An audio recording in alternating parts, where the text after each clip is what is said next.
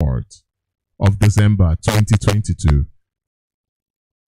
And the heading says Nigeria Army masterminded Amofo genocide, IPOB.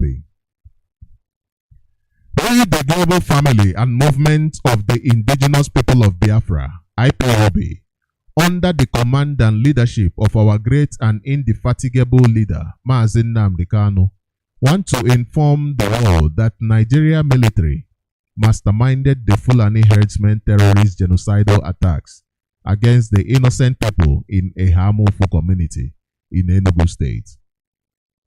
The attack in Ehamofo was coordinated by Nigeria military and Fulani terrorist herdsmen. From the viral video, there is evidence that the Nigeria Special Forces were seen together with some Fulani herdsmen shouting for joy in Hausa language after the attack in Ehamofo. From eyewitnesses' accounts, Nigeria soldiers invaded the community and destroyed the gates leading to the community and beat up some people. Soon after, the Nigeria military destroyed the community's gate. Fulani herdsmen armed to the teeth invaded the community, killing, burning, and looting properties. Nigeria Army Commander of 82 Division, Enugu State, Major Musa Omar, deployed the soldiers who created a way for the terrorists to invade a peaceful community. This military commander has been intimidating and killing the people of Biafra and IPOB members, more especially the people of Ehamofo, for resisting Fulani takeover of their ancestral land. That is important. Now, which means that, okay, let me finish this before I go on. Let me finish this. This is very important news. The general public should ask the Nigeria military why they destroyed the keys used to lock the community's gate before the Fulani herdsmen invaded that community. The military intentionally broke the community's gate to create access for Fulani herdsmen to freely troop into the community and launch the attacks.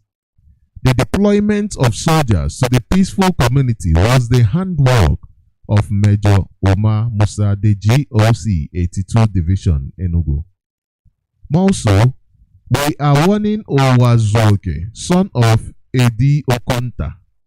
Is that Owezoke? Is that Owezoke? Or Owazoke? But son of Edi Okonta from Mboji to desist from his sabotage work.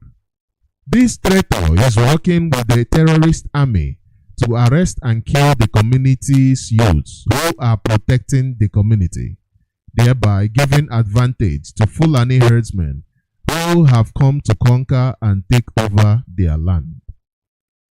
We shall give him a traitor's treatment in due time. The enemy called Owazoke,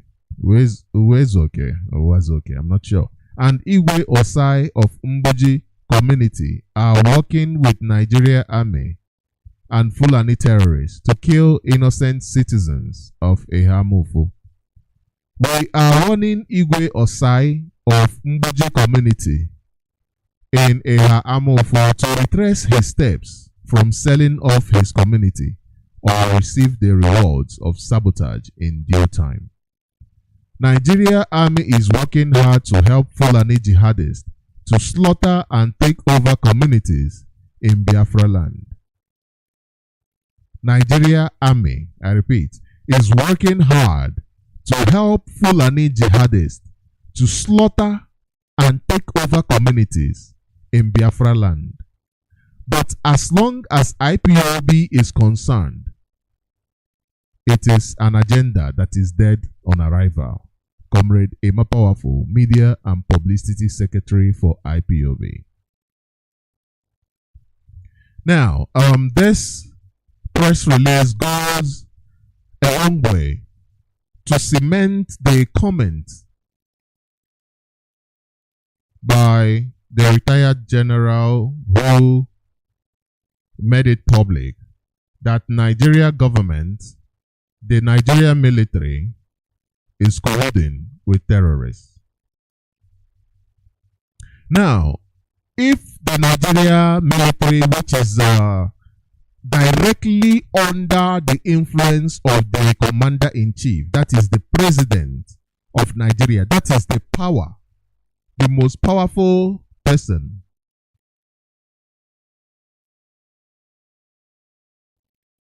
in Nigeria,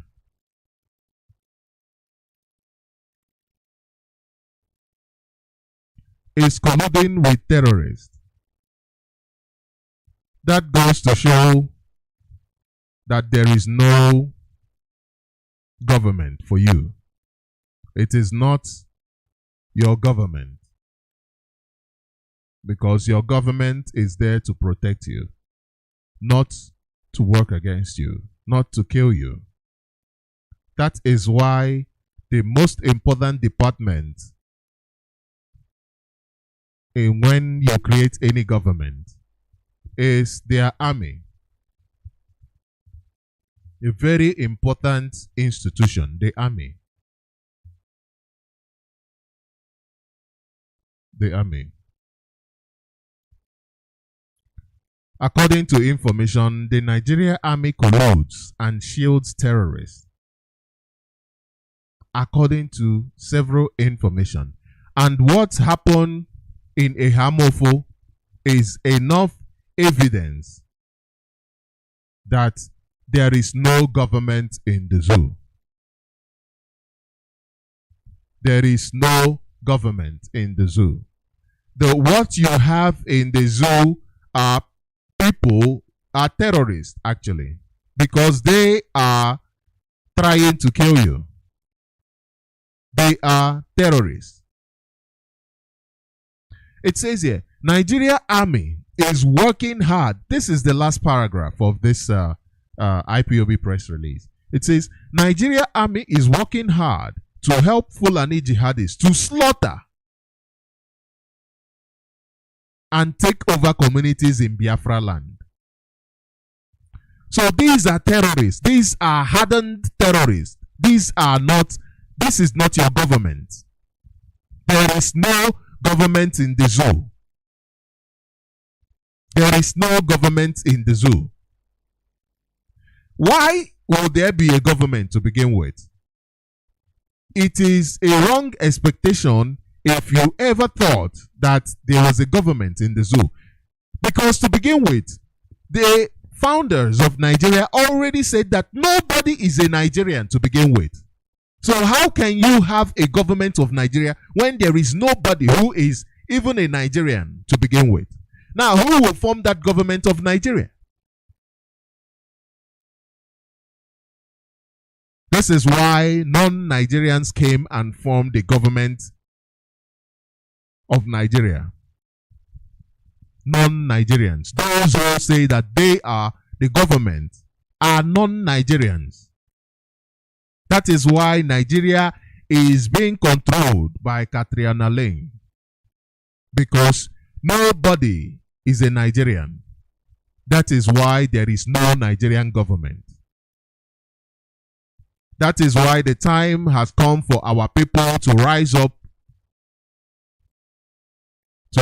up against those who are supposed to keep them safe, according to what they say. If there is a government in Nigeria and you have taken it as a responsibility to be part of that government, then why are you not doing what you are supposed to do? Then why are you colluding with terrorists to kill the people that you are supposed to? Your number one responsibility is to save them, to protect them actually. Remember that the Nigeria army, they use their barracks to keep the Fulani terrorists safe. And remember the reports from, the reason why I say this is, remember the reports from those who were kidnapped.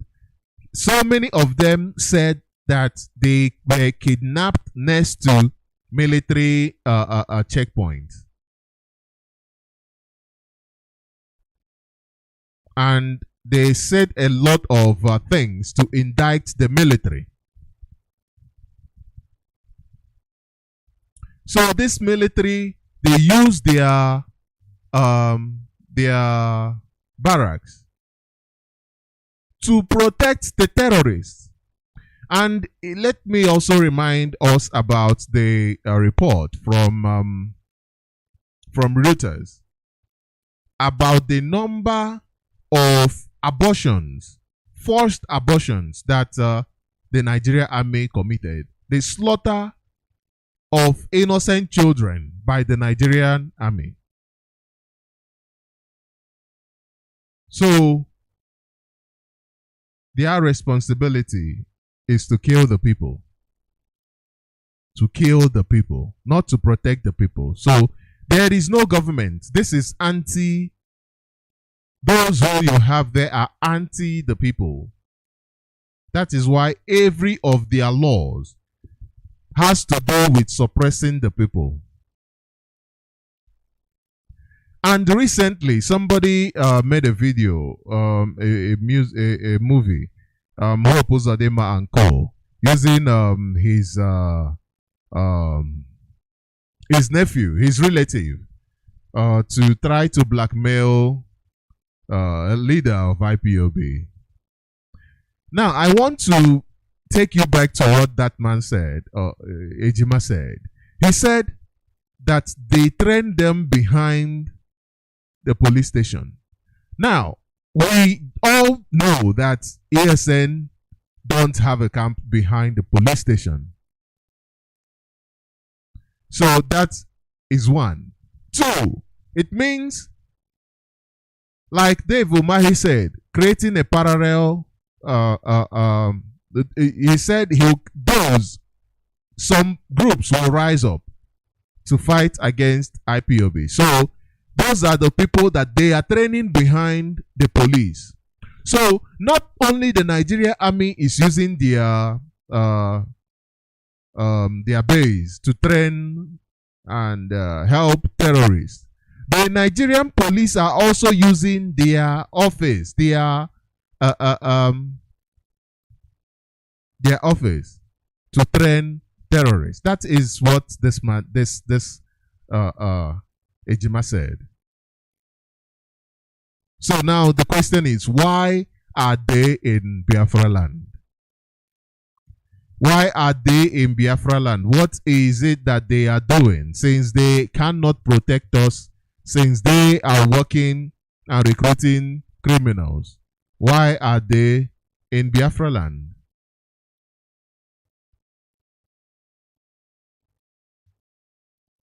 Now let me go back to the press release. Let me go back to the press release. It says here, the general public should ask the Nigerian military why they destroyed the keys used to lock the community's gate before the Fulani herdsmen invaded that community. Now, this is why they are in Biafra land, to help. Like the T.Y. Danjuma said, that they collude. Let me use this word, to collude. That is why they are in Biafra land, to collude. The military intentionally broke the community's gate to create access for Fulani herdsmen. You see, the military makes ways for them. They make them comfortable. Whatever they need. If they need suya tomorrow, the military will supply them with suya. Whatever they need. If they need guns, recall the report of the recent, let me begin with this the recent reports in Enugu about military plane bringing down terrorists. So the military is there to serve them. The government of the zoo is there to serve terrorists. So you do not have a government. You have an invasion. You have people who have invaded you to kill you and to take your land. That is what you have. There is no government. Every person who is part of the government is a key player in the enslavement of the people who have found themselves in Nigeria. So these people are not your people. They are not our government. Hence, I said there is no government in the zoo. The zoo has collapsed. If a zoo collapses, what does it mean? The government has collapsed. If a country collapses, it means the government has collapsed.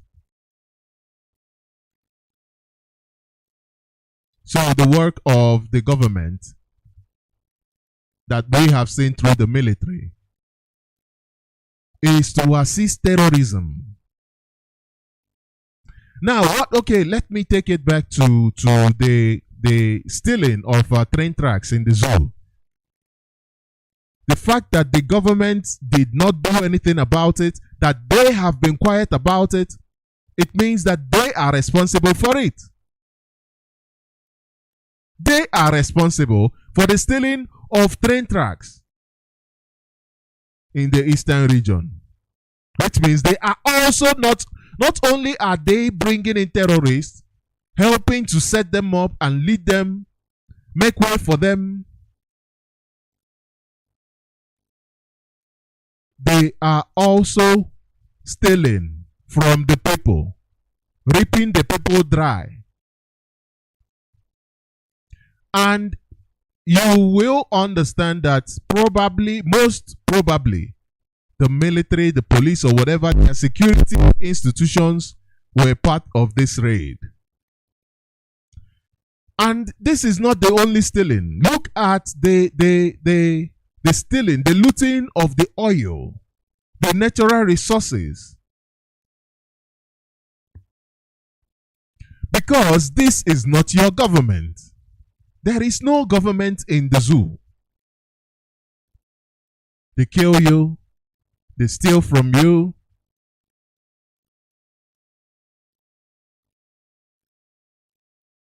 What is it that the government has ever done for you? What is it that the zoo government has ever done for you? What is it?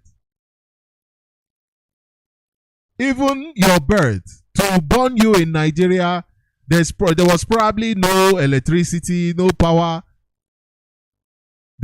Nothing. They just from the beginning, it's suffering in the zoo because that is not your government. That has never been your government. Even when the zoo was founded, what happened? The people were killed, and then they now said, actually, even according to books written by them, tomorrow I might touch on one written by the woman, the prostitute who helped to give the name of Nigeria. I will talk about something I picked up from her book tomorrow. So you understand that even from the beginning, they never had any intention of building a suitable place for you. No, their intention is to have the people, the locals there, to be those who will work in their farm, and whatever that is there, they loot, they take. That is why they can build refineries in Niger and not in Biafra land or in Nigeria. That is why they can build a dry seaport in the north, Kaduna or Kanu, thereabout, but not where there is actual water, like in Biafra land. That is why they can build dry. There is no plan. There has never been any plan in the zoo to enable it benefit those who are from the zoo. There has never been such a plan. Therefore, I am asking, since the Nigeria security, they have shown that they are not there to protect us rather than collude with the enemies, why are they there? What is it that they are there for? They should all leave our land. That is what I am saying. They should leave our land so that we understand what is happening. Their bases should be closed. The military, their bases, they should vacate their bases, all of them, because they have terrorists in the army. I hope you know. I hope you remember. And also remember that a high-ranking commander in the Nigerian army said that even the terrorists they recruit into the army, they can become your president tomorrow. What does that tell you? What does that tell you? It tells you that the zoo, it doesn't belong to you. They are there to work against you. That is why I am mad with anybody who is talking about sustaining the zoo even by a day, because that person is, without knowing, maybe, because some people are knee deep into ignorance.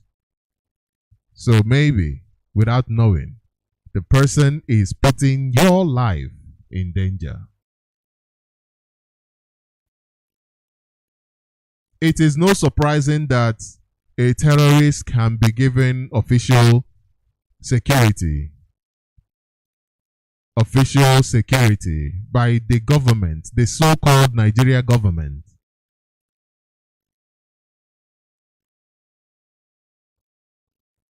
Because this person works for the government, I guess. That is the only reason why the government would give anybody an official car and security. Someone like Gumi being driven around by the sweat of the taxpayers. Those who are supposed to protect you, they go and protect terrorists and make ways for terrorists. Why then are they in our land? That is my question. Why then are they still in our land?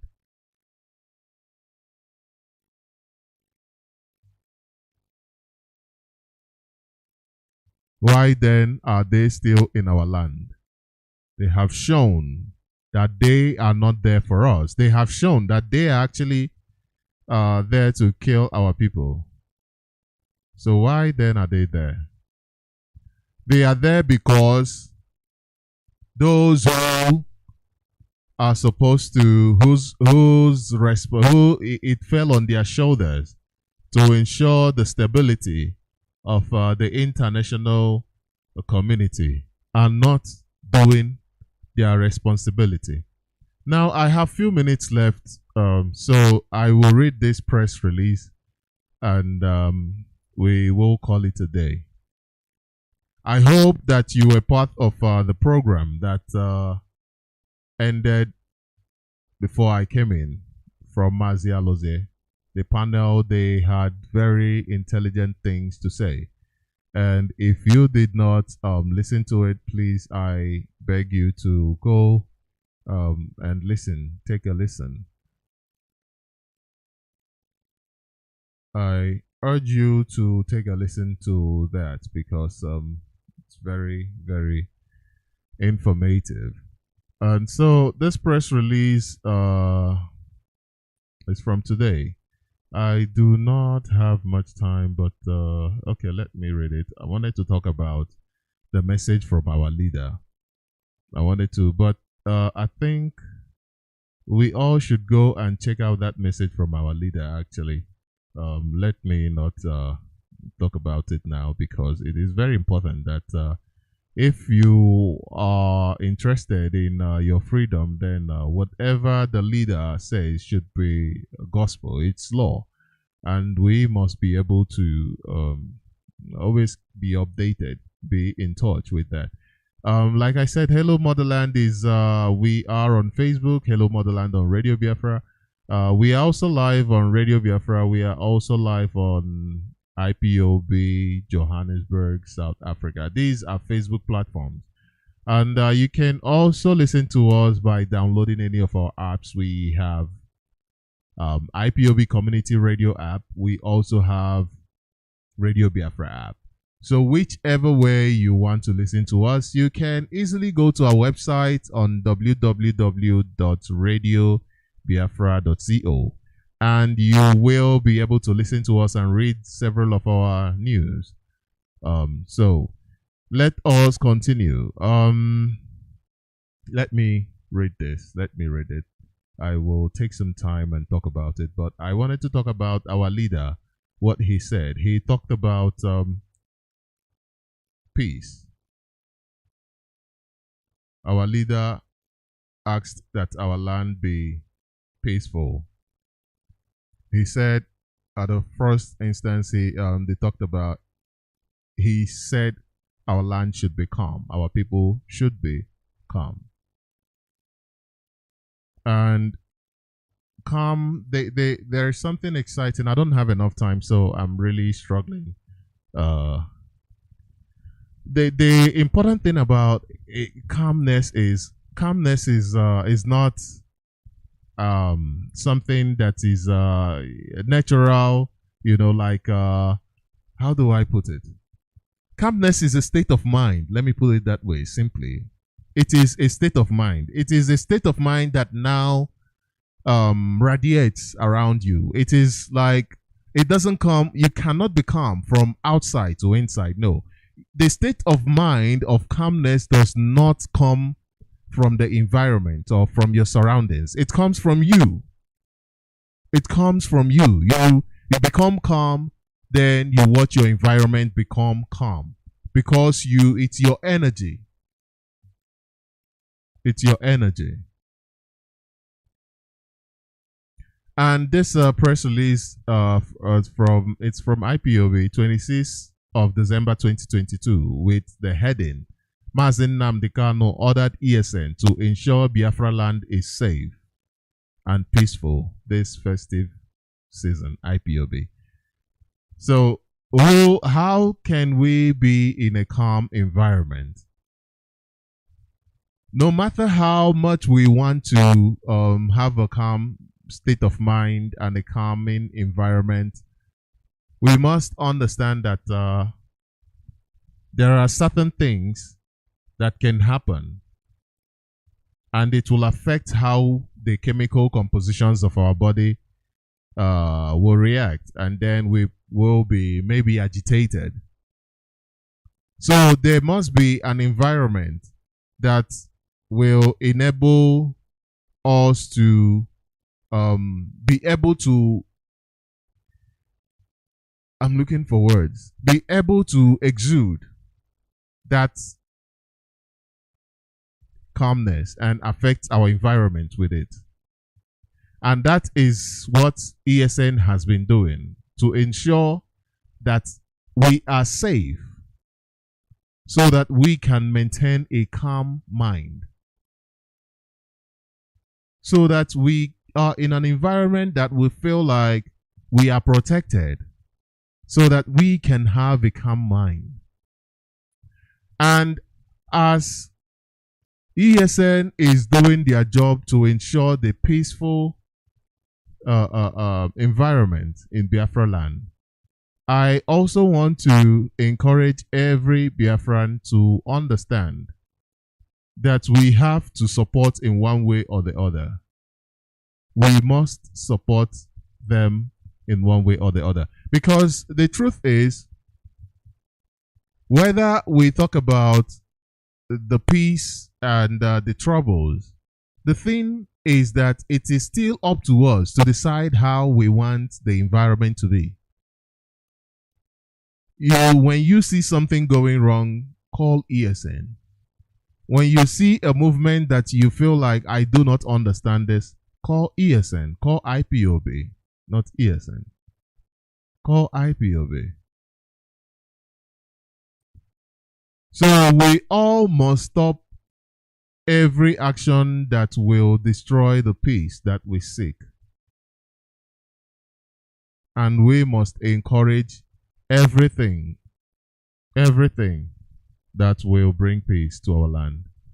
So I will leave it here, great dear friends, wonderful people.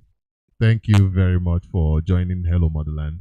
This is Mazi Sochima Mbanali. I appreciate this moment. I appreciate the moment that we get to spend here.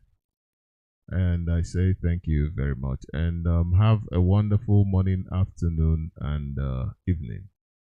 Thank you, and bye.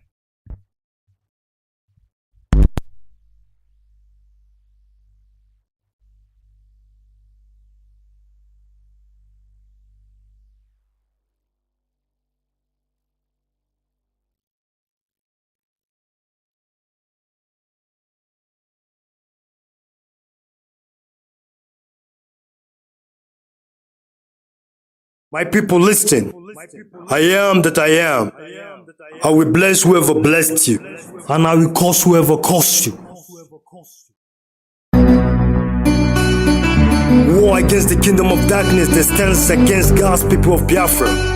The more you try to stop us on this united movement, the more we unite with more great people, and more real brave people keep multiplying up. Revolutionary blast the Babylonians, for the Biafrans came from Israelite. Tell us how this Ababa came from. Destroy the invention. Make sure you destroy every being that stand as destruction, obstruction. Damn the demon incarnate hiding under the umbrella of American and British world power. The blasphemous.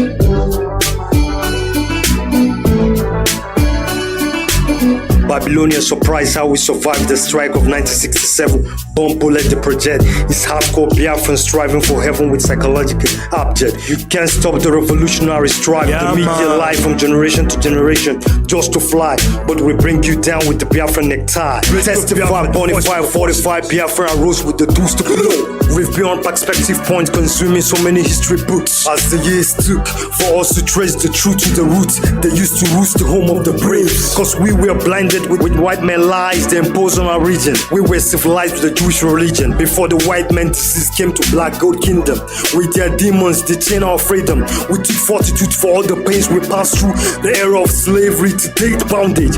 General Dumegu Dike Ojukwu, greatest in charge of all time, retired but never get tired of the struggle he took. Prophet Nnamdi is anointed with the struggle. More nothing to lose. Let the era of IPO be burned till they're all gone to see them no more. Back in the days when I was blind like you, struggling for better days hope. Used to hide from cops to smoke in the cemetery with my infantry friend dying in conspiracy insurgency. Now time is necessary to pray with my brethren in the territory, for the nation of Biafra must be restored. For our enemies don't deserve the love, for so many scores execute war. The holy language Ishmael lineage understood is shedding of blood. Soon the angels saw a way to descend on Babylonia, and the arena of bastard saboteurs trying to be heroes, but they're going down zeros. IPO became with unused skills, broke the code on the globe like virus on control. You don't even know who spoke and poke out your indigenous people already say no to ethanol and tobacco. White men bro, our soul have reconciled with our God for the Biafran exodus. For IPOB don't go for illegal money when their brothers eye closed like those hanging out late night like ghosts with useless hope, waiting for brown envelope to kiss your brother's souls. Like when the Biafran fighting Cold War, white Britain shipping Biafran black gold. Or Juanese indeed, but mine is dynamic. You will never know who love you the most, and that's why many made wrong choice when presenting them roles. We are untouchable, unstoppable, unseparable folks. We must cross to our promised land of blessing and riches. You can die, rest in pieces, you snitches. Saved by the indigenous witches, for we got a key. Time has come that the land soil will reject you all and your dead bodies. We believe on nobody but Tetragrammaton. For this is the end of Islamic Zoological Republic of Nigeria. It's become the throne of demons since the amalgamation. All the families have soldiered up on the Papa Green land, on Black Boot and Push. Don't use skills, soldier up, ever ready to go. For they've wake up dead people from sleep of no return till we get it done. Like a revenge of America of September 11, when God of Israel had a departed soul petition from heaven. So shall he digest it through the hardcore Biafran squad. The way they treat us like a stranger in a fatherland. No good day. Only on the club I work. The way they treat us like a stranger in a fatherland. No good day. Only on the club I work.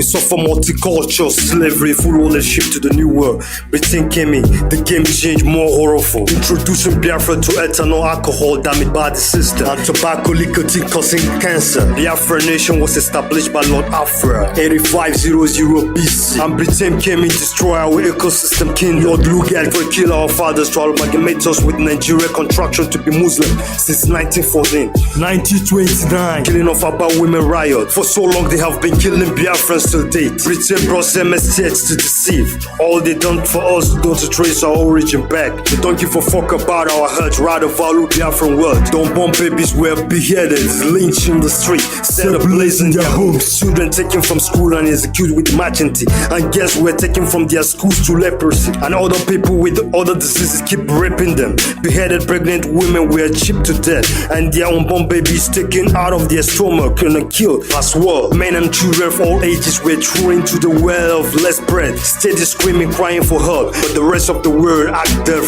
The British and Nigerian government filled up dead to 40 food with heavy stones. Some were forced to eat feces and drink urine with no hope. They bombed civilians in the hospitals, market, churches, and at their homes. Biafra homeland became a rain of skulls and bones. The ever worst war crime in the whole world after the Jewish Holocaust. Still the blood wasn't enough for the beast warmongers. British sent troops with warplane mortars, grenades, executing innocent blood of Ayakarom in brutal council. Currently 4 weeks Buhari inaugurated, he used helicopter and napalm bomb Akwa Ibom coast using AK-47 war guns, shooting Calabar people in the night. All Nigerian armed forces execute IPOB in Aba, in Oiwacha, in Onisha, main bridge in Ukbo. Abakaliki, Dorman land never be exceptional. They harass and execute many communities in Enugu. 30th May Memorial Day of Fallen Heroes, turn bloody. They broke into the churches with no respect to God. Start arresting, executing people, raping Biafra women. Using Boko Haram trained by Saudi Arabia among their 84 terrorist group. And America did nothing at all. So many unforgiving sin till thy kingdom come. We will never forget this till thy kingdom come. For the properties the states giving us 20 pounds. After warfare, for the welfare of our world, they ripped in pieces. Sending us to open new market in the forest with 20 pounds. Now you call it Alaba International Market. An updated Britain who were past and present against Biafra succeeded. Now fought and gotten India succeed from European Union. American state who support freedom of speech only on the lips to black people. Biafran came looking for freedom. We realized American Britain kingdom are ruled by incarnates of demons. No surprise American give the logic to those behind the scopic who make the mechanic plot execution of skulls of 1967 unique people. I know many won't understand it, like magic from aquatic. Take and listen to one of my speech brethren. Or make it so fair, stop corporate news lying to you and your children. Do you ever thought how Islam came into existence?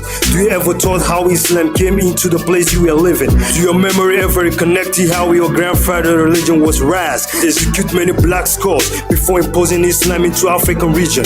Out of fear, many souls were submissive to Islam religion. So many souls Muslim rule.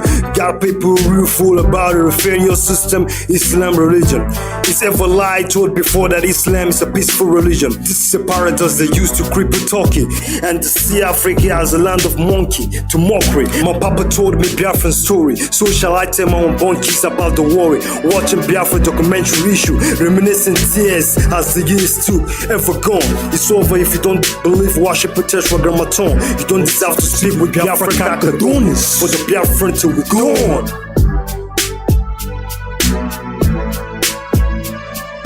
Look how you treating my people, it's too bad. Why you really acting like you too late? Look how you treating my people, it's too bad. Why you really acting like you too late? Look how you treating my people, it's too bad. Why you really acting like you too late? Look how you treating my people, it's too bad. Why you really acting like you too late? The way they treat us like a stranger in a fatherland. Hey, no good day. Only on the global world. The way they treat us like a stranger in a fatherland. Hey, no good day. Only on the global world. Make way for Biafra. I know I can speak like you all, but you all understand me well. For the black people hemisphere, you talk in the red, and you sleep comfortable on bed. Soon the reward of death will visit you all from hell. For the petition of people you sent to the grave, have answered by God of the braves. Caught you all of a worried bird, memory of imperialism, slaverism, colonialism, religion, terrorism. Ever since the end of Biafran defense war, agreement was made, no victor, no vanquish. Promises was made for Nigerians to build infrastructure and rehabilitation for Biafrans. But when Biafran came for pledge redemption, Nigerian government gone. This picture is never wrong. They don't want us to live on. They thought all the hard cores are dead gone, but they get it wrong. Nnamdi Kanu overthrown the white and black man dragon with 50 million resurrected hardcore Biafrans with machine guns. Testify ready to die even to keep the bullet fly. For we are born, raised in the bomb area, condemned by the Catholic Church. We understood the mystery behind such, but to rather unite IPOB meant much for our souls sold not for gold. For so long constantly searching for knowledge from a distance, instantly wisdom was there before civilization came into existence. You can reason up the circumstance why Biafran from ages always stand famed for resistance through our system of transistence persistence. Even though most of us locked up in the cage like Roman Empire details before technology came to mind knowledge. The Roman Empire under Illuminati one goal, stole God religion and painted it illusional, made people wallowing in the bloody satanic ocean of fire. So much unwaste damages to date. Nobody give a fuck about protecting my race. So I hold on with AK on the revolution face to bring down the disgrace. For we gone to school to be nobody's slave. They want us to keep it living in dark life. Look around, poor healthcare, no warfare, always warfare against us and hemisphere. What unfair, people get disappeared, and the mouthpiece of the sea are living in fear. The rest acting deaf ear on our bloody tears. And politicians dress us each time they execute our blood with euphemism speech. They have sunk our organic hemisphere with the human blood and destroy our aquatic species with chemicals entitled with aftermath of getting cancer. And our chieftains and elders are blind, telling us to listen to the saga. Conspiracy going on and laid by the inventories. They infiltrate for us to go for war instantly, with none of the children serving in infantry. Religious war is the reason primarily. African territory has become cemetery for terrorism. We are Muslims executing innocent Christians and Jewish mercilessly. And American power did nothing to Saudi Arabia of sponsoring and supporting 84 terrorist group in the era of 21st century. Only sanction in Russia for Western power to get easy access to all and beyond former USSR geographical territory under their control watch. But we bring the truth out to our people who are still blind of the search, like during the expository essay of the Holocaust of the Jewish. And if you stand in my way of getting freedom through, my tools will blast you so hard it will get next bastard pedophile next to you trying to screw. And I salute on my loyal black boot to my Biafran revolution crew, standing with my symbolic flag. We Biafran build America. Now people who doesn't know how the basic foundation of United States of America, they migrated from different parts of universal base, enjoying our labor and our sweat, faces, and origin people who build Americans still suffering today. Only option left for us is death. But I promise my Biafran pillars to deliver no shiver till they stop calling us niggas. Look how you treating my people, it's too bad. Why you really acting like you too late? Look how you treating my people, it's too bad. Why you really acting like you too late? Look how you treating my people, it's too bad. Why you really acting like you too late? Look how you treating my people, it's too bad. Why you really acting like you too late? The way they treat us like a stranger in a fatherland. Hey, no good day. Calling on the global world. The way they treat us like a stranger in a fatherland. Hey, no good day. Calling on the global world. Make way for Biafra. Biafra's struggle can never be unrewarded struggle. Remember, after rain, there comes sunshine. I remember for every dark night, there is a bright day after that. So it's afternoon now, but I say good morning to my Biafrans. The sun has risen and shining where there is no light, and that's the symbolic meaning of the sun appearance in the Biafran flag. Do remember danger is real, but fear is the choice. But don't be victim of kingdom that will never last your freedom. Receive Western education just to know the basics. No mortal can change the past, and no mortal can make the future. You are just an instrument to be used by the universal king. Remember, just like you have the power to manufacture and control minimum and maximum seconds under your wristwatch. No mortal can change the past, and no mortal can make the future. You are just an instrument to be used by the universal king. Remember, just like you have the power to manufacture and control minimum and maximum seconds under your wristwatch. No mortal can change the past, and no mortal can make the future. You are just an instrument to be used by the Universal King. Remember, just like you have the power to manufacture and control minimum and maximum seconds under your wristwatch. No mortal can change the past, and no mortal can make the future. You are just an instrument to be used by the Universal King. Remember, just like you have the power to manufacture and control minimum and maximum seconds under your wristwatch.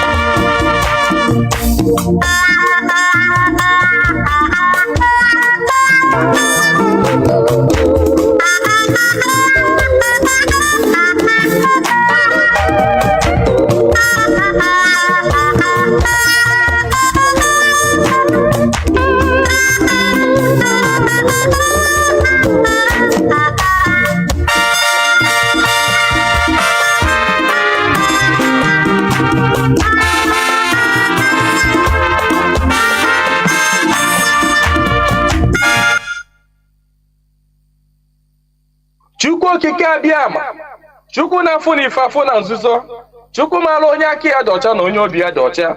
Nwoke si na ya ji ọfọ, nwaanyị si na ya ji ọfọ, mana ọfọ maara onye ji ya. Ụkpaka na-agba n'udu mmiri ọ chụrụ ọzụọ. Gaa n'ogwe o mechi ụzọ osi mpịara na azụ nwa igiriga ọgụ nke mmụọ. Ọ gịnị ka m ga-etu gị ka o zuolo gị? Asị m n'oge akara aka eluo, ịbụ mmụọ ka mmụọ, ibe ka ibe. Chukwu okike onye obiọma sị m unu binye n'oge akara aka eluo. Mmụọ niile m na-ejere ozi asị m unu binye n'oge akara aka eluo. Oke mmụọ, oke mmụọ, oke mmụọ, oke mmụọ, oke mmụọ, oke mmụọ. Mmụọ niile m na-ejere ozi asị m unu binye elu. Tetenụ n'ụra, tetenụ n'ụra, tetenụ n'ụra, tetenụ n'ụra. Asị m n'ọnwa unu nwoke bụ nwa eze Chukwu bụ ụzọ mba aka ji ọfọ Igbo ọzọ eme nte eme ime. Ọ sị m nọọ ya nọ n'etiti unu taa. Ọsọ unu binye enu n'oge akara aka eluo. Mmụọ nna nna anyị ochie asị m gị binye. Mmụọ na-afụ na ife afụ na nzuzo asị m gị binye. Oke ọfọ ji eje ọgụ asị m unu binye. Ọfọ ndị Igbo niile asị m gị binye. Ọfọ ndị mmiri asị m gị binye. Ọfọ ndị ikuku asị m gị binye. Eze nwaanyị osimiri asị m gị binye. Eze nwaanyị na-ebe asị m gị binye. Eze nwaanyị idodi ikwu na-eme asị m gị binye. Eze nwaanyị amambara asị m gị binye. Eze nwaanyị osimiri nji aba asị m gị binye. Eze nwaanyị ala Igbo niile asị m gị binye. Eze nwaanyị ọgba asị m gị binye. Eze nwaanyị anike wawa asị m gị binye. Oke arụsị na n'ike ojuru nwa na-aga anị asị m gị binye n'oge akara aka eluo. Igirigi ọgụ mmụọ. Asị m na gboo dike mbọsị ihe ike mere ọ ga-achọkwa nwa dike. Asị m dododo unu binye unu bịa tara ọjị na chijiri eji efola. Asị m unu binye unu bịa tara ọjị na chijiri eji efola. Nna nna anyị ochie, mmụọ niile nwụrụ anwụ ka anyị dị ndụ. Mmụọ niile nwụrụ anwụ ka ụmụ Igbo dị ndụ. Mmụọ niile nwụrụ anwụ ka Mazi Nnamdi Kanu dị ndụ. Mmụọ niile nwụrụ anwụ ka ụmụ Biafra dị ndụ. Asị m unu binye n'oge akara aka eluo. Asị m na gboo dike mbọsị ihe ike mere ọ ga-achọ nwa dike. Ọ sị na mberede nyiri dike na mberede ka o ji ama nwa dike. Ọ ya ka m ji akpọ unu n'isi Ọhamadike. Ọhamadike bụ Mazi Nnamdi Kanu. Ya bụ Mazi Nnamdi Kanu. Otu mkpụrụ anya ji isi ụgwọ. Otu ọnụ na-ekwuchitere mba niile. Ụkpaka na-agba n'udu mmiri na-agba n'oge nke ya. Asị m unu binye n'isi ya. Nye ogologo ndụ na-arụ isi ike. Napụta ya na Eke, napụta ya n'Orie, napụta ya n'Afọ, napụta ya na Nkwọ. asị m na ahịa akara aka anaghị eri nwa ngwụrọ na ahịa akara aka agaghị eri Maazị Nnamdi Kanu. Asị m unu ga-anapụta Nnamdi Kanu na Eke, napụta ya n'Orie, napụta ya n'Afọ, napụta ya na Nkwọ. Asị m mee ka ọnụ niile kwụrụ njọ n'isi atụgharịa kwụ mma, ka ọnụ kọrọ ogiri ọnụ kọrọ ogiri lachaa. Chukwu okike abịa ama onye jiri mmiri siri ike kpọọ aja were aja siri ike kpọọ mmadụ. Asị m na taata bụ ụbọchị Eke n'ala Igbo. Asị m na Eke ga-eketara Nnamdi Kanu ndụ, Eke ga-eketara ya nwere onwe, Oke ga-eketara ya ndụ, Oke ga-eketara ya Biafra, Oke ga-eketara ya nwere onwe, Oke ga-ekegburu ya ndị iro, kegburu ya ajọ mmadụ na ajọ mmụọ. Asị m na mbọsọ ga-apụta Ekwensu ga-anọ n'ụra, ndị ilo ya ga-anọ n'ụla. Ọkwa na ekwe osu. Asị m gịnị bụ Ekwensu? Asị m na mbọsọ ga-apụta ya bụ ndị ilo ga-anọ n'ụra, ọha bụ ndị ọha nwa bụ Ekwensu. Asị m na ha ncha ga-anọ n'ụra, na Nnamdi Kanu ga-apụta n'ike na ebube. Nnamdi Kanu ga-apụta n'ike na ebube. Asị m na ọnụ kwụrụ njọ n'isi ya ga-atụgharịkwọ mma. Asị m ọbịara igbu Nnamdi Kanu bụ onwe ya. Onye si na Nnamdi Kanu agaghị adị ndụ, onye a ga-eji anazere mmiri. Onye si na Nnamdi Kanu agaghị apụta, onye a ga-eji anazere mmiri. Ọnụ niile kọrọ ogiri ọnụ ga-akọrọ ogiri lachaa. Osisi abụla oturu ga-emeche wee kwele. Onye asị na Nnamdi Kanu agaghị apụta, asị m na ọnụ ahụ iji wee kwuo ya dịka ejikwa ya wee kwugharịa mma n'isi ya. Asị m na ebe onye ahụ na-atụ Maazị Nnamdi Kanu aga, asị m aka gị ga-akpọnwụ.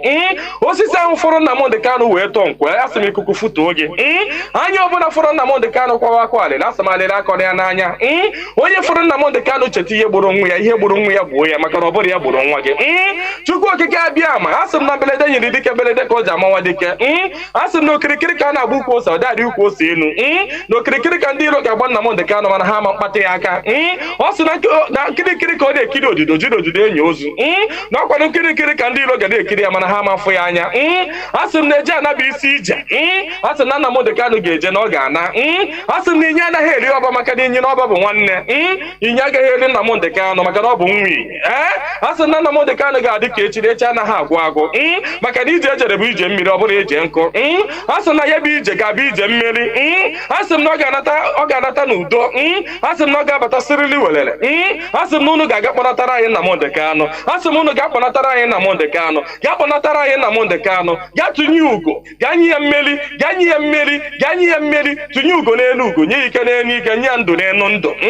Ọkwanụ ndụ ka o ji efu na efufe. Unu nye Nnamdi Kanu ndụ, onwe ike wee kwụrụ jinjin, onwe ike wee kwụrụ wee fuo na ofufe.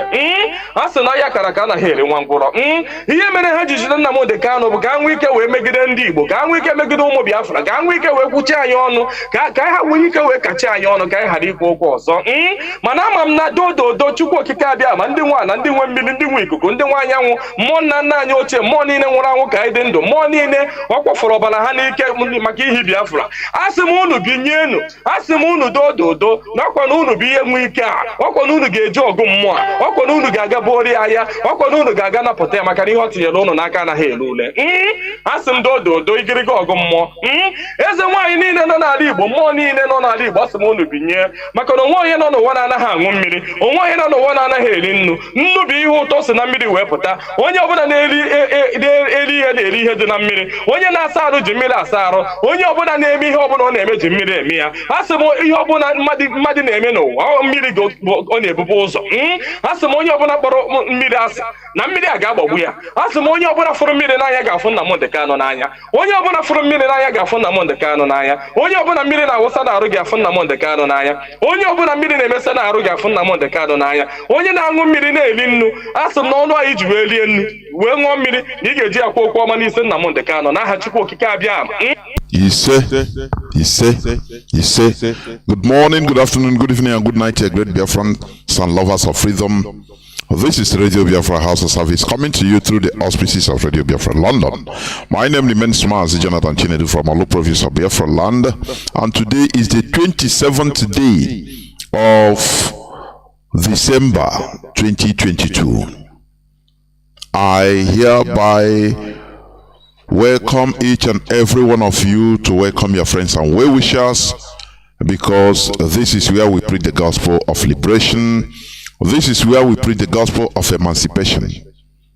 Let me repeat, we are not here for entertainment. We don't entertain you here, never.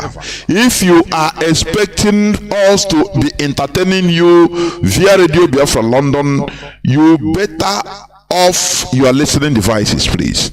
Here we give ourselves the bitter pills of truth. The bitter pills that many people don't want to accept. You understand? And they want you to continue joking, playing our lives away. That is why you see politicians today in Nigeria, all that they promote is musicians, entertainers of different kinds, celebrities, people that we only make people to have temporal liberation, just few minutes liberation from their realities. It's not what we do here, please. If you are looking for where to be entertained, please look at other places, and your life remains the same. As worse, as bad, you don't have electricity in this 21st century.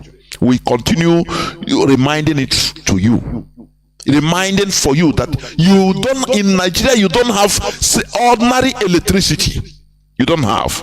Every time you are, going to entertainment, music, where they call you, politicians are making campaigns with musicians. Oh, they vote for this. This is what they want you to.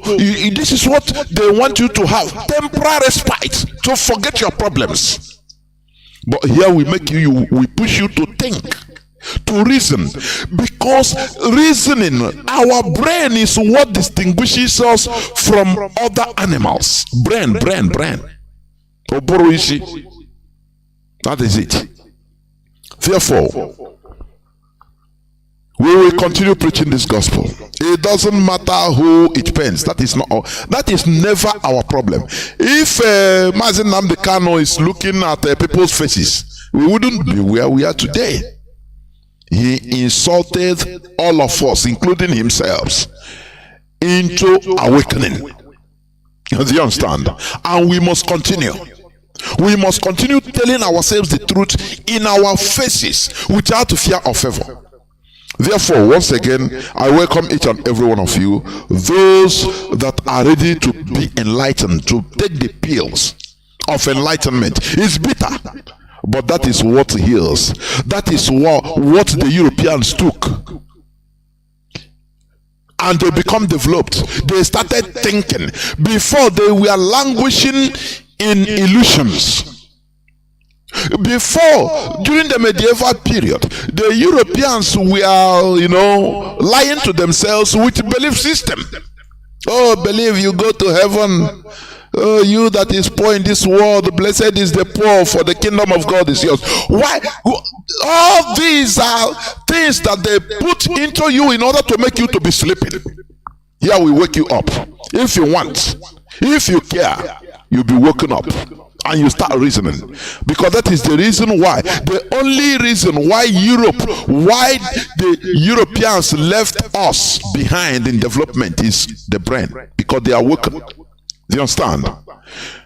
Before, do you know that they were waiting for miracles? The Europeans were hoping for one day maybe Angel Gabriel will come down from heaven to build skyscrapers for them, develop their lives, and the miracle will happen and their life will turn around. The same way you are believing today. That is why you are dying. Every day you are going to church. Every day you are going to mosque to pray for miracles, until they started understanding themselves. The awakening.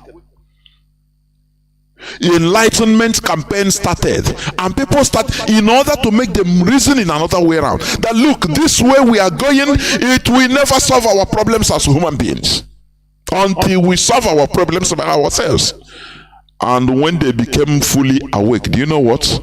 They chased away, they killed most of those kings and queens that were using, sleeping tablets of comedy, of hope, promising hope to them all the time, fake hope.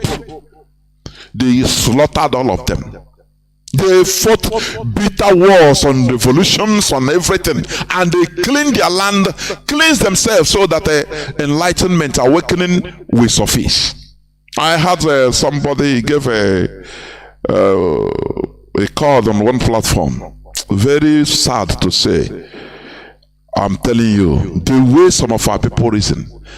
One of our brothers in the platform, he challenged, say, what good is this religion to us? He called, he said, no, you know what? At least our people, you see the hard things, the very bad situation people are, poverty, all, though this religion makes us to at least to have hope, to continue living, because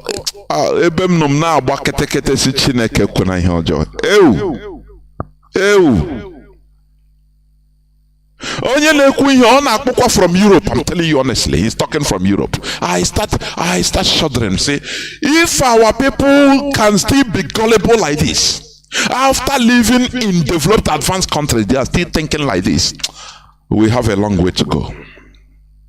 They prefer, temporary respite, giving false hope. Oh, don't worry, I say na aqua through long came no. And the people will continue believing fake hope.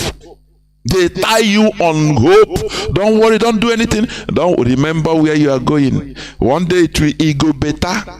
It go better.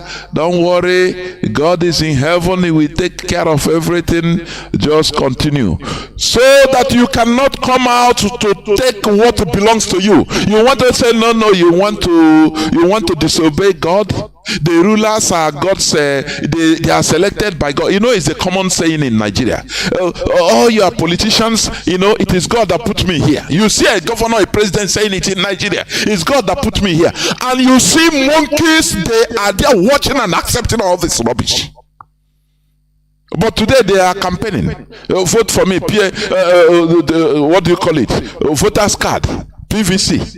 But when they now go into office, they say it's God that put me here. Do you see how primitive in thinking people are in Nigeria? No person will challenge a person. Say, oh, okay, so now God put him there. Now he's doing everything to serve God, not to human being. Now, why then do people have to go to take PVC? Sometimes the mentality of Nigerians. I say people are still far behind in thinking. And that is why there is no electricity in Nigeria. That is why people are dying needlessly in Nigeria, because people are morons in reasoning. No difference between the way they reason and primitive animals. I'm telling you, God put you here.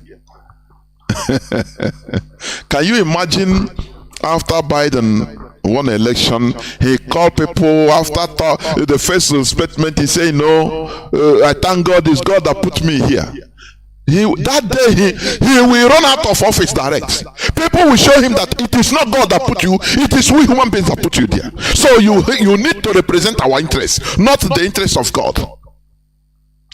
But in Nigeria everything goes. And you want us to continue saying it, in order to give people false hope. Oh, make people, hoping on one good thing coming from heaven, New Jerusalem and new heaven and new earth. I cannot describe you. You are aware of you reasoning.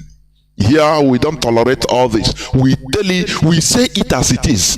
That is how and why Radio Biafra is instituted, for the defense of freedom. You know what it means to be free? When you are in the shackles of a chain, for you to fight to break your chain, do you think it's something to cut the iron? It's something violent. You need the iron to cut it. You need something more higher, a steel to cut the iron. It is not something gentleman business. No. That is why we do it here, in order to touch your brain, your thinking faculty, so that you start thinking in the right way. Today I'm going to an interview which we held on. I emphasized on it earlier on during Mazi program.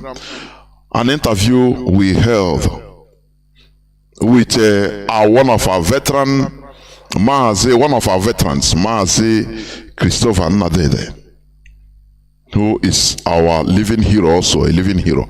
And we invite other veterans, please, to be making contacts, to speak out, because you people are our living libraries. You people are. We need to tap from your experiences. You understand? You are our living heroes. We are defeated in the war doesn't mean that life is lost. That is one thing that our people believe, that, oh, once you are defeated, it's done. No. Japan was defeated in a war. Germany was defeated in a war they caused. They scattered and destroyed Europe. Germany. But where are they today? They are back to their feet. You understand? We are defeated in a war of attrition. But we are not conquered. They wanted to completely conquer us right from 1970 till date. But Chukwu Okeabiama rose up a savior in the name of Mazi Nnamdi Kanu in order to come and tell us the reality so that we become liberated and never to be conquered. And as long as we are here alive, we are doing what we are doing, no more. Fulani, they are late. I said they are late. No more. They are late. Therefore, I will play that. But before I go to that, because today there will be no opening lines, please, I will play it is about 2.5 hours interview. I will play it complete so that you learn also from the experience of one of our Biafra heroes, living heroes, a veteran. You learn from it. And I urge others to be coming up in order to tell us their experiences. History will remember you, please, positively.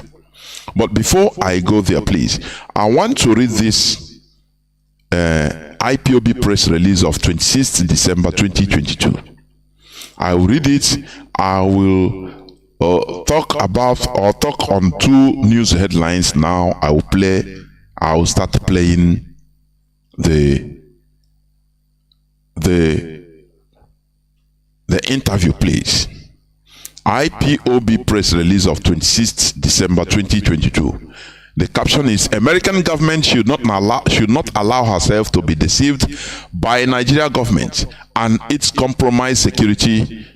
It's IPOB. The attention of the global movement and family of the indigenous people of Biafra, IPOB, under the command and leadership of our great leader Mazi Nnamdi Kanu, has been drawn to the laughable, disgraceful comment from the impostor who claimed to be Buhari at the just concluded USA African Summit, where he said that Fulani terrorist actions are because of climate change.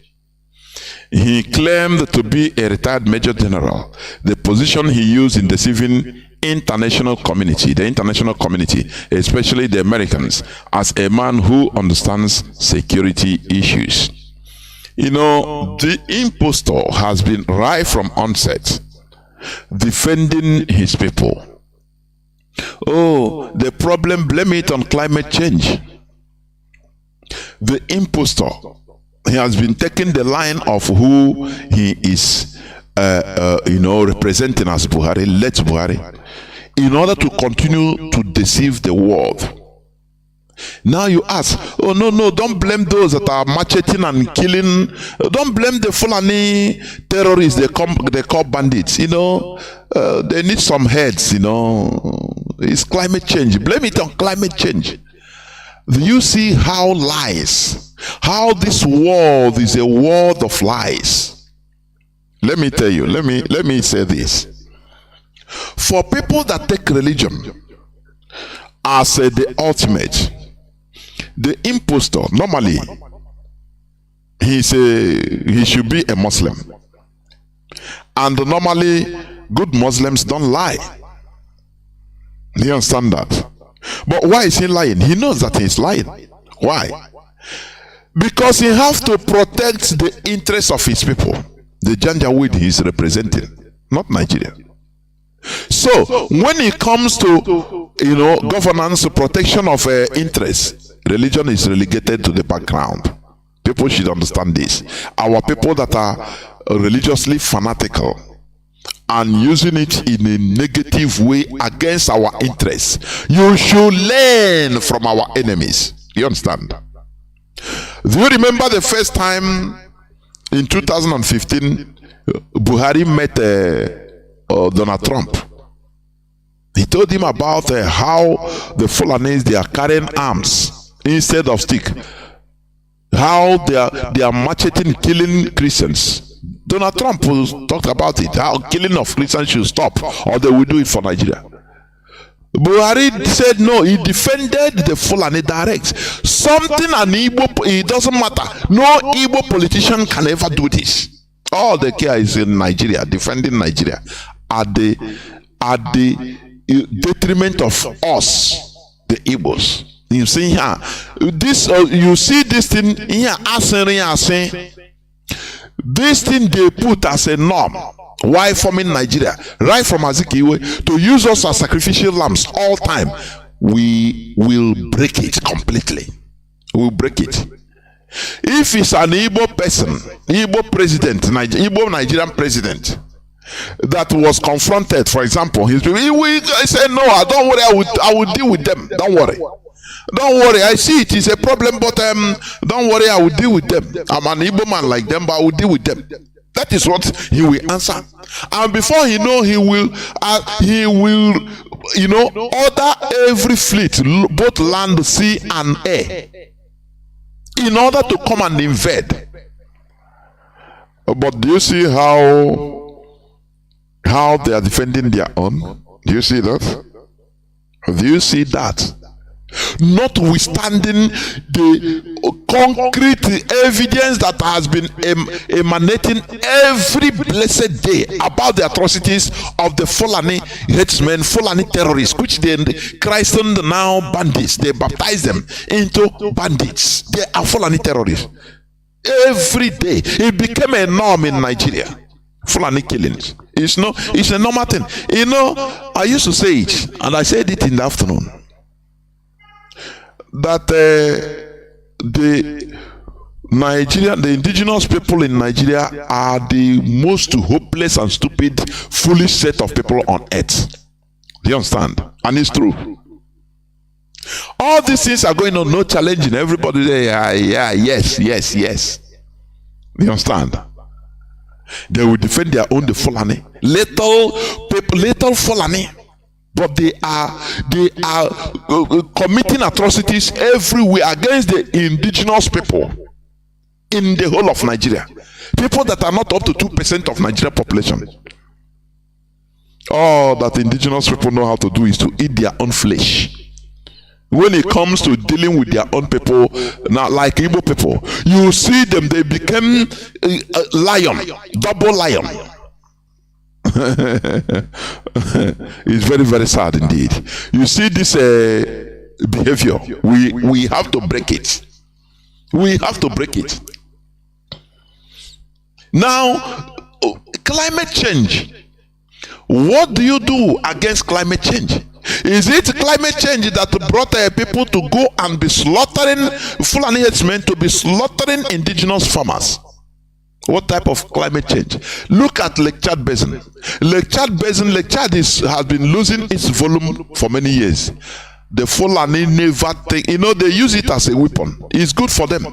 Because for them, their brain, they don't think. Yeah, it's not made to think for advancement, no.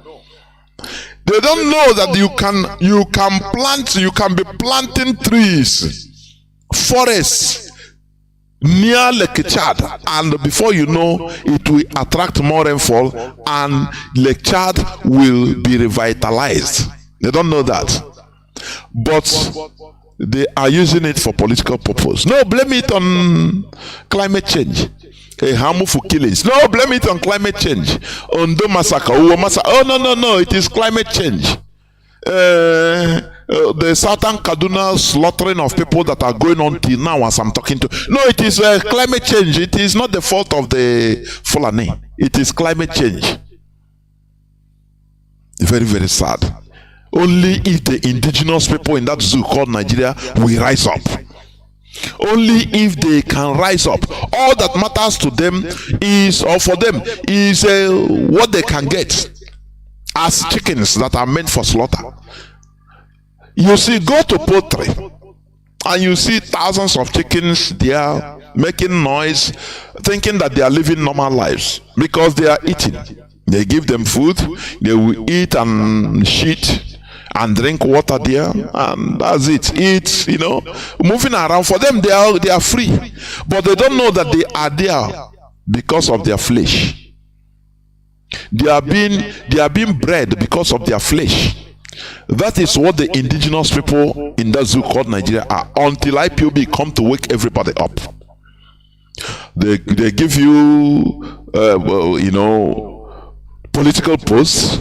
They promise you this for you to deliver your people. You yourself, you are waiting. You are just a chicken. People are just there waiting. Oh, we are eating.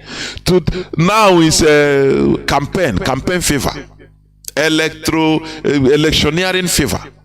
People are there waiting. Oh, if they can give you a cup of rice, no problem, because you are simply a chicken without bread.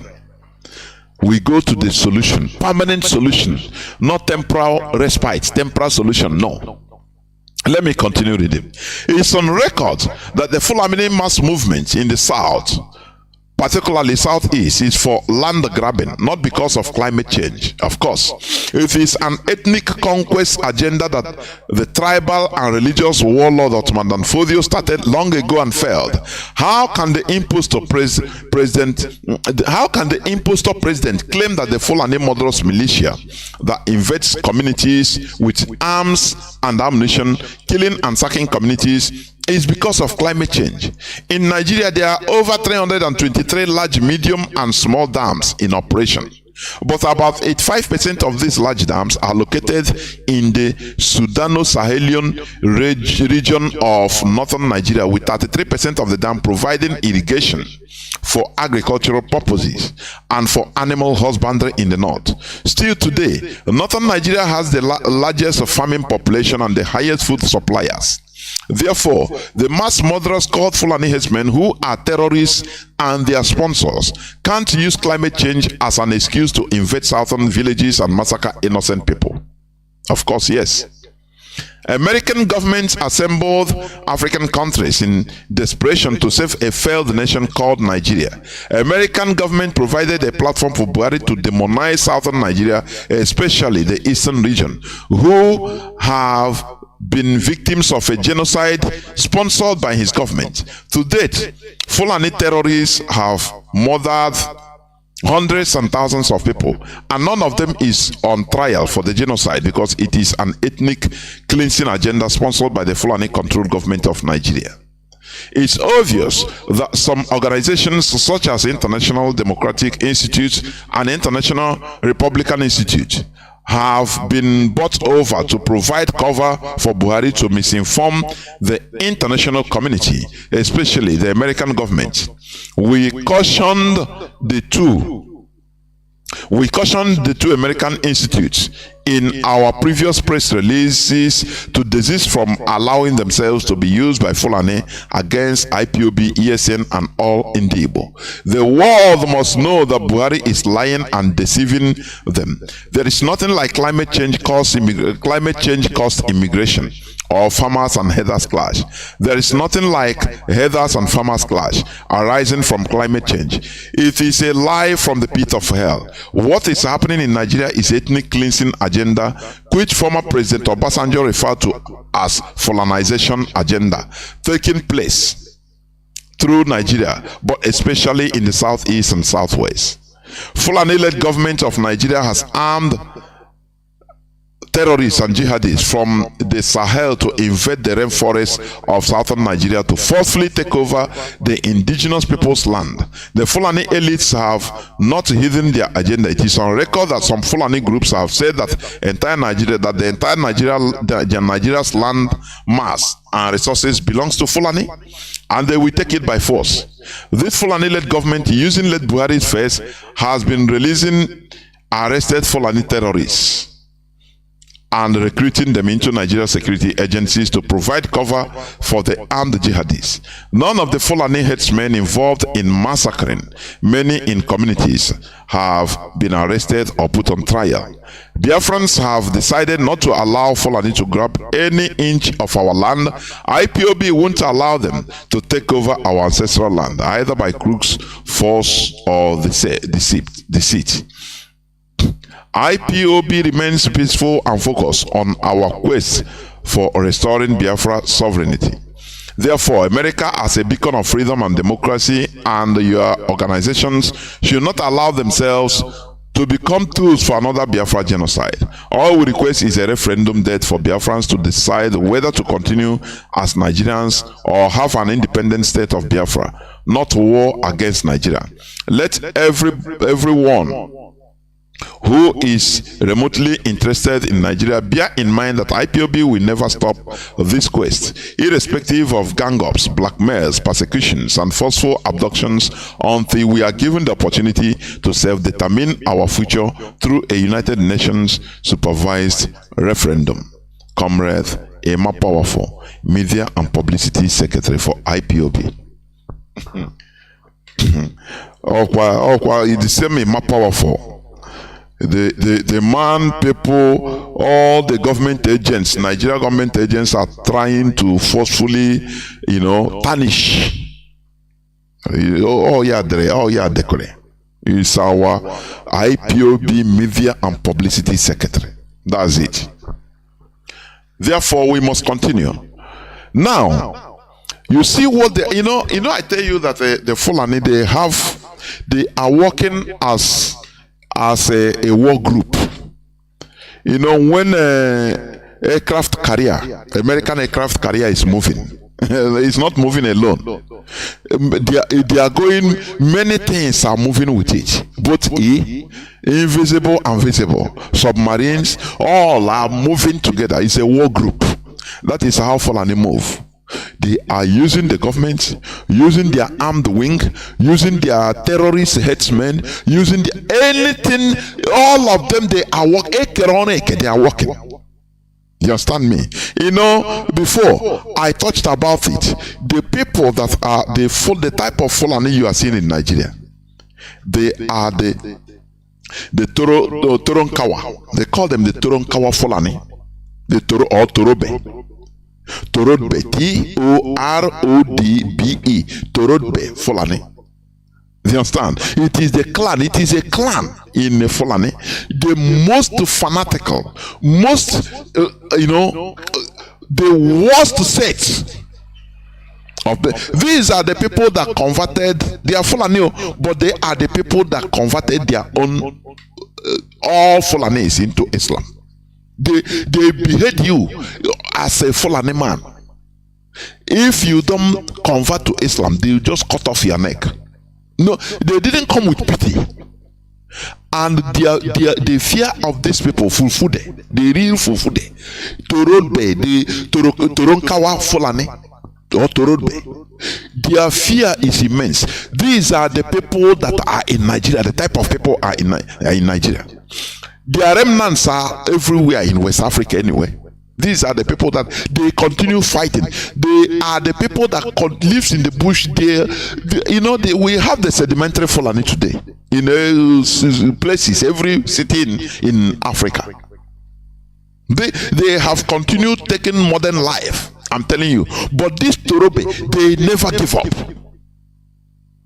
Do you understand me? What I'm telling you is for you to understand what we are facing. Ahmad Bello is from that type of tribe, from that clan. They are all Fulani, but they have clans in them. The Torobe. Do you understand me?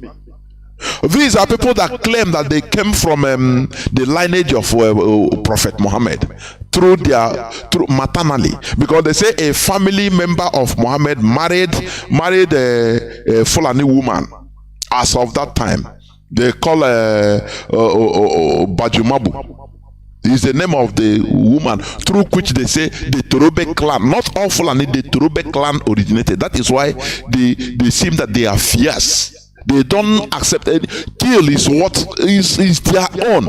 Ahmad Bello is one of them. That is why, irrespective of anything, he came out and told the British, said, no, unless boldly, if we are not in charge of Nigeria, we will not be part of Nigeria. They don't care.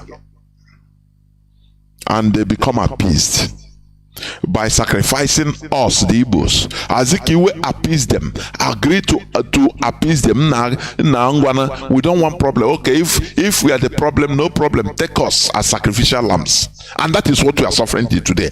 But that thing, that cause, we are reversing it, breaking it. That is what IPOB is doing. It's a very tedious work. That is why our leader is still in jail, in the DSS dungeon. You understand? It is not an easy thing to break loose from slave masters' chains. It's not an easy thing, but it is not something impossible. That is what we are doing. So for you to understand, because this Fulani, this particular clan of Fulani you are seeing, Sheikh Gumi, all of them there, these are the Torobe, the worst type, the worst clan in Fulani. For your information, the worst clan. All that matters to them is to kill, and they don't care. They don't care. They say they will continue fighting. The jihadism started by Ottoman Danfodio. For you are sleeping in Nigeria thinking that everything is okay. For them, they have been in a war till today. They are not giving up. That is why Sheikh Gumi, he said, don't vote for politicians who will attack, kill bandits. He said, these bandits, they are our warriors in forest. Islamic cleric Gumi tells Northerners. Now, the question reasonable people should ask is, whose warriors? Is it Nigeria warriors? You that is shouting Nigeria, one Nigeria, but these people, they have killers. He says it's their warriors. Now ask, warrior for Nigeria or for who?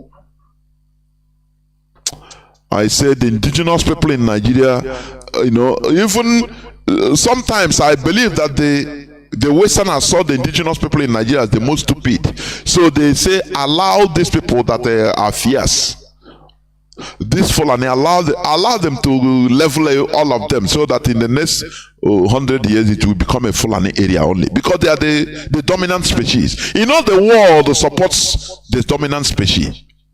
The world, let me tell you, have no space for weakling. Do you understand? For you as a human being to come out from your mother's womb to survive, other millions of single cell sperms died. This world we are in, it does not support weaklings. No. That is something our people should understand. And they misunderstand. They think that by begging, by crying and shouting and begging for help, that is where you get help. One day things will turn around. The people will hear your voice. It is lie. You have to rise up and stand up and fight for what you believe. Fight for what belongs to you. Otherwise, the world will even allow the dominant species to march on you as a piage for them to continue. You die, you are just -1 or minus a space. Do you understand me? And finish. The land continues staying, and do you know how many groups of tribes or nations are now extinct? The Taino tribe of Central America. Do you know that they are extinct? You understand? That is the world. The world continues. Nothing will happen and the world will come to stand still. It is impossible. It is for us to continue being strong, not to be weak, shouting. Look at when people that say they are demonstrating or protesting against the killing in is it Enugu or Hemuf, I think. They are singing when I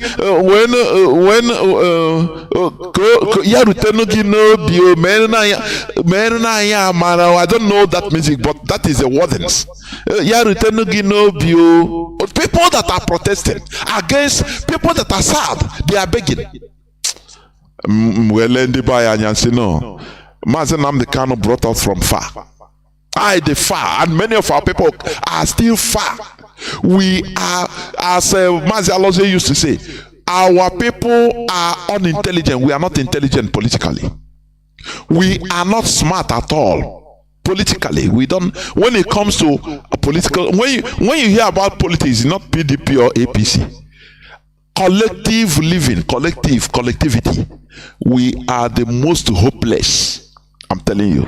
People that are protesting, that are sad, they are begging. Ya metukwagi no biyo. Amamo Jesus can pray. Kawo governor, kawo asorok. Ya metukwono no bi. How is the mighty fallen? I used to say. Where our ancestors that defended our land for 31 good years, they are always wriggling in their tombs, saying, are these our children?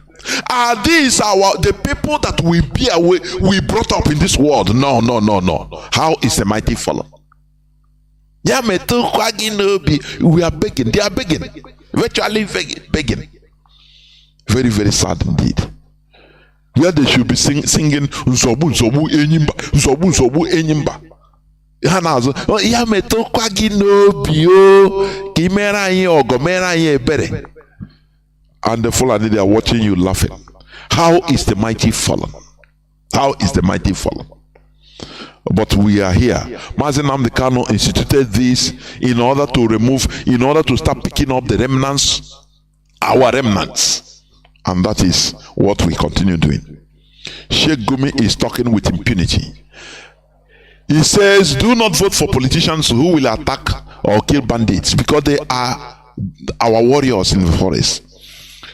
Channels Television will not go and ask him, Oga Sheikh, Oga Gumi, the warriors we mean is your warriors. Is it Fulani warriors or Nigeria warriors?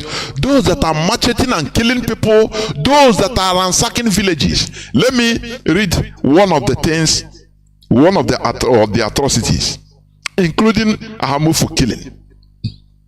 December 27, 2022. Residents flee villages as bandits gang rape. These are Fulani terrorists. The one being supported by Sheikh Gumi.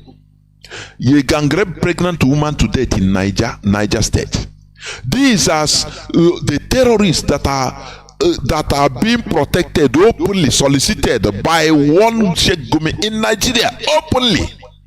Journalists will not go and ask him questions. No person with all this is untouchable. It's untouchable. It's untouchable. Let me read a bit. For failure to, I said this earlier, a few hours ago during Mazi Alozie's program. But let me reiterate, because it seems our people,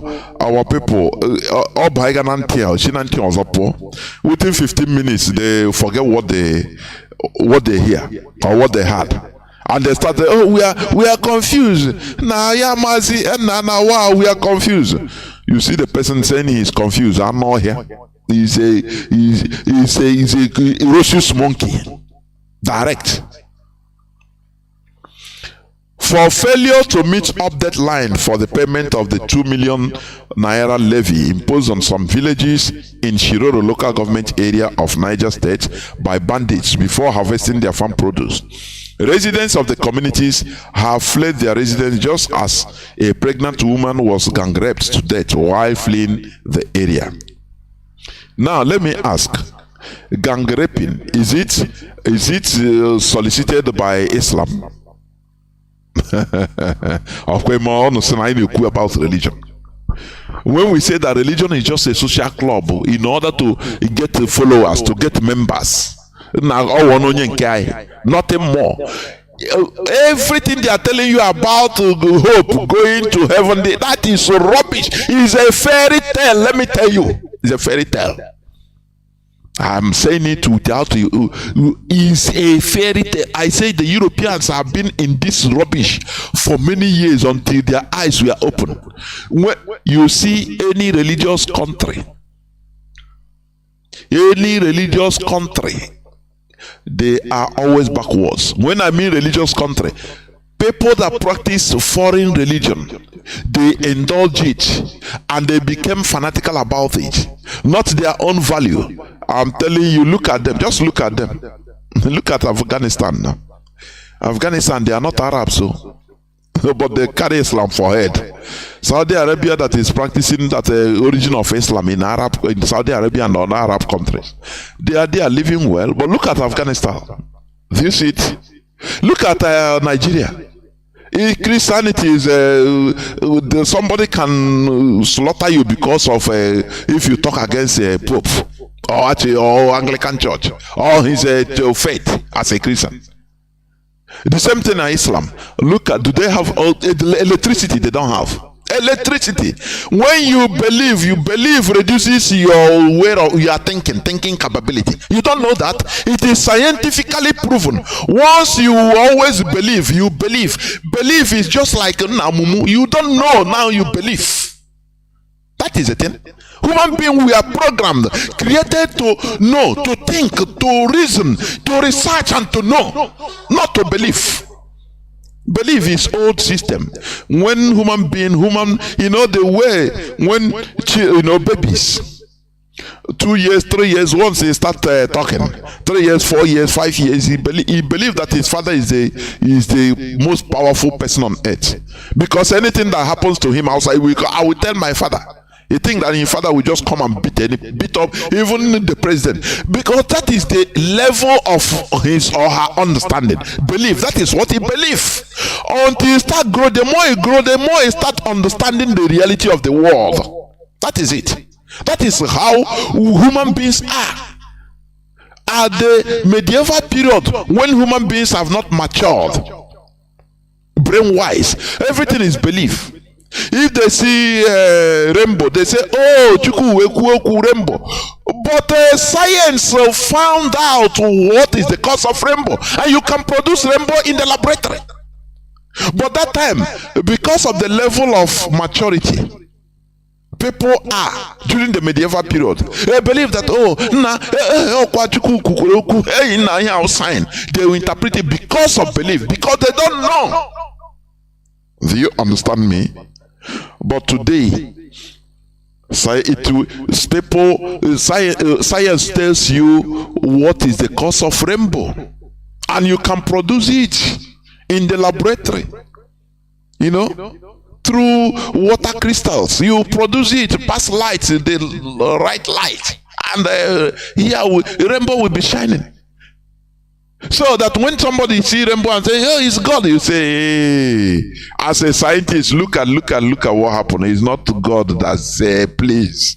It's occurrence, like, because this thing have happened like this thing crystallizes, and that is why they form rainbow. You say, but the time human beings have not reached to this extent of understanding, everything is belief. If they see volcano, they worship the just no, God is talking.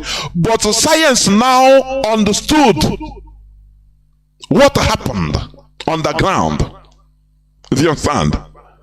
So it's explanation. Knowledge is power. But in Nigeria, people are still belief. Now, after there will be one nice place built with californium, with zirconium, with different types of blue diamond and red diamond, and you are suffering, don't worry, continue suffering. It is God's will. Continue suffering. Just don't sin, don't lie, and now people are believing. People are believing. Belief is the absence of knowledge. You don't believe what you know. You know what you know. What you don't know, if you want, you believe it. You understand? Somebody that have not traveled, for example, you have not been there in let's say you have not been there in Greenland, in Copenhagen, in Denmark, in the Arctic Circle. He will believe that oh this and that, anything that he believe. He believe that if you go there, look. But somebody that has been there, that traveled everywhere, will tell you no, it is not mountainous. It is like this. It is like that. It is like this, because he know. Do you see the difference? So all these Fulani terrorists that are being protected openly by Sheikh Gumi and all of them, this is what they do. They levy taxes for people on people in different parts of the northern Nigeria. There are taxes for villagers to pay while cultivating. Before you go to your farm, you pay tax, and this is what the impostor is talking about as a climate change. Oh, it's climate change that is making the Fulani terrorists in order to impose taxes on people before going to farm. That is climate change. They impose taxes on this village in Shiroro local government of Niger State. That is 2 million to harvest their crops. For them to harvest their crops is 2 million naira they pay. That, and the terrorists, Nigeria government is there, the military are there. All they concentrate on is in the south, mostly in the southeast, in Biafra land. Mostly in Biafra land. Every inch is police and military, but they don't go after all these bandits because their politicians are protecting them. Do you see the difference? Do you see why the white people respect them? They protect their own. Politics is local. When you come to save Nigeria as a whole, you're relegating your own people. Britain look at you as a monkey. Do you understand? Britain look at you as a monkey. Look at Atiku. Can you? I don't know how Nigerian people. Atiku, the brother was stoned to death in this modern age some months back, stoned for blasphemy, so-called blasphemy. Atiku tweeted that no, it is not good. That immediately his own people, the Fulani, started blasting him. He raised that tweet immediately. And journalists they were asking him, why you clean that now? He started telling them how Mongo Park discovered River Niger instead of answering their question. No, you know what? Ask them who brought Boko Haram his political movement. He start talking rubbish instead of going to the question. This is the person that will enter office and become Nigeria. You are president. Nigerian indigenous people, you are the most stupid. I say we, not all. I say not you, all. We are the most stupid, the hopeless set of human beings on earth. The difference now is IPOB, Radio Biafra London. Mazi Nnamdi Kanu brought the difference. That is why we are enlightened now. Talking the way we are talking. That's it. Okay. Let me continue reading. Her children were also unlucky as they were macheted into the bush along with several other villagers abducted by the bandits. When you hear bandits, by the Fulani terrorists. These are the people being protected openly, being called warriors by Sheikh Gumi. And heaven didn't fall. No person is going after him. Do you understand? Nobody is going after him. Nobody. Nigerians are like mumu watching, doing their normal business as if nothing is happening. The Nigerian journalists, all that matters to them is, ESN, say, now wow, ESN, is IPOB, no security in Southeast. But this man said that, these Fulani terrorists that are gang raping pregnant women, macheting human beings, children to death, that they are their warriors. What did Nigerians say? Nothing. What did they do? Nothing, and nothing. Highest thing, people will talk now on social media. This man, chief terrorist, chief bandits. Na Nigeria we there. Nothing anyway. Oh boy, make I go drink beer. Now Nigeria self. Nothing you know go here for Nigeria. Yeah, no Nigeria. That one go. People don't know that we are happily heading into perdition. But thank God for Mazi Nnamdi Kanu. Okay, all steps taken by the villagers to raise the amount failed and therefore resorted to fleeing their ancestral homes to avoid being attacked by the bandits. Do you see what? They gave these people ultimatum to pay. The ultimatum expired the last Thursday.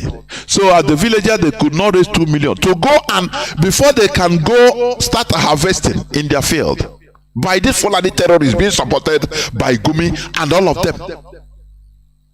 Tomorrow they will come and we the Northerners, we are the North, and you see those indigenous Northerners, they will not come to counter all these people. That is why when they kill them, sometimes I don't even pity them, honestly, because they are moronic, they are stupid, they are moronic. They are killing them. But when it comes to politics, they'll come and say, oh, we are all the Northern, we are the North, we Northerners. Oh, look at what Southeast Biafrans are doing us. We are going to, stop taking trucks, taking goods to the east. And you see those people that are being killed every day by the Fulani, they will succumb. Instead of them to raising another group like them, the indigenous people of the North, call it indigenous people of the North, because Fulani, they are not indigenous. Say, we are not with this, what these people are saying, because they are killing us. If all these statements are made in Katsina, in Bauchi, in all the whole northern areas, the indigenous people rise up. Who are the Fulani? Who are they? But they will not do it. They will not. The hatred of Onyamini is their problem, and is what will destroy all of them. Every indigenous people. The hatred of Igbos is their weak point.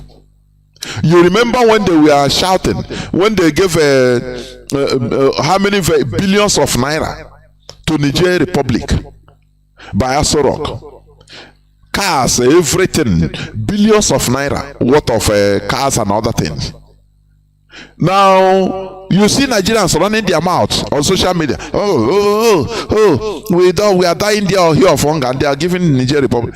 The Minister of Information, Niger Minister of Information, came out and said, "Hey, yes, we merit it. When we were killing Biafrans, what do you do? We are the people that led to the killing of Biafra. We led you. You are cowards. We are massacring Biafrans." So as Nigerians had it, they say, as long as they call Biafra, please, he have touched them in their weak points. And everybody, okay, sorry. If you want, let Asurok give you even other billions, no problem. Let them double it, no problem. As long as Biafrans. I say the hatred of Biafrans is sinking Nigeria. It's a weak point. I continue saying it.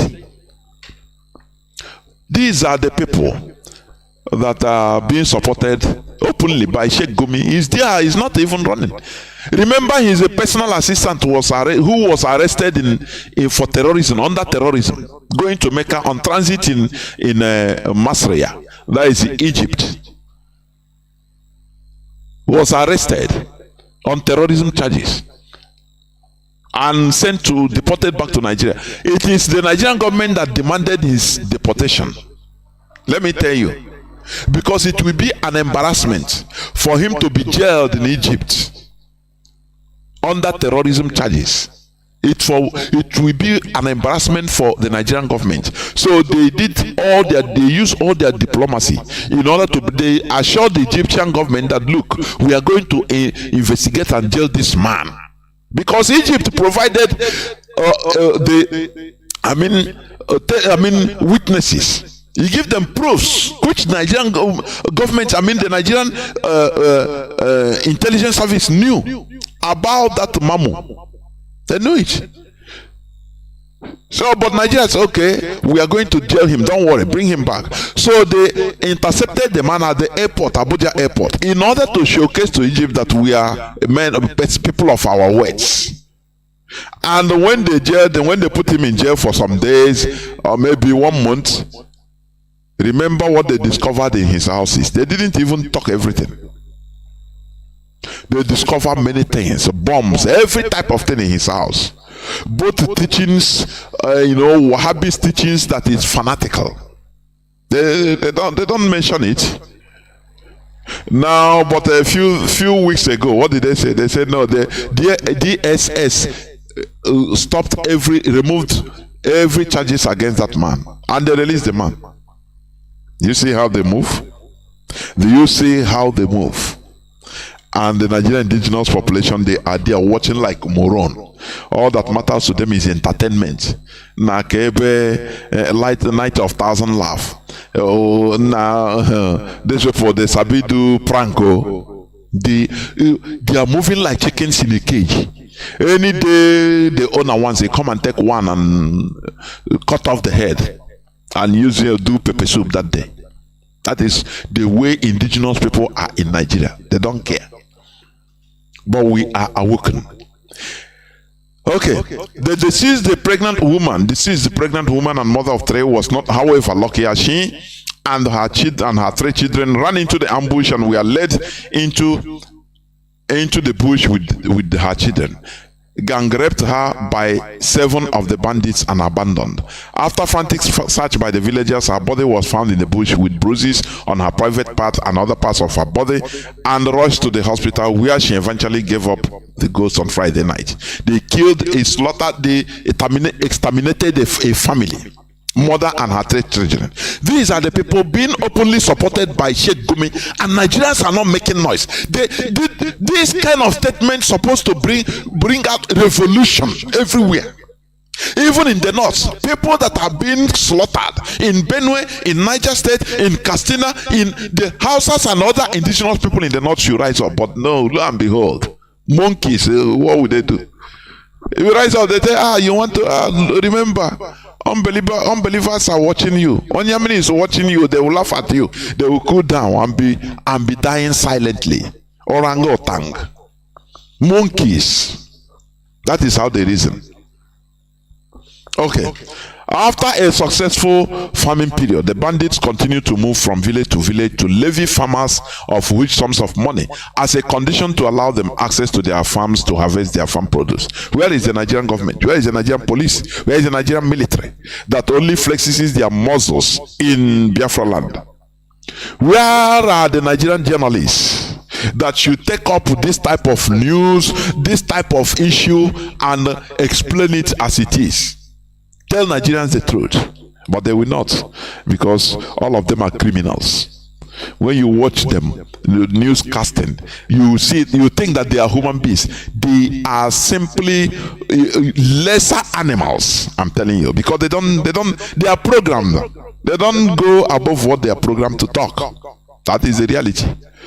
They fall on it on the rampage. They slaughtered and continue slaughtering our people in Enugu. But they are being protected openly. They are moving. You see how these Fulani terrorists move around? You see how they move around? In hundreds of bikes, if not thousands. Each bike will contain 2 or 3 heavily armed. Imagine where 1,000 bikes or 500 bikes, motorcycles are moving. Imagine the sound. But Nigerian military, they don't see them. To Kanu jet, they don't see them. No. They don't see them. They will go hundreds of kilometers in order to commit their crimes, their atrocities. They are not seen. But it is Biafrans. Once you make call and talk about IPOB, you see them start tracking you. And you think that we continue in this mess? You think like that? Be nice, obedient to chickens, citizens, so that we'll be slaughtered at will and continue living like this. All that matters to our politicians is to grab power at the expense. Look at what is happening in Imo State. Look at the shame happening in our land, everywhere. All that matters to them, for them, is to power. To be a governor, to be just Kaneri, Kanana, Kesro, come on, Gary, Gaposiri, in Canary, that is very selfish, bad mantra. If Biafra comes, there are some statements, if they hear it from your mouth, you go to jail. And this one will be one of them. I'm telling you honestly. This one will be one of them. And this Kaikperi, all these things, if Biafra comes, personally we shall be pushing for people to be sent to jail if they hear this as a proverb, as a statement in your mouth, in somebody's mouth. You go to jail. They arrest you and you go to jail. Because these are the things that put us, they use this mantra, they put it into our brain, it becomes, we start walking like that. If the mouth that never, is better for the mouth that is eating to continue eating.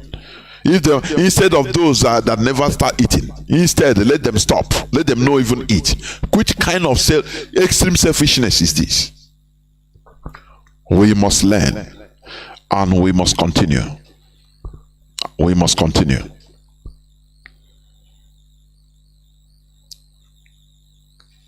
Now, before I go to playing the clip, the interview clip, which was recorded on the 22nd day of December, about 5 days ago, by Mwada Miriam Teheda and me and I. So, before I go, remember tomorrow being Thursday, 28th, Obochiorie, Tata Obochieke.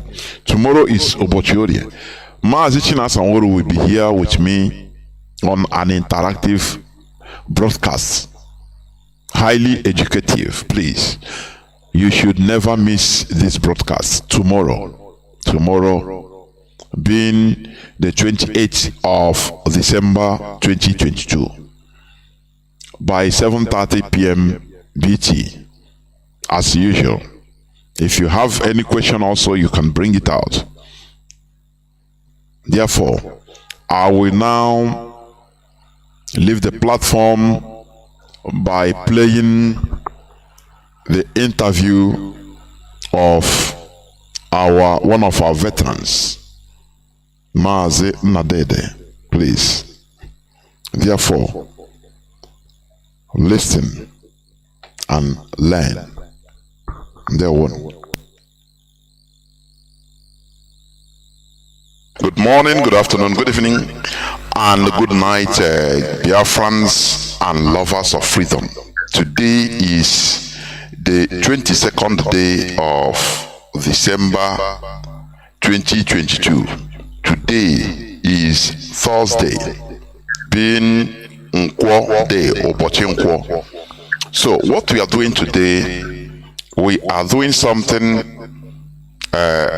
different from our normal program, and that is interviewing, classical interview of one of our revered life or living heroes, a veteran of the war. I am here with Mwada Marian V. Haida, who will also go through the questions to our dear veteran. Therefore, please, I want you to sit down and listen and learn from our history. I will bring in Mazi. Please, Mazi, our revered veteran, welcome to the program, sir, and please go direct to introducing yourself, if you may, sir. Thank you. Over to you, Mazi. Thank you, Mazi Jonathan. I am so happy. Could I call it happy? I appreciate the fact that you call me revered. I've never had an opportunity to be called revered in my life, and I appreciate that. My name is Nnamdi.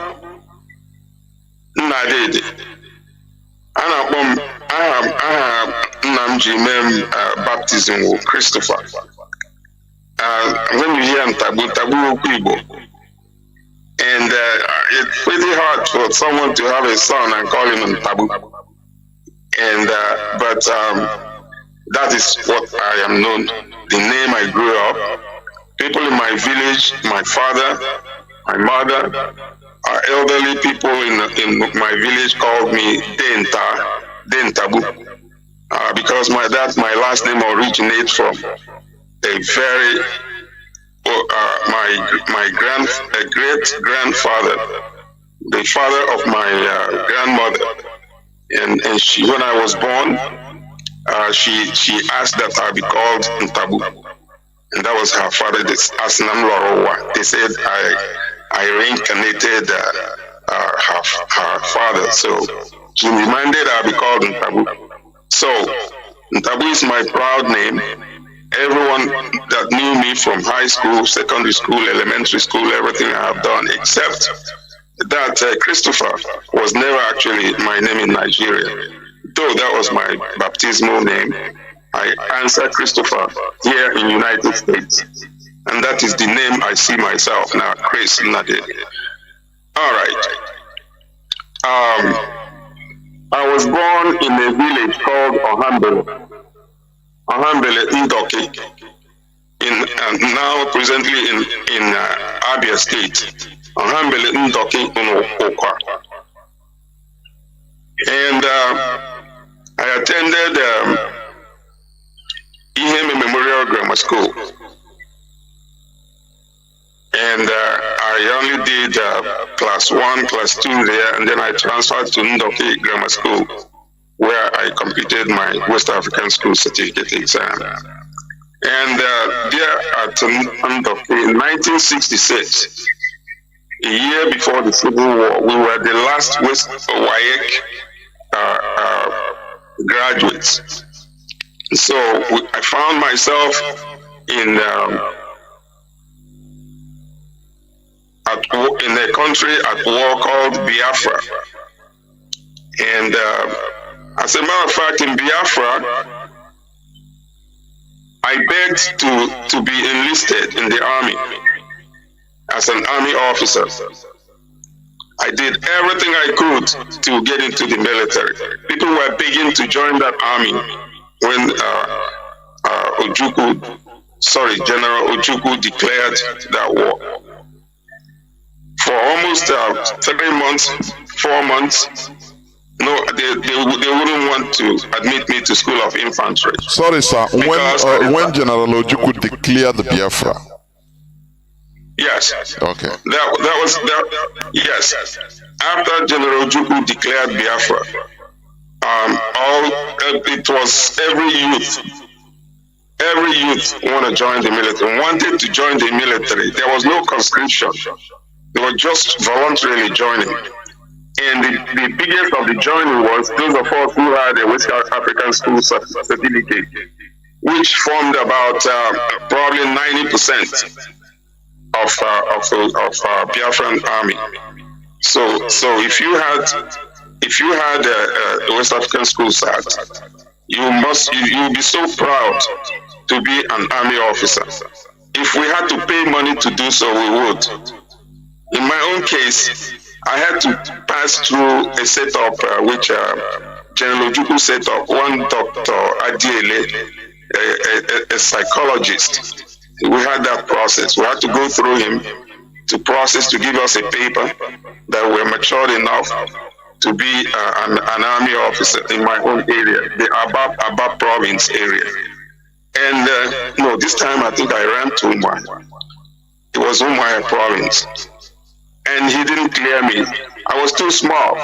Even when I am now 5'11", I don't know whether I was 5'11" then. And I was rejected. And so I also wouldn't want to join the Biafran army. When those who were in some class 3, some class 4, as long as you are eloquent, you can speak this grammar well, which our people were noted for.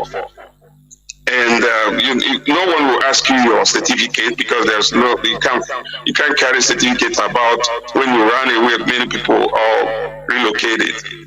All they look at you, listen to you, how you speak, how big you are. You went to School of Infantry. So many people lied about their qualifications, and they went to School of Infantry, and I didn't. So that was a concern of mine. How to go as a recruit. And you know, Igbo people, we are such proud people, and you can't see those who were below you in school, and some of them have become a second lieutenant or went to School of Infantry, and you are under them. No, we didn't like it that much, but it's okay. So in my own situation, I was able to navigate to see if I could find where a unit I actually went to work. I'm sorry. I went to work at provincial office Umuahia under Dr. Ike, who was he was what you call the head of who runs the University of Nsukka, and so the vice chancellor, Umuahia, yes, he hired me. And so I worked in his office while other people were, while the war was going on. From there, I was able to find out where to go. I got information that there is a unit they call BOF, Biafra Organization of Freedom Fighters. And they have 4 areas. Just a brigade of Biafran army that was called BOF. And so the area in Aba area was located at Umolumbe. And that Umolumbe, from my investigation, was being commanded by J.K. Taribo. J.K. Taribo, we call Taribo. Taribo. He was from Ohambele. I found out. So I was so lucky that I was going to join Area 4 Biafra BOF, commanded by a man from my own village, my real village. So I went there. It was good for me. I enjoyed it. But they didn't look at me as somebody different than anybody else. But all I know is that I found out that Biafra, the BOF, is entirely a different unit of the military. BOF is an unarmed combat unit. We're a sabotage unit. We trained longer in the military than any Biafran soldier, not even in school of infantry. We were taught so many things, so that what we were taught was what will sustain Biafra in case. I want to draw it, please, quickly. Sorry to interrupt, but you mentioned that you were a sabotage group. What can you explain and expatiate that? Because people might hear that word you used, and they may think that you were sabotaging against Biafra. Can you please give us a little bit highlight what you mean by that? When Biafra is training a sabotage group, it is a warfare that will sabotage our enemy, not Biafra. Now, when you hear sabotage has several dimensions. So we would go and deal with Nigeria, make Biafra unlivable by our enemy in case we lost the war. That was the intention. You would not operate as a BOF when you are in Biafra. Ojukwu set up BOF. No, he had so much good vision. He thought about winning, and he also thought about losing. In case if we lost Biafran war, there was a whole brigade formed into 4 units called BOF, Biafra Organization of Freedom Fighters, who will continue underground fighting, unarmed fighting, sabotage Nigeria. Now that's where that word sabotage any effort for Nigeria to ever have a rest in Biafra. Ojukwu planned that. Mazi, which means a kind of commando division, commando. We were trained to operate anything. You can get us commando. No, we were not commando, but we could be called commando because whatever a soldier uses, we were army. We can also be we do underground operations. So I will not know how to define the commando, from the layman's language. I definitely what you're calling commando in many different army mean different things. You know, if you come to the United States, some people think that the Marine is a commando. Well, because they have amphibious, they can fight on the water, underwater, in every way. So you can also have the other people you call that could be commando also. I've forgotten, can't remember their name now. So Buff was not a commando. Biafra also. You mean the American SEAL? What you say? The SEAL? Yes, the SEAL. Thank you. So when you use the thank you, ma'am. Yes, the SEAL was what I was thinking about. That also could be a commando. This was called.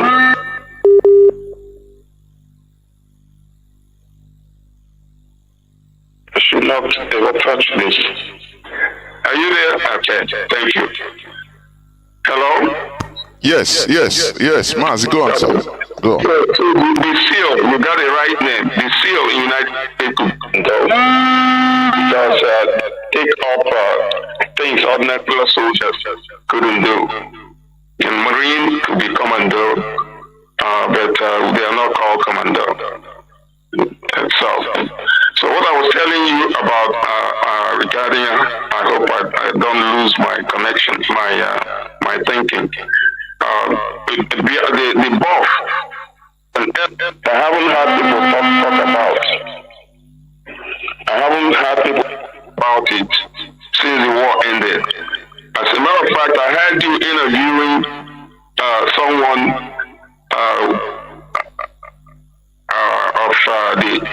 a member of the HOD, and I heard him make a mention that someone was talking, suggesting that we would have to raise unarmed combatants, which I heard. I said, well, we saw before. And so I never had people talk about BOF, as a matter of fact. That was the unit where I was trained. So, while in BOF, at a certain time, you know one thing about during the war, someone like me never remembered dates. I didn't know when after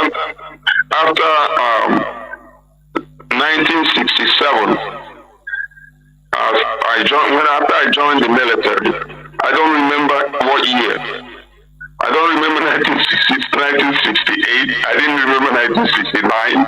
To be honest with you, every day was like, I never checked out what days of the week.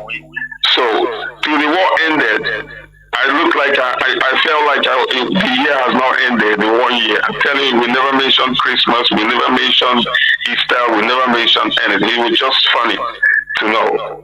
So in the buff, at one time, after I've been in the buff for about 4 months or 5, you can imagine during a civil war of that nature, people still had a luxury to train to up to 4 or 5 months. And so suddenly we were converted. There was a depletion of soldiers too, either by desertion, either by being sick, either by having been killed. We know that the Biafran army started depleting, and that forced the general commander, the head of state, to convert BOF. Suddenly a big truck came and they carried us from my unit, and we were heading to a place in Omar called Omawa Locha. And again, fortunately again, Omawa Locha, a Methodist primary school, was where I started school. And again, luckily again, Umawa Locha is where my mother was born, was married to Ohambele, where I come from. So if I wanted to walk away, for just me only, if I wanted to disappear at the time they took us from, or if I was scared to join the military, to fight, to do whatever they were taking us to, I had the luxury to walk away from there and just walk straight to my mother's house. It wasn't even more than 500 yards away. So I was delighted to join my buddies to wherever they were taking us to. And then at Umawa, my God, it was an ocean of troops. They were coming from different units. Area 1, probably in Oka area or somewhere. Area 2, I don't know where they come from. Area 3, and my own area 4. We formed the Buff Brigade. So the Buff was disbanded from that very day, and we were converted into infantry. And so in my own case, when the truck moved us after we were given to where we were going, we were assigned uniforms. I had good uniform, and my own truck took us to 12. Still, the place was still under 12 division. It's called 12B, Biafran Army. And I was taken to Ikotek Bene. That was the first time I knew about Ikotek Bene. And my battalion was 46 battalion. And my battalion happened to be the battalion of Major Bassi, I think that's his name. Major Bassi, who fought and died along that 46 battalion. They called him in Nigeria, in Biafra, they called him SOI, Son of the Invisible. And we were told that this guy will fight standing up. He's from Calabar, he's from either Akwa Ibom or, I know the people that answer Basi, Akwa Ibom or Cross River State. He was just like we have all those big names, Onwatug and all those names. He falls under that category. So I'm proud to say that I fought in 46 Battalion. And so I was deployed. And the building actually we made our officers' housing was Ekukinambasi. Ekukinambasi was administrator of Kanu province. So these are unique names to know. Mazi, sorry, before you continue, let me ask you this. Even during your training in BOF, Biafra Organization of Freedom Fighters. Freedom Fighters. Yes. Now, do you meet other non-Igbo Biafrans? Is there any difference or kind of a way to notify or to differ, segregate or anything that can make you say, oh, this person is from a Joe or this? Do you meet people of non-Igbo clans, as you mentioned, Basi? And is there any type of differences or discrimination among you people? Please, you highlight on it. Okay. Good question. Not in my camp at Umolumbe, but I have friends. The 24th Battalion of Biafran Army, that wasn't too far away from my unit at headquarters at Ndolumbe. Is the 24th Battalion. 24th Battalion Biafran Army was the medical unit of Biafran Army. And in that very medical unit, I had friends, and many of them are from Bonny. And I would be proud to mention Jasper Jumbo. Jasper Jumbo is a big guy. He's a very rich man there, in River State today. He's from Bonny. And it's not only him. Many Bonny people, Opobo people, remember when Nigeria was shelling from that area. Even the Amanyanabo of Opobo ran as a refugee and came to my village, Ohambele, because Ohambele, I will mention later, is the beginning of it's a land from Ohambele you can enter the sea.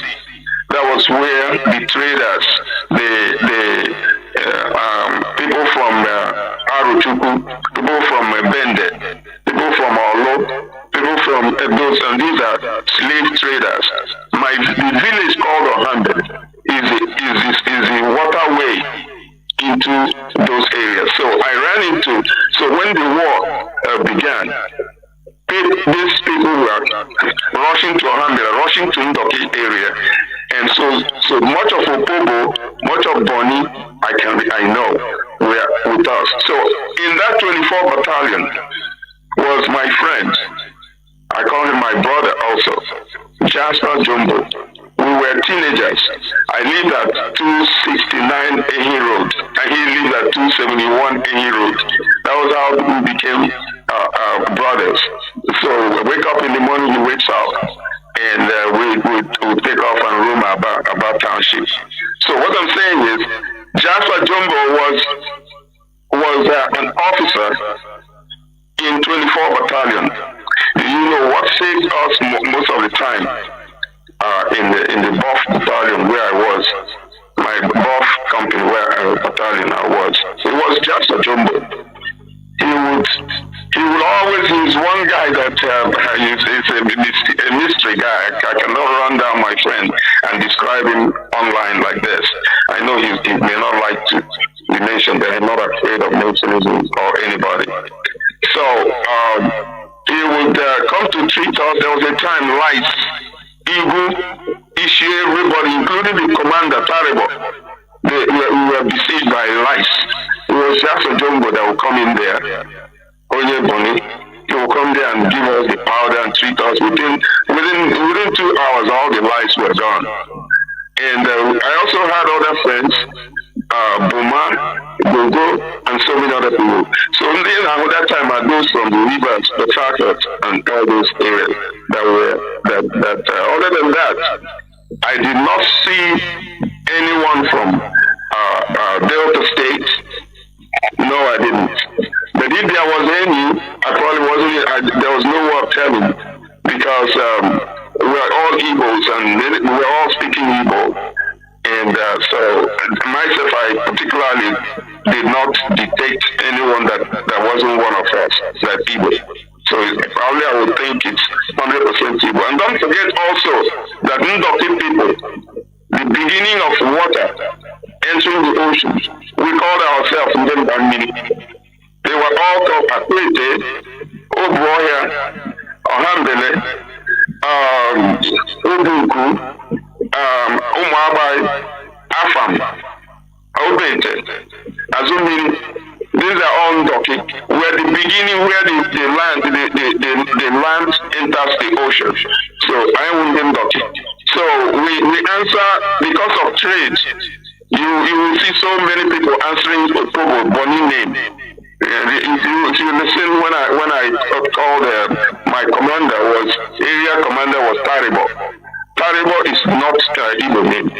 Taribo is a Boni name. But he is an Ohambele man. So we did intermarry, we traded through Ohambele and bought, navigated to Togo and all those Igbenga to buy goods.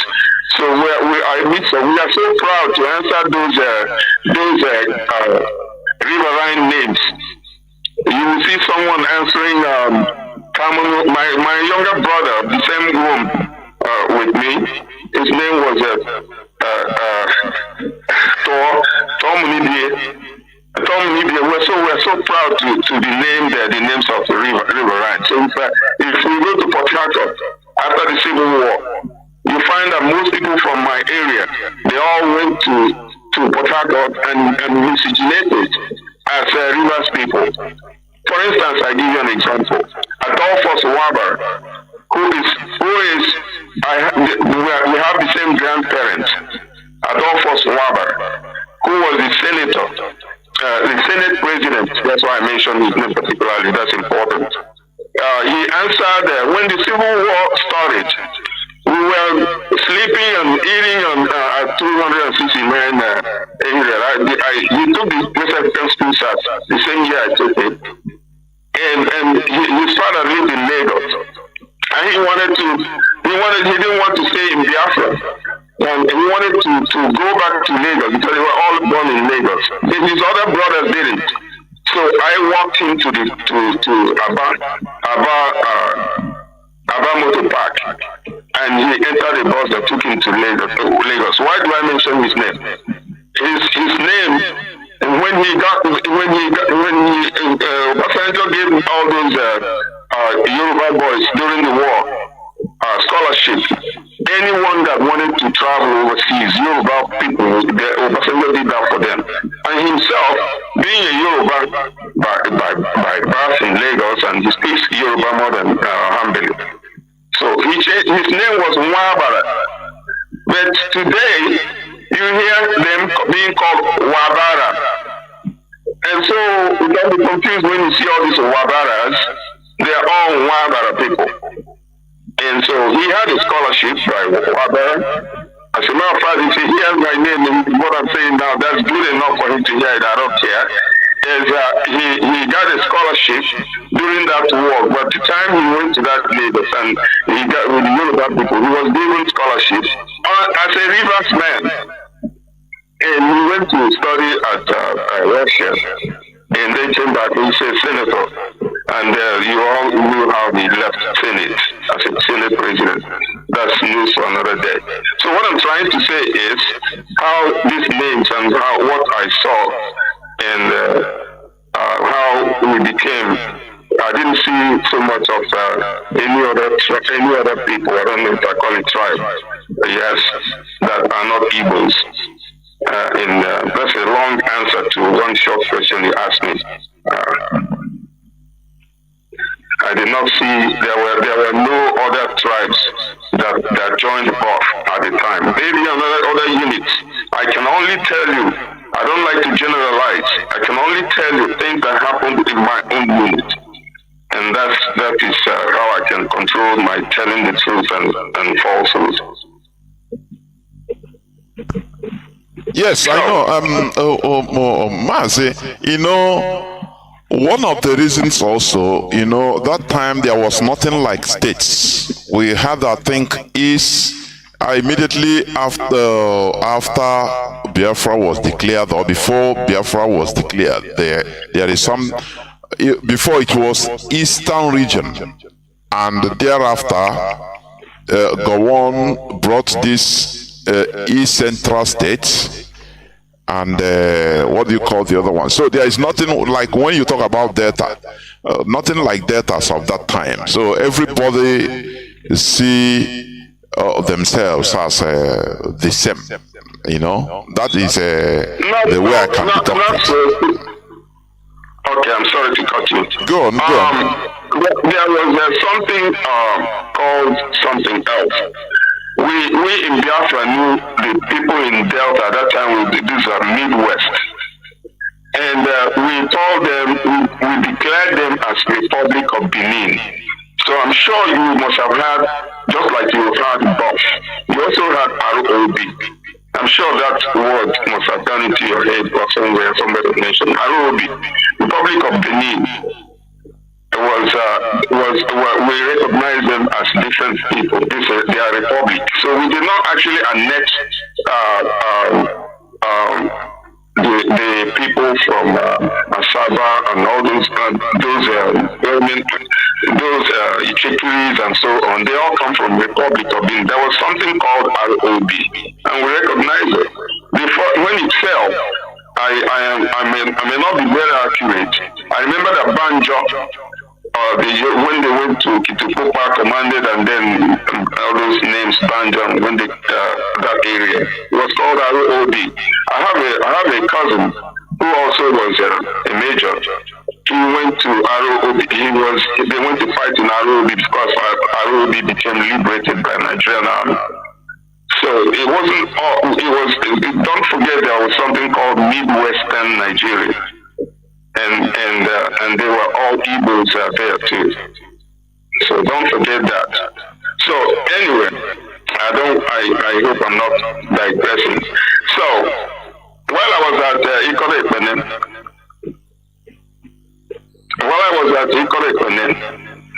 I commanded the Central Anang Axis called Ntonsek. I remember that. I never been to Ntonsek ever again after the war. And I would love to. It's not even too far away from where Ahambele is. But I remember vividly that I was the commander. I was a second lieutenant. And by the way, I don't want to skip this. I was a second lieutenant. I was field commissioned. I did not attend the School of Infantry. So all the protocol and all those fancy things, you get when you are enrolled in a university, there is a difference between that because there are so many things you learn that those who didn't go to, who read online and have the same degree, you have different experience. All the things you did, the fun things, the debates you had, the parties, good things. So there's always a differentiation. So I was a field commissioned officer. And so I was given a platoon. I was a platoon commander. I was not a company commander. I was not a battalion commander. And so the central axis, that Ntonsek bridge, is divided by a river called, it's on central axis, divided by Ntonsek River. And that Ntonsek River, the side of it was the Biafran side, the other side was the Nigerian side. And actually, we were looking at each other. The war came to a stalemate, a standstill on Ntonsek River. Because the venue was just, empty. There was nothing going on. Life was normal, but not with scanty. We only saw those who came to tap on wine, and in some cases we hold them, they give us some drink, and we drank. And that was all the life I lived in Ntonsek. And so we were not actually engaged. We were firing all the time. would shoot, and we use the sound of machine guns. You can use the sound of M16 to identify how many troops on the other side. So they know we have. This is not a place where they say Biafra didn't have weapons or where our armory was scanty. No. We were ready to engage them, and they were ready to engage us, and they are not ready to fight, and we weren't ready to fight them either. So because we're defensive. And so sometimes there was a time I will tell you this. A soldier cannot tell you how many times he missed death. Well, the very, very important date I remember, I was an OP. Observation post, that's what you call OP. So I was looking down the other side, and I saw the troops. They see us, they saw me too. But on this and we were not shooting each other. But sometimes we engage in real rapid fire, and the whole thing would be everywhere, and then we stop, and we're calm. So in this very particular date, and I will never forget, I was standing behind, of course you have to stand behind something, a tree, and behind my M60 heavy machine gun. And while I was looking, there was a little tree or leaf that covered me. And something happened to me. It's like a mosquito or whatever bit me inside my boot. And I bent down to scratch it. Do you know exactly that place I put my head? Their own OP had been timing me, and that was that very moment I bent down. The bullet came and cut off that thing that was protecting me. It could have been right on my forehead. And so I just smiled. Myself, I call everything that happens to me occurrence. So it never bothered me. I don't think it would bother a soldier, but I would have been dead that day. So at the same time, while I was there, nothing was going on. I caught malaria, bad one. So the treatment wasn't good. So we went on what they call sick leave. And where did I remember? Was to go back to Umolumbe, if I can go back that unit, because it wasn't closed down, and see if I could go back there and look for treatment. and I was loud. I went on the pass, and I took my boy with me, what you call Amadi. I hope Amadi can hear my voice now. He was my batsman, and we walked at night to no compasses. I don't know how I traced myself. I cannot tell you. I found myself in Omolumbe. That was important. And when I got there, I saw Mr. Taribo, Chief Taribo. And I told him, and you know, when you're in the military, if you don't want to go back to your military, as long as you go back to another unit, and that unit can sign you up if you want to, and then notify the other, so they will not declare you a war. And I asked Dr. Taribo, if he could reassign me because I trained in the BOF. And what we call reassign means they will send you behind enemy lines. And what do we do in BOF at that time when the war had not ended and we haven't lost the war? So we were doing something very important for Biafra too that time. So we were trained to go behind enemy lines and spy on Nigerian forces. We knew how to even send we have our boys that were working in the 12th Brigade. I mean in behind enemy line, working for Nigerian soldiers. The Nigerian soldiers would not know them, and they work for them. So we gather information.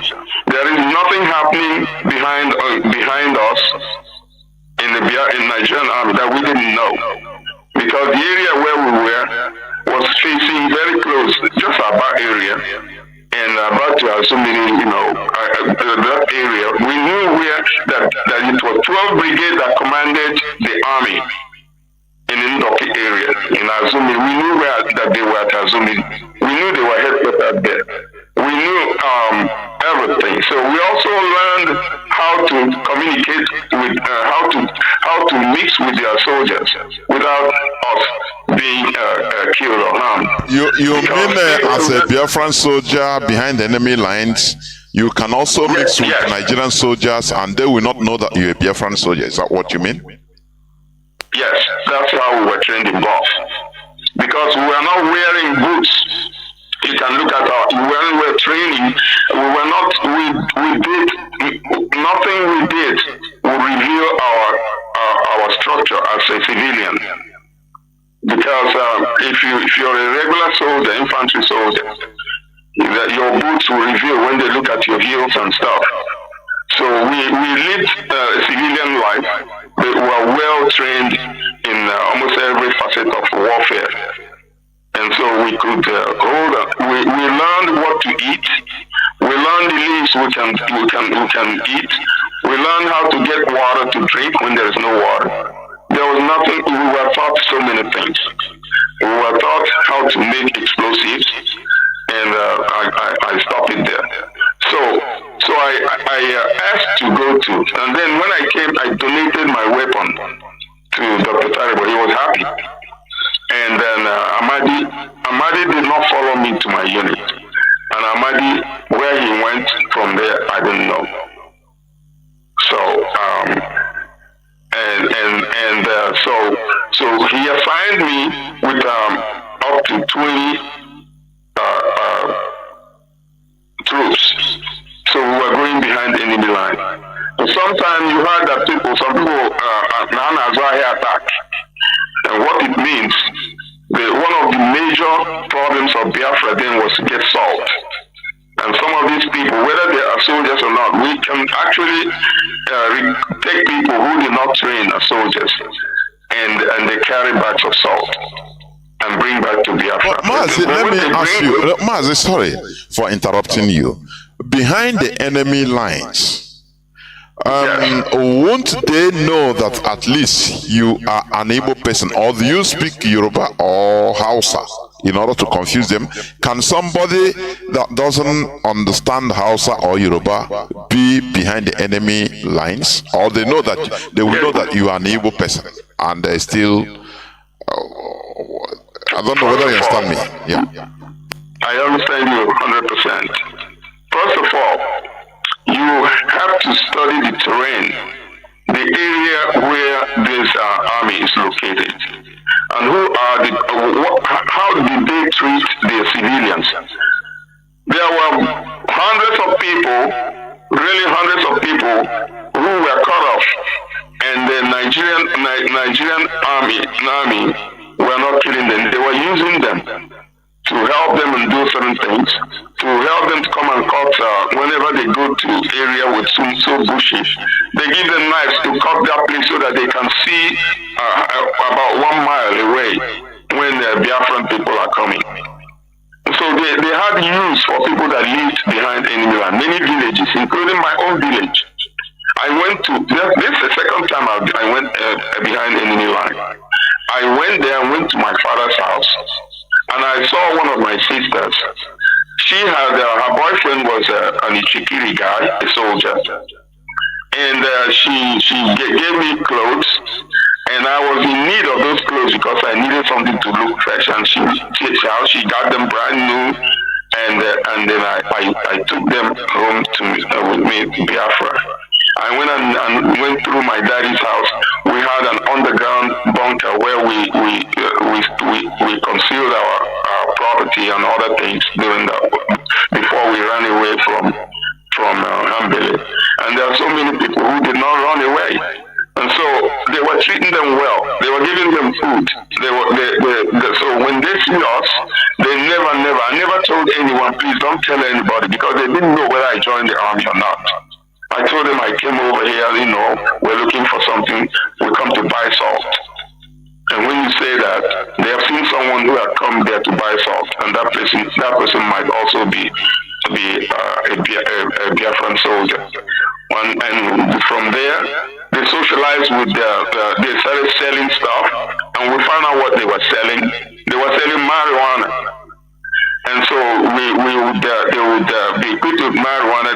When they give Nigerian people marijuana, Nigerian soldier troops marijuana, this is goof or whatever you call it, and they would so be friendly. So they were coming to buy marijuana. That's the guy that sells them marijuana, and that's a buff guy.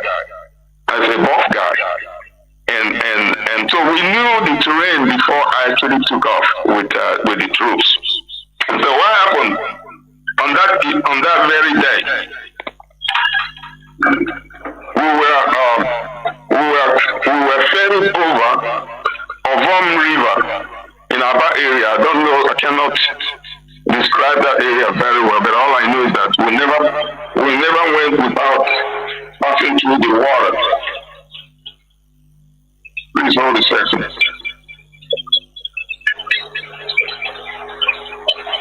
So with the water at night, it made it over wherever we crossed over. I didn't know. I had no idea where I crossed over, but we know there are people who would wait for us and ferry us, and then we just moved on. Someone who had knowledge of that track, who is a buff, would come to meet us, and we will all keep on walking. So the area we are walking, were the area of Nigerian troops. We are no more in Biafra now. We're in Nigeria. And so that night, my malaria had not healed though. That I had been assigned to take troops and cross them over. Mostly boys from Ndoki area. I can remember them. I remember Dr. Igege or somewhere. I don't remember those names.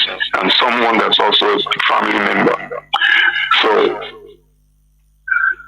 hello?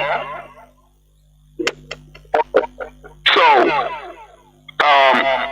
we got to that track at night, and I sat down. I beckoned on all of them to move back. They all moved. The guys I have with me, they all moved back and deployed. And I sat down there by the rubber tree. Guess what? I fell asleep.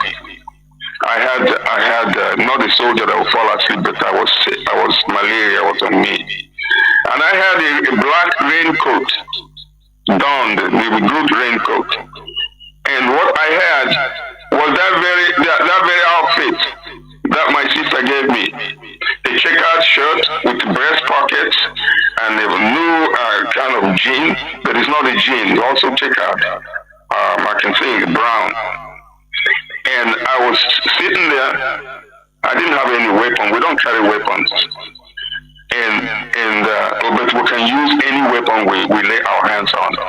If we were trained to kill you, we're trained to fight unarmed combat. And so we didn't need anything to survive behind the enemy lines.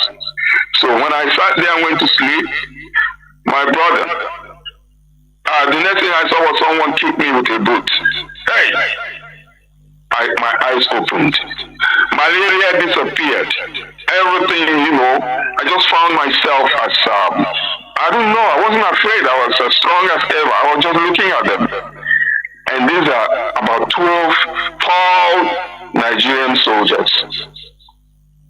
And they did something Biafrans would never do. The Igbos will not do this, but that's what they did, and it helped to save my life. And so they opened unzipped that my coat and asked me, "What's in your breast pocket? What is this?" And that was marijuana. Let me tell you now, true, I've never smoked marijuana in my life. And you believe it because I'm an Igbo guy. And when I say I never did, there's nothing wrong with smoking marijuana. But I never did. But I had a package. We have to have that. Because when you use it to make money behind the enemy line, you use it also to ingratiate yourself, to be their friend. And so when he touched my breast pocket, and saw this matchbox of what so I brought it out, and he touched it and opened the matchbox. It was marijuana. The man said, "Hey, I know fit kill man with the chat." Quote me. This is the beginning of my being alive. And so they told me, "Oh yeah, make we go." He said, "You're lucky no be big company will capture you. If my big company, I hear your body go there." So they took me to their company headquarters inside the woods, inside the village. I didn't know where it was. And so they were busy hustling, smoking that marijuana. Nobody cared about looking at me anymore. But guess what? There was one more trap, and not many people can get out of it. If it's a Biafran army, you won't get out of it. The people did not search my coat. That very black, dark, call it army, U.S. Army raincoat. They did not search me. They were busy with their marijuana, talking and being happy. They took me down there. And then next thing they brought me food. Very salty. I never eaten anything crap like that before, but it was, and I ate it. So I was, miscegenating with them because I was trained, and we knew what we'll do when we're with enemies, the Nigerian army. So mine was flowing, and then I ate that food. Everything they gave me, I ate it. And the next thing, my mind was inside my pocket. There were letters that were given to me by people to deliver to people at home and behind. I was carrying these mails, and that no one can get away with that. And Nigerian army did not search me. And so I turned and said, "Is there any place where I could go toilet?" He said, "Oh yes. They used two troops. They pointed down. That place was cut everywhere. You can see somebody 1 mile away." And so I went down there. They said, make I go shit anywhere around there. I said, "Okay, sir." And I see wore that jacket. And when I got there, But Mazi, do they know that you're a Biafran soldier? Or they were not Hell careful? no. They know. They If they knew. knew I was Biafran soldier, they probably would have shot me right there. I told them, first of all, I haven't even started telling story yet. You listen to me. So when I got to that place, the land is so porous. I used my left hand and dug the earth and boo-booed, and then used my left hand and put in my jacket, in that my raincoat. You know what raincoat is? And pulled out every male that was in there, throw them into that little dirt I dug, and boo-booed on it, shit on it, and use my hand and take the sand and covered it.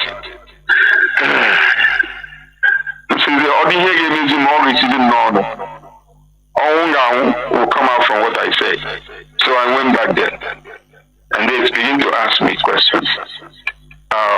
So now waiting now. I said, I'm coming. I have about 5 of my brothers that were with me. Did you see them when you caught me? They said no. So those boys had seen them and disappeared and went back to Biafra. So good. So I came here, I was bringing them home. I am from Ohambele.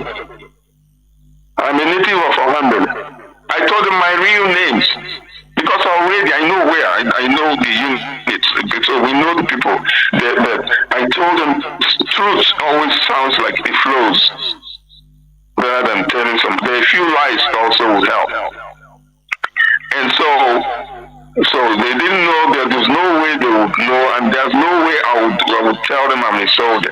So when they asked me, because I had clean new clothes on, I told them I was an undergraduate of University of Nigeria in chemistry. I was a chemistry undergraduate from University of Nigeria in Soka. They said, oh, na Bukuru man be this. So then the next thing again, when I told them that, and then I told them that I was a welfare officer. That who are the people they carry Biafran kids because they knew all that to Gabon. I told them this. That's why I have all these clothes. You know, like I came here to bring my people, and including me. I hear and no say my people day behind. I never go back again. I will stay here. We are returning. That was how the story I told them. But that is not where the whole thing. The only thing my story did for them is that they did not shoot and kill me there. I think I slept there, yes. Nothing, I cannot tell you how many nights. And they took me in one big truck, Gunguru, the open truck. And they were taking me to their unit headquarters, their battalion or brigade headquarters. In broad daylight. Then one man told me, jump out of that vehicle, because they left me at the back of the truck. There were 2 soldiers, one driver and the other one had a gun. And and my mind told me, should I jump? Then when I looked at the terrain, if I jump, I could run. But they probably may not catch me by carrying their weapon and running after me. I wouldn't think so. But where would that wasn't a good decision to make. So I followed them. They took me to their brigade headquarters. And yet I didn't know where I was. And then slept and woke up. The next thing is that the intelligence officer came to interrogate me. I told him the truth. I told him I was a chemistry undergraduate, University of Nigeria, Soka. I told him that I was a welfare officer. And any information I give you now is recorded. You can find it in their own archives. They must have it.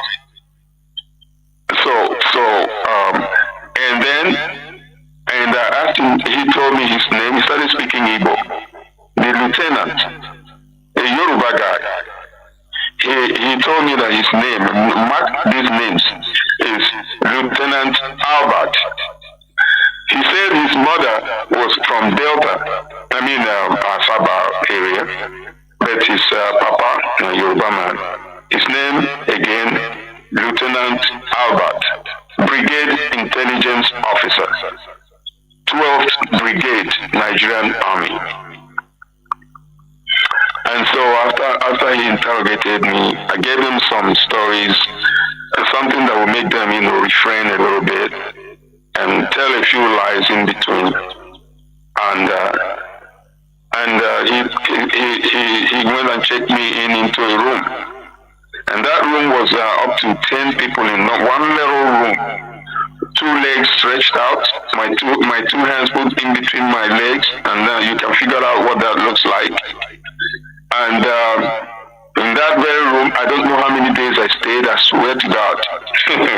But that was towards the end of the war though. So I wasn't a prisoner of war for a long doggone time. But I cannot tell you how many days I stayed there. There's no way you can tell. And then there was this disease that came during that time they call Apollo. Apollo attacked almost everyone's eyes were swollen and pulses coming out. But guess what? I did not catch any of them. I was still there. And then some of these guys, Igbo guys, would scream, "Unu bia were ndumo, aga ma din do the town because unu bia were ndumo." That they didn't like. And there was a little pinhole window. We were looking, you can look out to see. They told him, "Come. You make that noise, they will tell you to come." And we will try. I got up and looked through that window, and they march him forward, and they will shoot him from the back, and he will fall and die. So I would not partake in making a noise. And that was how it happened. I was there one day,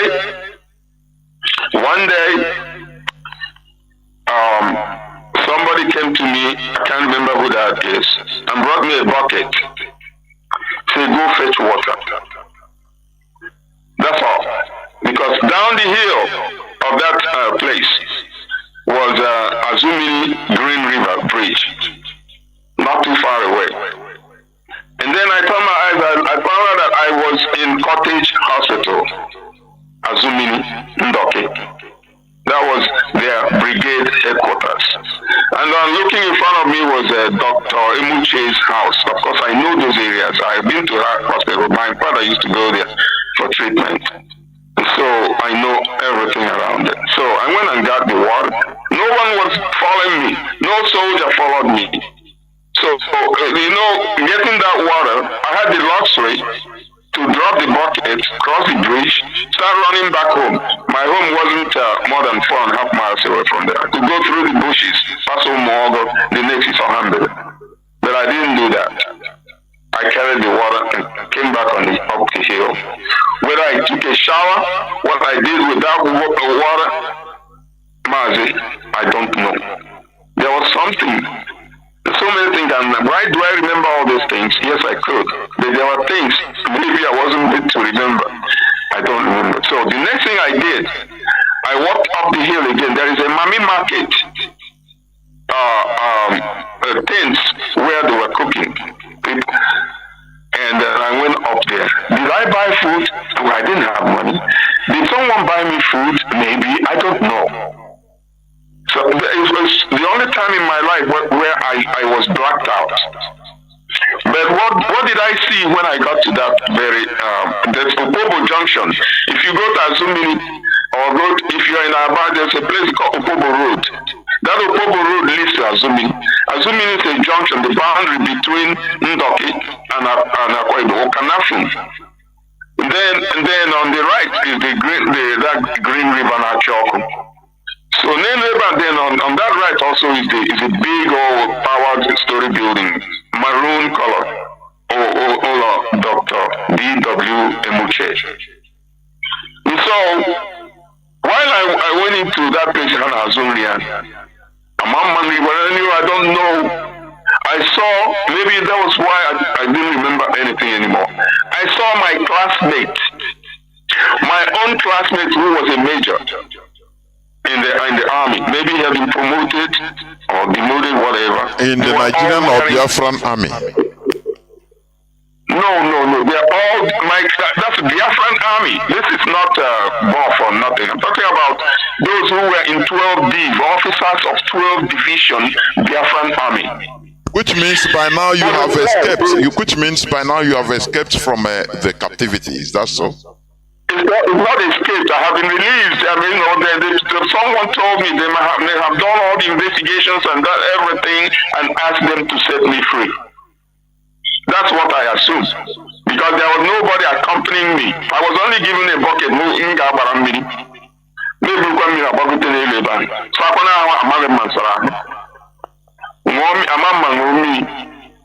So when I came up there, I saw a crowd of young men. And one of them that came up to me, he's from Umaya. I don't know his village. Muniano class 1, class 2, Niheme Memorial Grammar School. Go Yabada beautiful, Obasanjo dressed them up. Even groups. What's going on here? How to get out there immediately because my instinct had told me, of course, I'm trained in buff. So those were commanders of Biafran army, all of them. And they were wearing laces, abadas. If any Yoruba, which I didn't know what else had happened to them. But all I know is, as an intelligence, as a buff, I looked at the terrain and studied. I said, The next thing I know, while I was there, I said the war is ended. That they have reached Mbausi. Ojukwu did not know how this war ended. No, he didn't. Anybody can. I am the only one who can tell you guys how the war ended. You know, there was no shooting.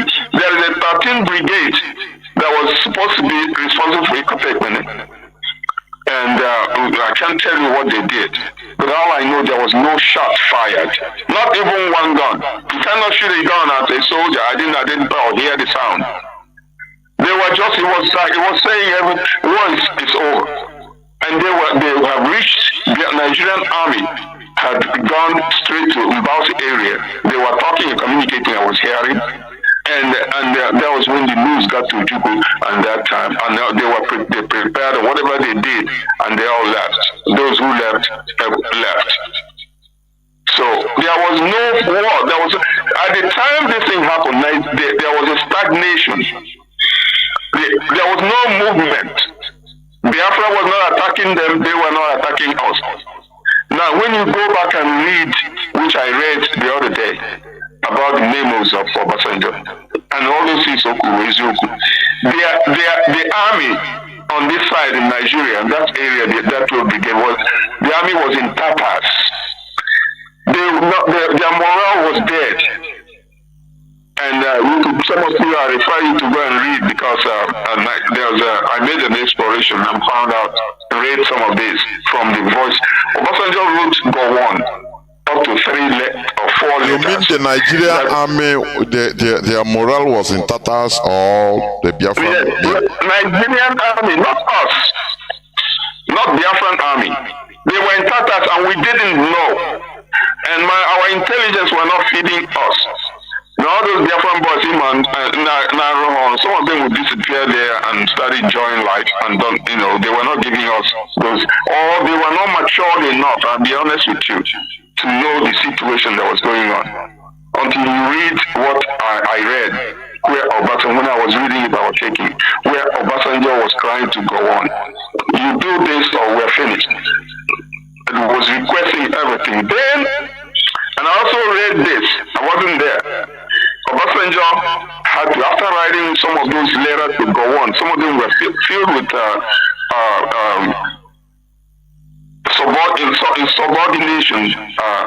insubordinating languages by a soldier to a head of state and general military commander. Obasanjo there was something he saw, and he had to be rushed to Lagos. They called him back. And when he went to Lagos, he had a meeting with Gowon.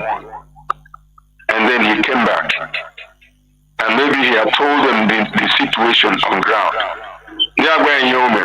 So here Obasanjo mirror Guinea. Now I'm telling you, if you go to Nigeria today, for those of you listening to me, go and think about where you had a war on ground. So here Obasanjo mirror Guinea. Now I'm telling you, if you go to Nigeria today, for those of you listening to me, go and think about where you had a war on ground. So here Obasanjo mirror Guinea. Now I'm telling you, if you go to Nigeria today, for those of you listening to me, go and think about where you had a war on ground. So here Obasanjo mirror Guinea. Now I'm telling you, if you go to Nigeria today, for those of you listening to me, go and think about where you had a war on ground. So here Obasanjo mirror Guinea. Now I'm telling you, if you go to Nigeria today, for those of you listening to me, go and think about where you had a war on ground. So here Obasanjo mirror Guinea. Now I'm telling you, if you go to Nigeria today, for those of you listening to me, go and think about where you had a war on ground. So here Obasanjo mirror Guinea. Now I'm telling you, if you go to Nigeria today, for those of you listening to me, go and think about where you had a war on ground. So here Obasanjo mirror Guinea. Now I'm telling you, if you go to Nigeria today, for those of you listening to me, go and think about where you had a war on ground. So here Obasanjo mirror Guinea. Now I'm telling you, if you go to Nigeria today, for those of you listening to me, go and think about where you had a war on ground. So here Obasanjo mirror Guinea. Now I'm telling you, if you go to Nigeria today, for those of you listening to me, go and think about where you had a war on ground. So here Obasanjo mirror Guinea. Now I'm telling you, if you go to Nigeria today, for those of you listening to me, go and think about where you had a war on ground. So here Obasanjo mirror Guinea. Now I'm telling you, if you go to Nigeria today, for those of you listening to me, go and think about where you had a war. Go to Nigeria today, for those of you listening to me, go and think about where you had a war.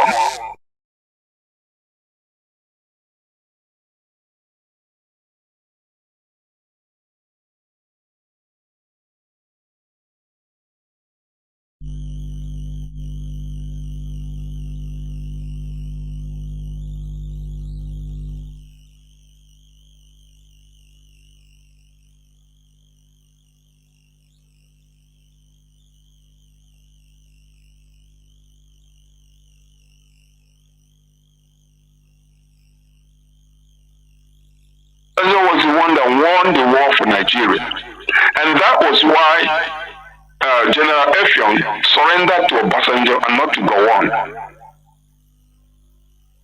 and that was why Obasanjo was everything after the war. Obasanjo was the GOC after the war. Obasanjo it wasn't because he was the highest in command, age.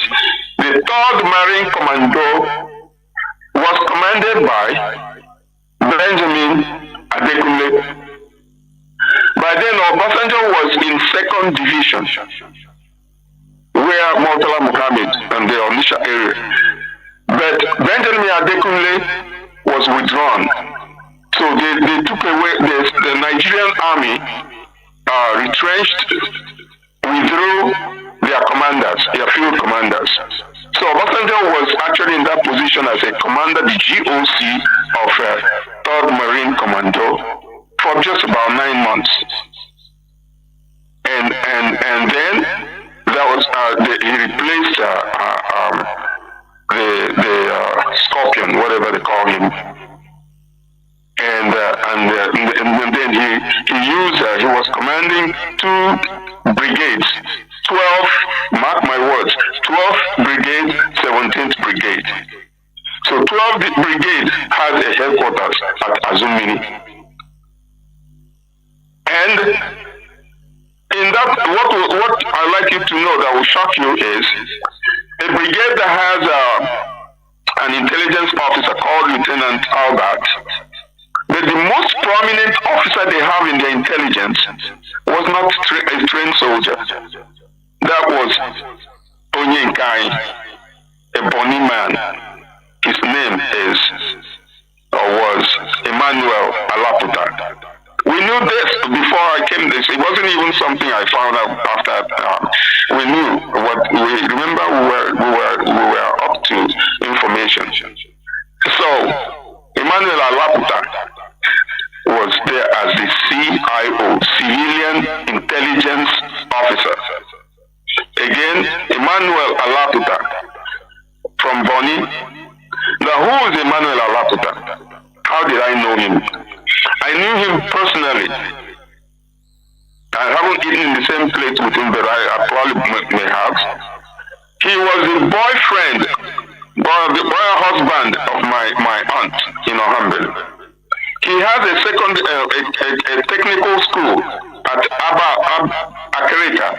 When you're going from that to Pogo Road, that Azumini, going to Aba, you see on your left, there's a technical, a commercial technical secondary school there. He was the owner, the proprietor. So he didn't live in Boni. He lived in where his school was, but he stayed most of his time in Ohambel, in my grandfather's compound. And so I know him, he knew me. So my fear at the time I was captured was Alaputa would know. And I know if Alaputa didn't want me alive, I wouldn't be alive. If Alaputa wanted me alive, I would come out. So that's fear. And helped to get me alive was I know he had told my auntie, Dan Nukata, that her brother was under captivity, and that woman was a tough woman. She doesn't play. She does so much. And even up to now, we are talking. Never mentioned it to me. She passed now dead. And I never even met her after the Civil War. The one time I met her was my father died. And I buried my father and she was there. And I remember the money I used in buying clothes dark clothes for the clothes of my father. And somebody's all messing with my phone. You know, they call one time and they keep calling and calling. And so that woman, I was the one that wrote an agreement to mortgage one of my father's lands to her. That was the last time I saw her, and collected 20 pounds to buy the clothes, for my father's wives. And so then after burying my father, I headed to Lagos. But prior to that, I was in Aba. I had after the war, there was nothing to do. I went to I opened a medicine store on Market Road, because that time those drugs, the Nigerian army, there was nothing more than that. That was all the biggest thing going on. Although people will carry all this medication and from Owerri, and then I opened I became a chemist, and then again another thing I remember, I went to my village, to that underground bunker my father built with cement and everything, and opened it, and everything was rotten. My father was the only person in my village that had all those, what they call bush radio, and all those wall clock and all those Dutch goods. My father was a good collector. So anything I lifted was all a piece of rotten nonsense. So the clothes, everything were. So there was a box in there. I opened it. I saw gold and all kinds of jewelries. I took one piece of gold and went to Aba and sold it to an Hausa man for 11 pounds. And luckily my father, who stayed at Mbano Okigwe, that's why I love anyone that calls himself Mbano today. I treat them like they are mine. And so when I saw my father came back, Mbano people treated my father like a king. They gave him that rank he was. And I cannot have enough thank you for them. So I gave 10 pounds to my father. And that was my father came home and started eating chicken, eating like a king. You know what 10 pounds means at that time? 1 shilling will get you a whole bag of gari. I'm talking about big bag. So they were happy and I was happy. So later on my father died, I buried him, and then I left to Lagos. I went to Lagos. I can't tell you which month. And so my life went like that. And when I got to Lagos, my aunt also lived in Lagos. They didn't run during the Civil War. They were all in Lagos. And my aunt Comfort, related to my mother, from Umawa Lodge in Umari. And she treated me so well. She bought me some outfits so I could look for jobs. And one thing that happened after the Civil War, I think there was an announcement by Nigeria that any of us coming to any part of Nigeria, that we should be received. That no one should question where you're coming from, whether you're going to Kauda, Namuda, whether you're going to inside the Yoruba intricacies. That was an unspoken, unannounced code of conduct for the whole Nigeria. Only Igbo can go anywhere, and there's nothing. And even Lagos, if anyone applies for a job, you're an Igbo, they hire you. So Nigeria had a tactics what people will call rehabilitation. That was their language. They did a good job by telling. But the idea of that is to let us migrate into all parts of Nigeria and turn into beggars. They wanted to see another wave of beggars coming into Nigeria, and they want to see the Igbo man a beggar. But unfortunately, there was no Igbo beggar. Igana Yaba roundabout everywhere. They were busy immediately and they turned their life around. We did not see an Igbo beggar. So in my own case, the new clothes my auntie bought me, first place I worked was a pool, Niger pools, maybe 2 weeks. And then I started looking for another work. There was one psychology in me, was anywhere there is a tall building, there will be a good job there. So I was walking along Broad Street. They used to call Yakubu Gowon Broad Street, Yakubu Gowon Avenue, whatever.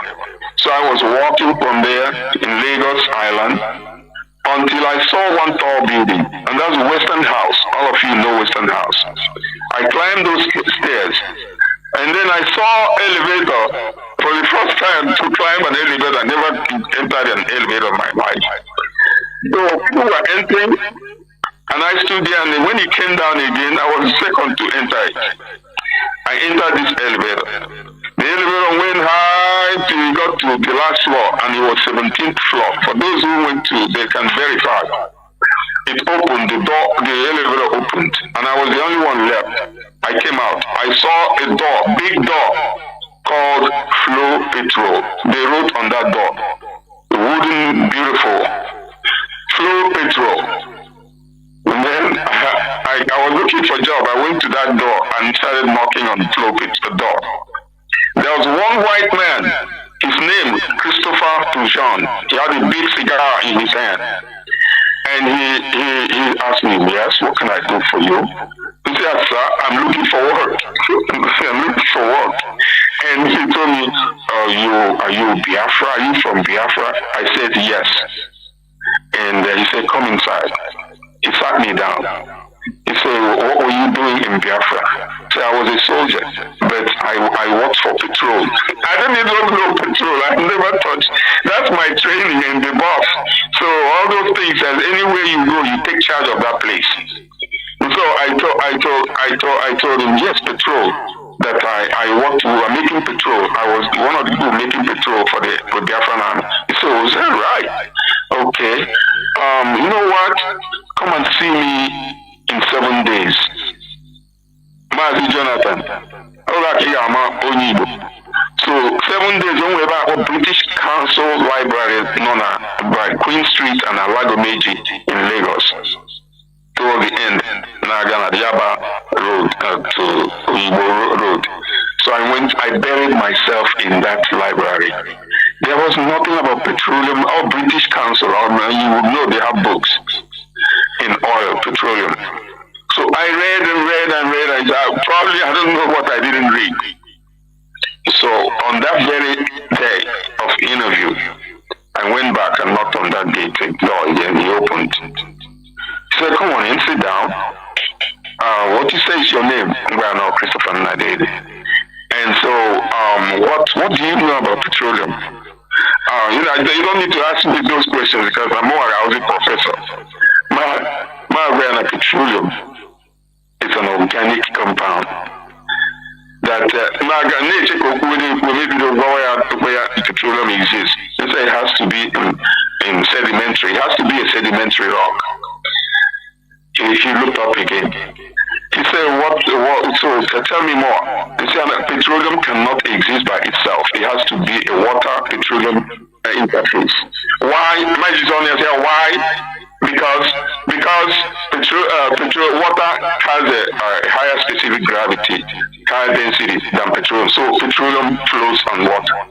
Also, what other stages? That's where you can have a gas cap and but from the gas you can do analysis and know the kind of oil what you have. So before the again, I say you know that petroleum, that gas that you see, it can be a C1, C2, C3, C4, C5, C7, C8. So you can compress it and also get more liquid. Immediately I said that, he told me, okay, stop there. I'm going to ship you to Port Harcourt. Now, I went I'm the first Igbo man. They came to Nigeria to look for technicians to work. They are running a flow petrol laboratory in Port Harcourt. And they came there, either a Yoruba or anything. I did not have a college degree, but that's what they were looking for. But at the same time, what he heard from me, it was enough for him to, he had seen what he wanted.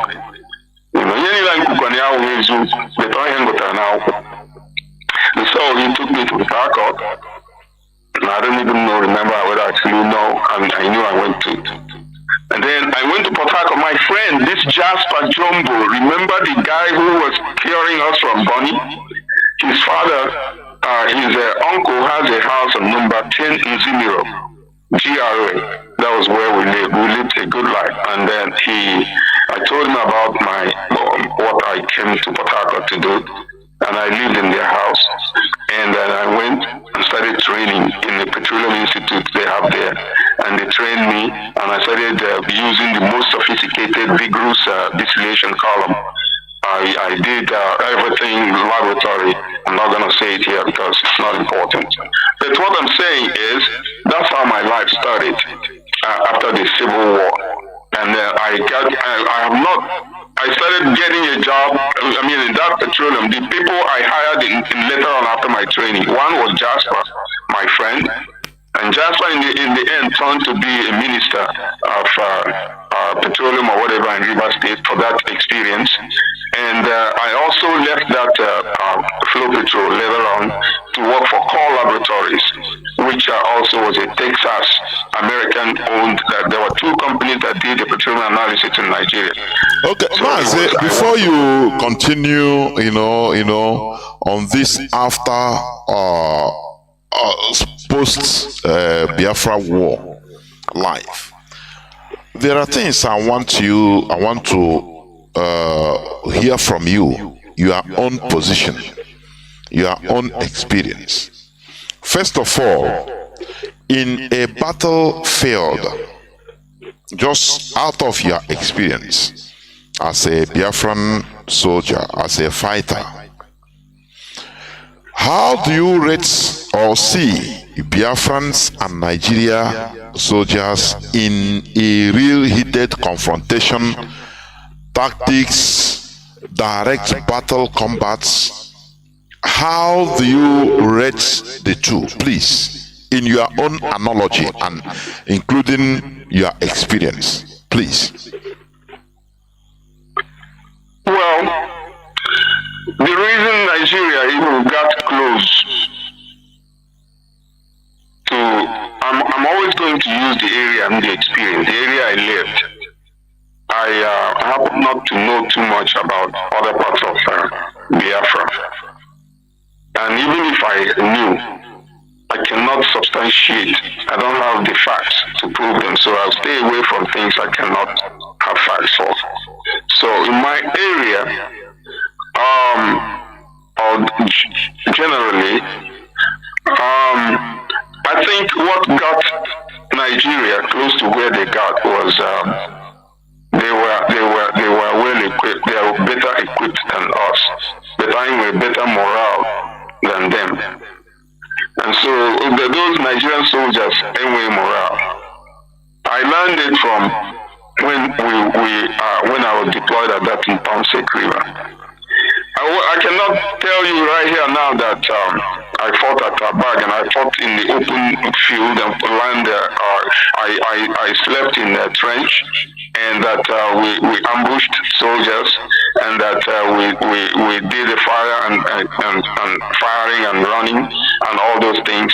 No, I won't tell you that, because in my own experience in the war was seriously limited to that area where I was deployed, where there was no movement. They were shooting.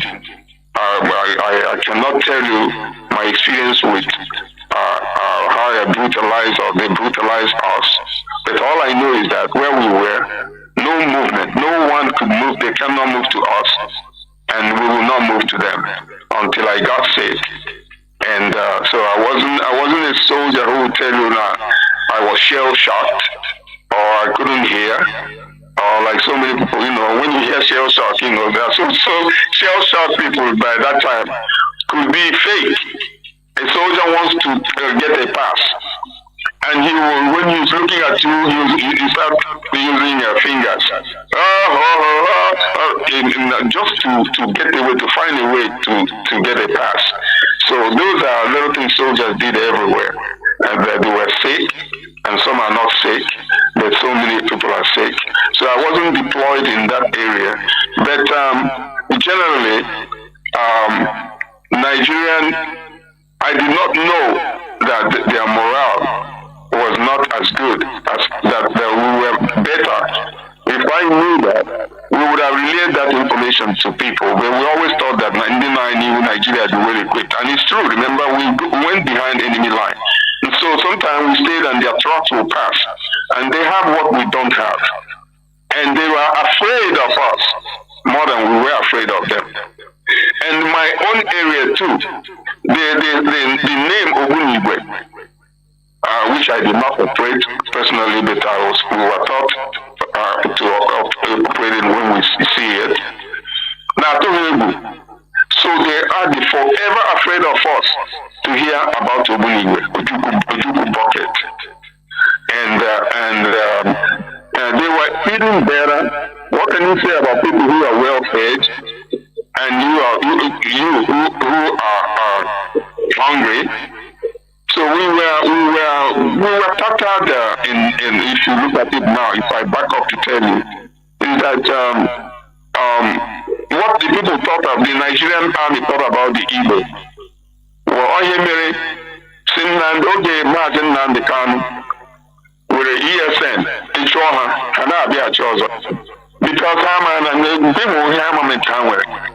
it's just what these people estimate us. They know we can do harm, that we are strong people. So we were. But living in a very poverty. If they had actually known that they would have ended the war a long time ago.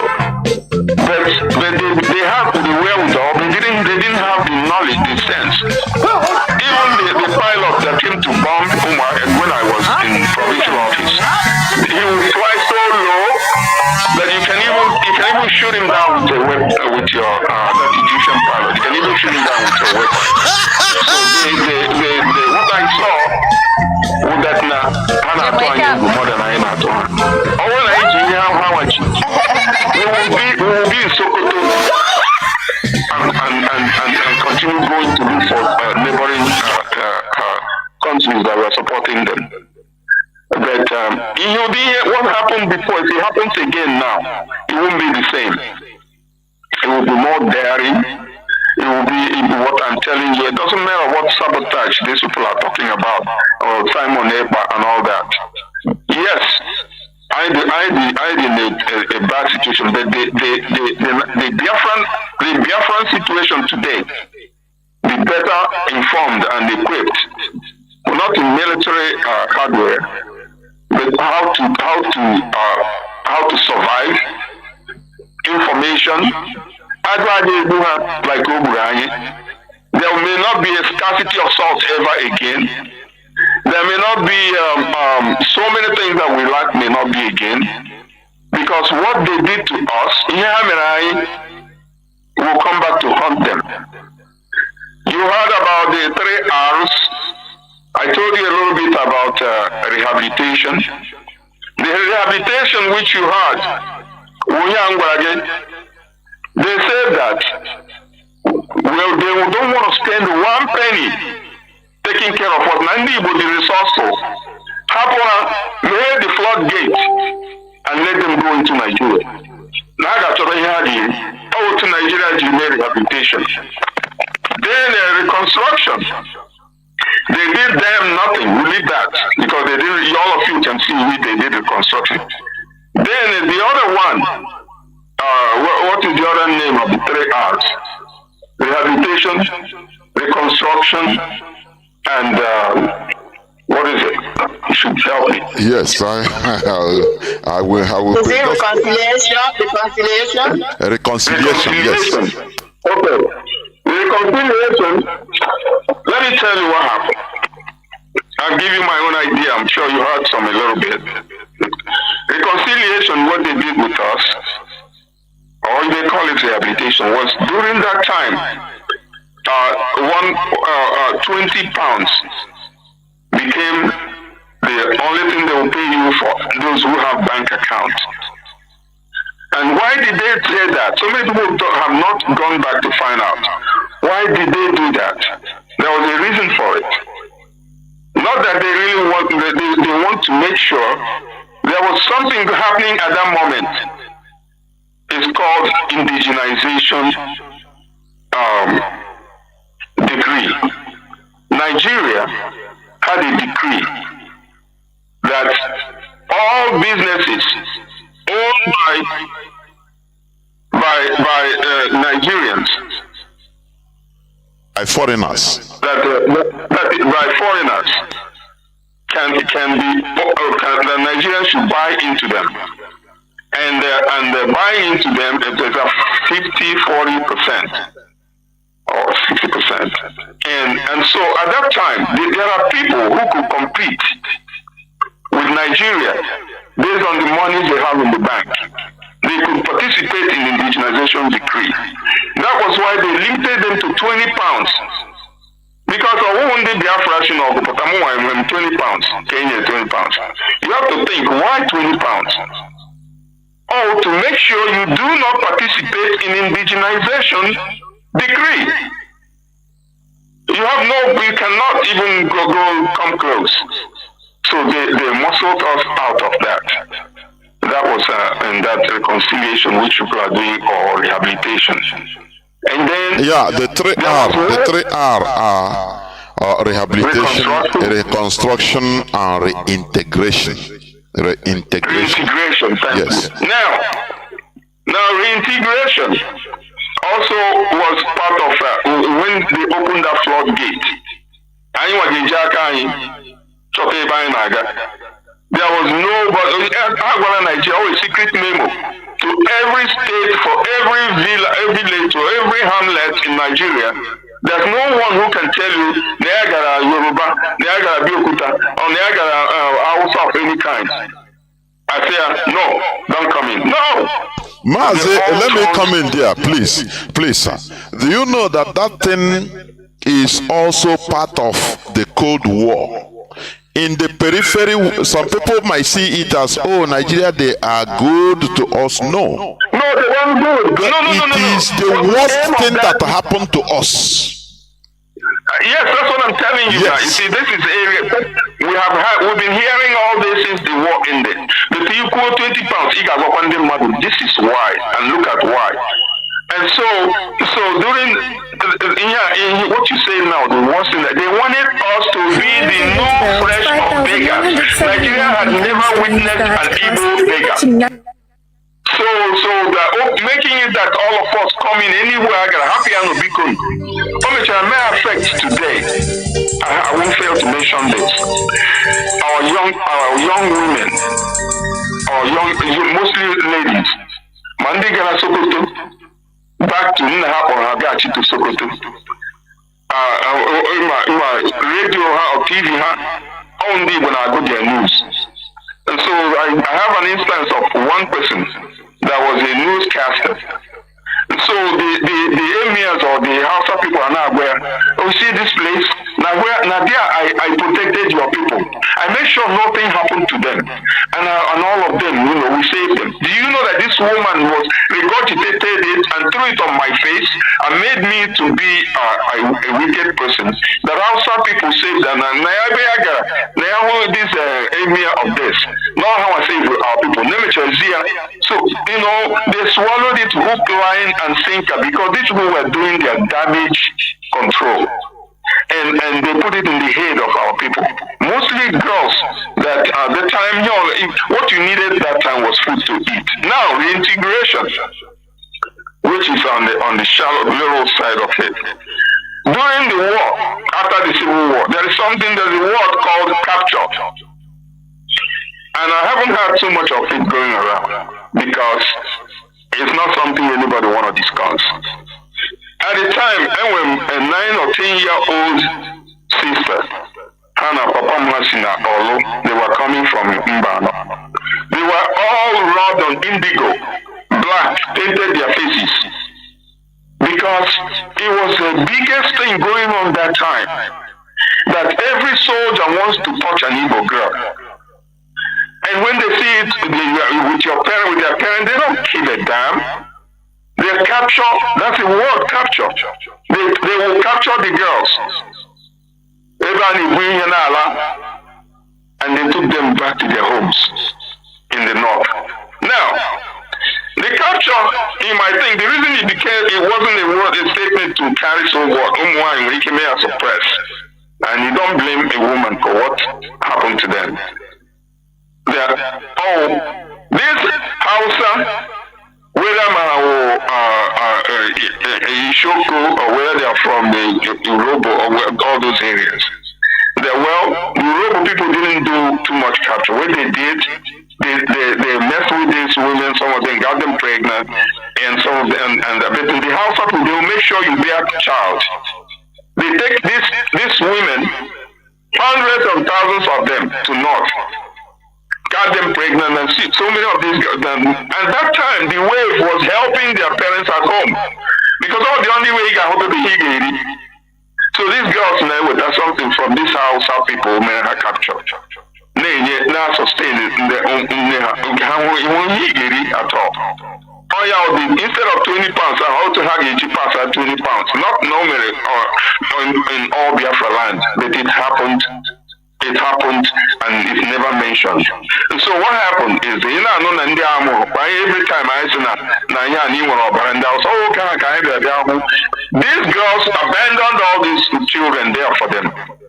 When they were ready to go to school, when they were ready to leave, to live and travel. They didn't bring all these kids. How happened and not?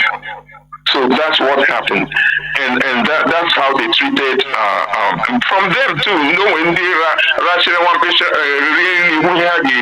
from those soldiers, so that money, even though not your job, they found a way to also return. The shame is not. We will not talk about it. So the result is telling in Biafra right now, because there were so many of those born and who were trained and socialized and acculturated by their fathers. And the fathers did it knowing with eyes open. They want to get smart, bright children from these women. Okay, now there was that is a kind of compromising our tribe, compromising. It is also a weapon of conquest. It's a weapon. But to them, I don't think they did it so that they would get our sons to come and fight back on us. They did it to get rare breed. That is it. That is it. Not only fighting for them, just as what you are saying. Rare breed. Yes. Smart breed. Smart breed. They did it to them, which they did. So many of these people in now. I respond how autopilot. Many of them, which are those people, because their sensitivity will enable them to acculturate, enable them to socialize, all the culture and so many of them. It doesn't matter. They are brightened up. They have evil genes inside them, and when they fight you, they don't stop. They don't abandon progress. If I may come in a little bit here, because Mazi Nadede, I hope I can tell you that. I was kind of waiting because I know you have a whole lot. You and I have discussed one or two times. I know you have a whole lot to come. I know we cannot cover everything today. So I was kind of waiting for you to come to finish the segment you were, or the area you were pursuing. Then I have a couple of questions. But what you guys are treating now or discussing now, I can argue that that capture thing, because I read about it in some of the books, and my mom told me, because my parents spoke Hausa to the core. Due to my father's job when he was alive, his stations were mostly in the north. So my mother and my father, they spoke Hausa core. So they were some of the people that fed me some of the news of Biafran Civil War genocide. So I am aware of the capture thing. I'm glad you kind of mentioned it now, because somebody like me, one of the things I would like to bring to the mainstream of our people. But it had if you ask me, it had three prongs. The people, like the real soldiers, yes, they did it because they wanted to crossbreed us, so that, because before the Civil War, the people you call the Biafras or the Igbos, and when we use that word Igbos, they are the people we are calling the Biafrans today, because every one of us spoke that was our main language of communication. We had our tribals, dialects. So the Biafrans or the Igbos, we are rare species that people revered us because of our tenacity, the qualities we have. And so Igbo man, marrying an Igbo man outside Igbo culture was rare. And all the Igbo woman was a pride of the Igbo culture, the Igbo clan. So these other people, especially people from the north, even the Yorubas, they were fascinated about the Igbo women. So they wanted to tap into that gene to enhance their own offspring. That is from the lower people, from the layman. Like those foot soldiers, that was their own excitement, if I may use that word, or their reasoning. I have an Igbo woman. It was a pride thing. My children are mixed. They have Igbo genes. It was a pride thing for them. But the second prong, we must agree or argue that the people on the authority, on the hierarchical pinnacle, knew what they were doing. They wanted to use that to what we are talking about now, to destroy us in a way, because they couldn't wipe us out. So those ones, they knew what they were doing. It was a game plan. Why am I making this argument? Because they never chided those soldiers. That thing was a war crime. You don't capture human beings. You don't force people into to be your wife. But they turned the deaf ear. The argument why I'm making is that why those in power, in authority, did not frown at it. Rather, they turned the other way, and these soldiers did that. That was the reason. Because those people we are talking about, it brings me to the place where when I hear our people sometimes, when we're having some of these radio shows or radio discussion or program, you will hear some of us go over and say, let me speak in Igbo language now. Like I try to hide one kind of secret, and I'm telling them, no, you have people who are not Igbo by, you can say they're not Igbo by blood, but they understand this Igbo dialect more than you and I. So what are you hiding? Our people must come to, because when I hear people make that argument, I chuckle. It's like it's a level of naivety they don't get. We have children that were born by these people. Now, another problem there was these children, those who were abandoned by their mother when they got there, because some of these people, women they abducted, were teenagers, they were young girls. So when they grew up and came, and matured, and some of them were able to escape or walk away from the relationship, or something happened, most of them did not come with their children. Those children, they knew that they had an Igbo mother. They look at it that they were abandoned. They are not happy with us. They're not happy with our people. Then those who were brought home, now they have what I call dual loyalty. I'm not going to continue with I'm going to back up because it's your program. So I want you to get to a place where I can ask a series of questions, but I wanted to make this I try not to be analytical. I try to be objective. Yes. And see if I can get facts and make it a little bit shorter. Because whenever you see me analyzing, you know that that's something I've already done to the core. And that analysis, one more I am going to mention here, in the rehabilitation.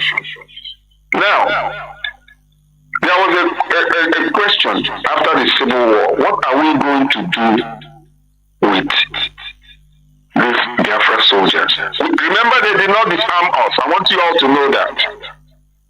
There was no program going door to door or telling people. The people that threw away their guns consciously buried them on the ground or took them home. There are people who still have their weapons right now today. Nigeria had no way, and they didn't want to do that. The war, they were lucky. Whenever you hear no winner and no vanquish, there are reasons for it. We will go back there. We'll use that. I will revisit that. And remind me if I ever fail. Ask me. Why can I make a little comment about no winner, no vanquish? That I won't say it right now. Now, there was something they did. It was the biggest thing. Probably they got that advice from England and from the United States. What are we going to do with soldiers? The war is over now, but they all have their weapons. What if they feed a little bit and then we're treating them badly, and which they did? They can reorganize and wage a war. So they gave them an advice that was very psychologically sound for their own safety. It was, they went to every embassy in Nigeria. Any young man that wants to leave, if you notice that time, Igbo people had visas more than even HAUSA. Go, immediately they apply, give them exit. You have no problem, including myself. I didn't find anything. All I had to do is, I didn't even come to America because I wanted to. A friend of mine, Ben, had admission in Rice University, and had an application he got from the University of Washington. And I took it from him and filled out. And attached to it was that test of English as a second language. TOEFL. I wrote a letter and said, I need an exemption into English. that I can write. You give me an age I can write well. I received a letter from the university clearing me. I never took nobody's exam. So that's what I'm saying, that they did everything to encourage us to get out of here. So Nigeria, it was a master plan by say, before I was saying England, including America, because there's nothing England would know that America didn't know itself. So they all planned and visited every embassy in Nigeria. If we want to go to visit all these things, I see now we are smart, we can go anywhere. If Nigeria facilitated it, if they didn't want it to go anywhere, it will not go. So they wanted to make sure to let these people who are soldiers having their guns, and they did a great job. That's why all of us left. It wasn't a good thing, it was Nigerian strategy. Sometimes we might think, and I got a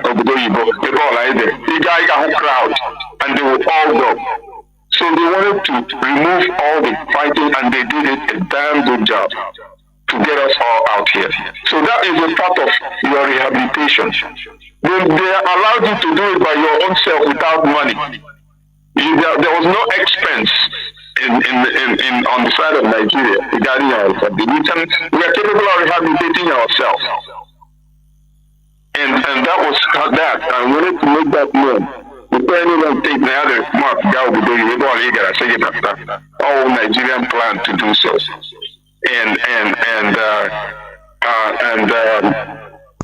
We have here in the now. Nigeria has set us. They are getting a reward of what they did, because when any action anyway, not anyway some inaction, not anyway problem. They set us to leave. They have in a way. We are able to cater to our people who are here. No, it's not that they do good for us. We turned that evil plan into advantage for ourselves. Thank you, Mazi. That evil plan anyway. The biggest evil plan anyway to us. People don't know it. That of walking into Nigeria as only let us go. I ain't made decimate or Igbo land with those who can fix Igbo land. And then there's another thing they did. They made our land to be inconsequential, that economically unimportant.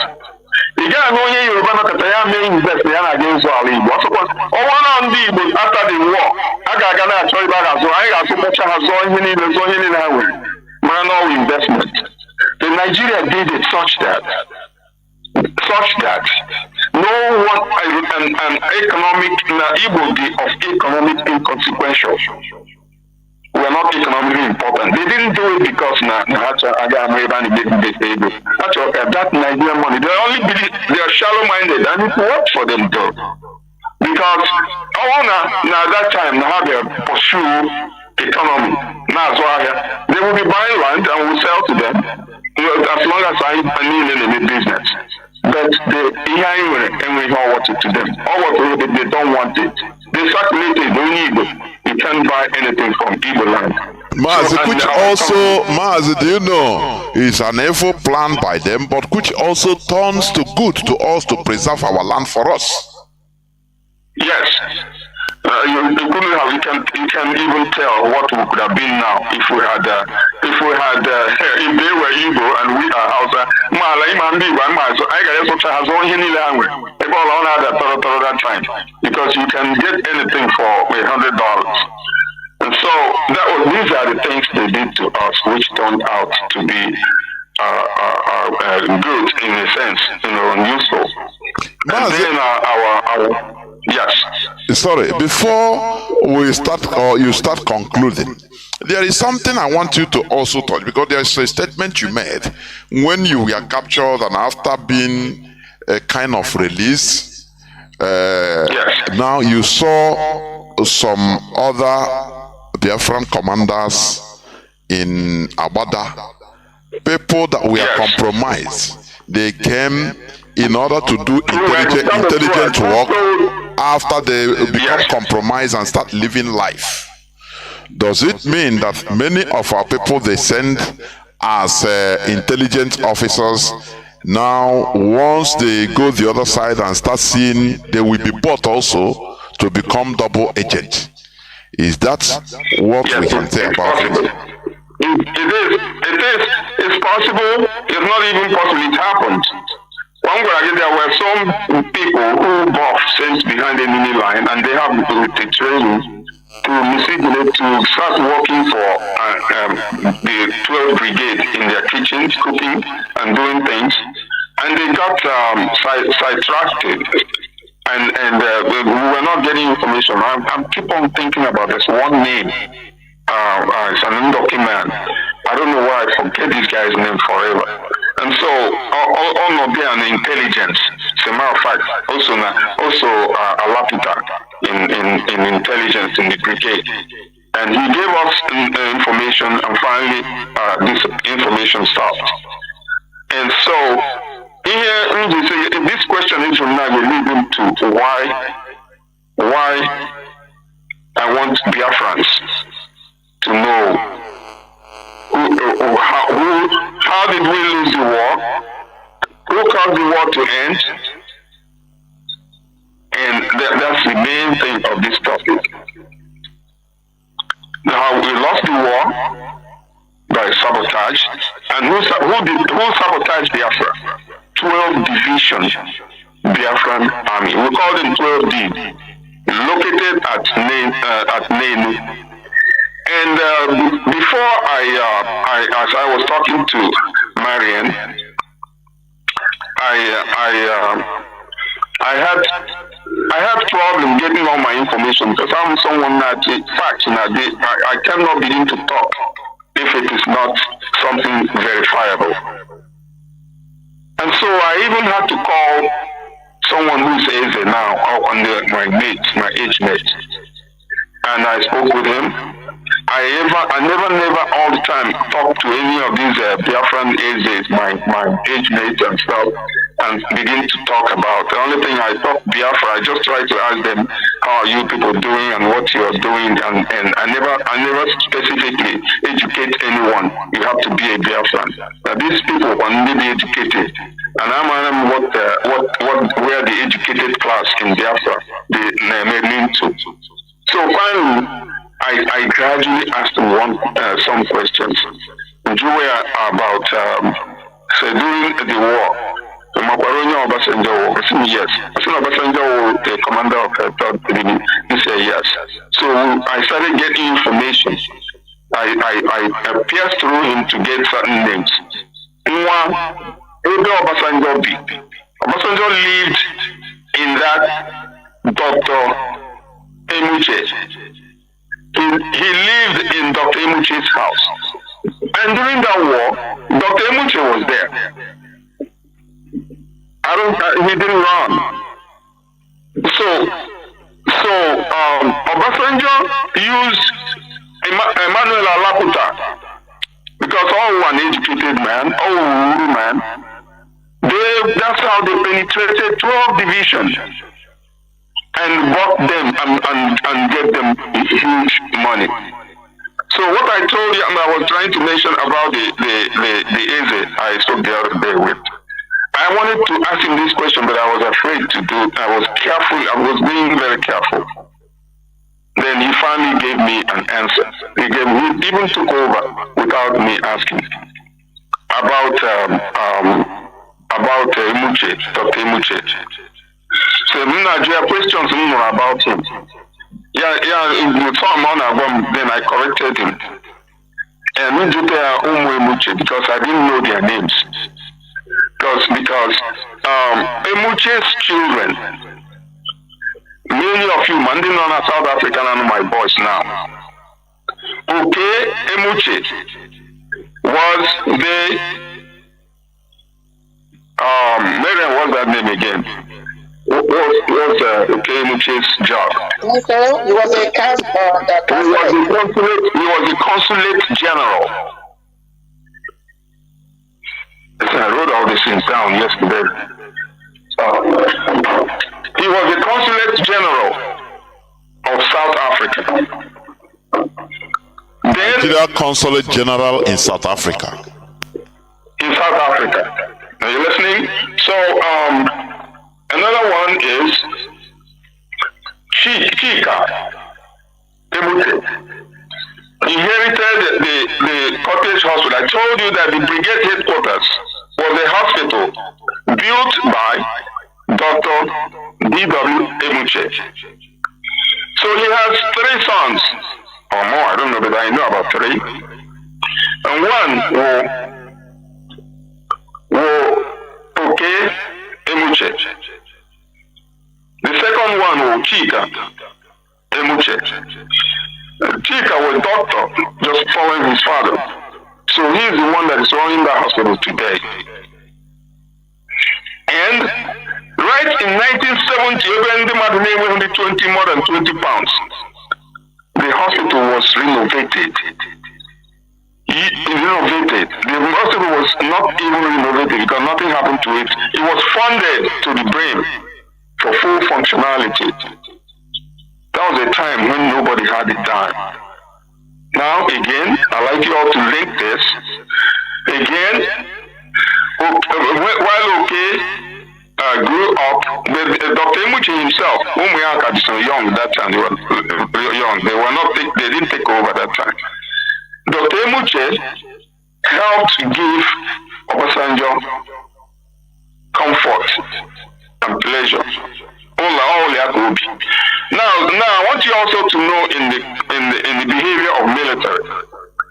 Now, when a commander leaves a spot, especially like Oland, they will ransack and destroy it so that you will not pick anything, you will not find and trace anything about the war. But in this case, Oland had the impact as you see it today. And that was where Obasanjo lived. And that was where Obasanjo stayed and launched the sabotage on Biafra, not far away at Nenu, where we have 12 divisions. And so when like the question I asked you, I asked my friend the other day. He was able to tell me who the commander of 12 Div Nigerian Army. I didn't know him.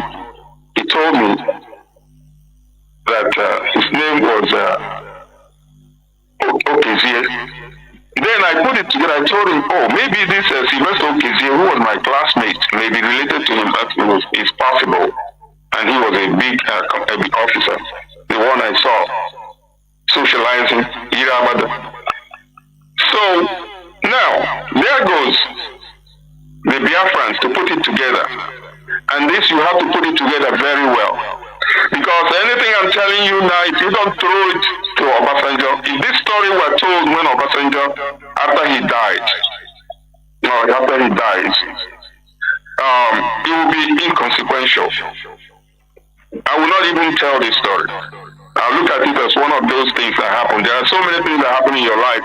You just walk, step on them, and later on you regret, I wish I had done it on time. Because I am a big procrastinator. I told Marian, I procrastinate.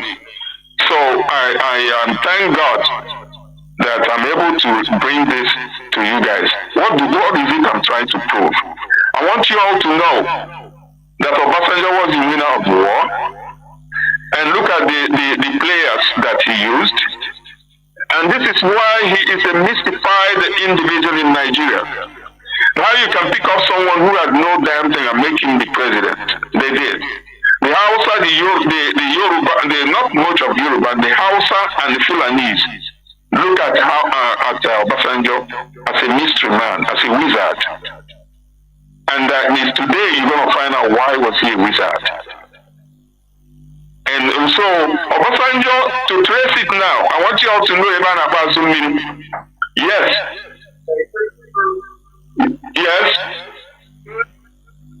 Yeah, I'm alright. Okay. So I want you all to know. Hope I'm not digressing. I don't like people talking to me. Why Obasanjo? I want you all to know why Obasanjo is the mystery man.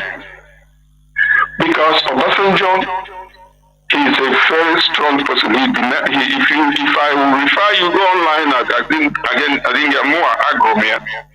The 4 letters he wrote to Yakubu Gowon. The second to the last one was what brought him to Lagos. And he went to Gowon. And people thought he was going to be arrested or reprimanded.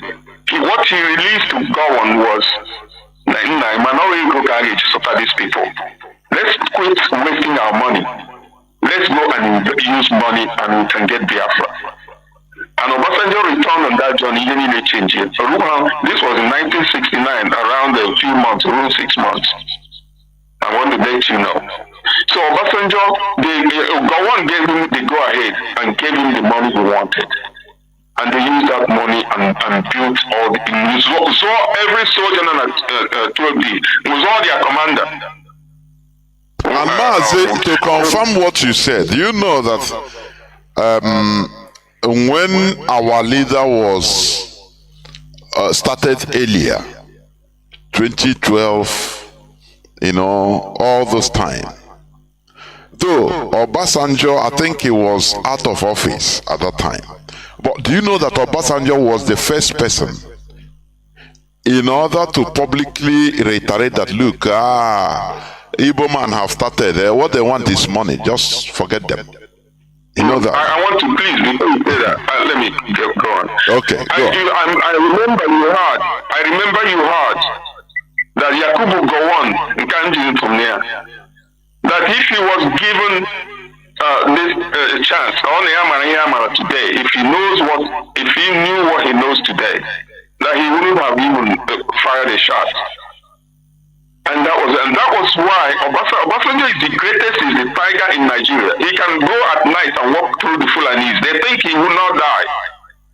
And he was not telling them the very truth of what he did, though he knew the people at the top understood the job he did. But he kept Nigeria at bay to make sure they look at him as a spirit, not a human being. And how did he do this? Look at this people. That's why I traveled in October last year. Even people in my village don't even know that I served in the military. I since I left and came to America for the past 44 years now.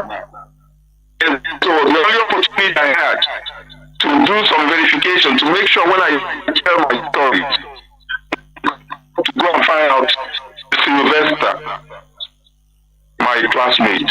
I want to know what happened to him. I wanted to know I wanted to go to him in Memorial Grammar School and go to their office to see if of course they would have a record of where he comes from.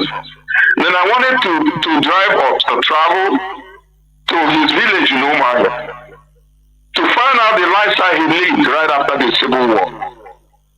To assess him, not only assess him, to know if he was alive. Why did I say that about being alive?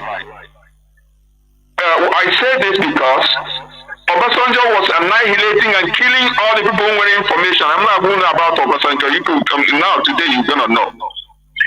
He involved in mastermind of assassinations, slaughter of all the people who knew information about him. That's why I wouldn't even think that Sylvester Okeze didn't look today.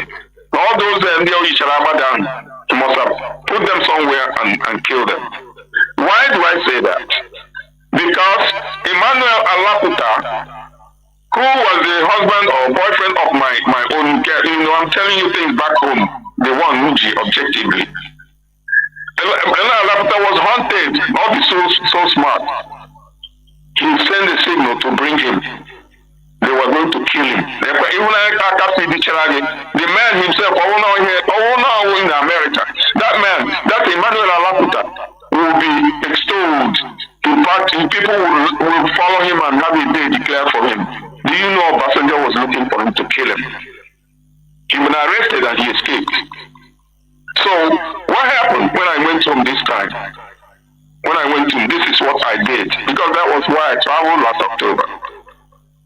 I went to my niece, the only daughter of my aunt who died. And I harnessed my story. I didn't want to call her over the phone own. I want to do it person to person. Which you are my niece. And so this Mama. To him, I started telling my own story. See, my Nnamdi today, I want Mama will to remember. You know, my name is captured now with Nigerian prisoner of war. Yeah, he said, mother will never tell you because all top secret to Alakuta. They won't, even Alakuta will not want to confront me on, even when his own wife, my own aunt, never looked, she will always look at me and shake her head, but she never told me anything. Because it was a top secret till I left and went to Lagos. So what happened to my mama? She said, I said, look, now that Mama was arrested by a Nigerian army and took him to camp in Port Harcourt. Let me interrogate. You must bring Alaputa or you will die. You must bring Alaputa or you're dead. Alaputa had other words.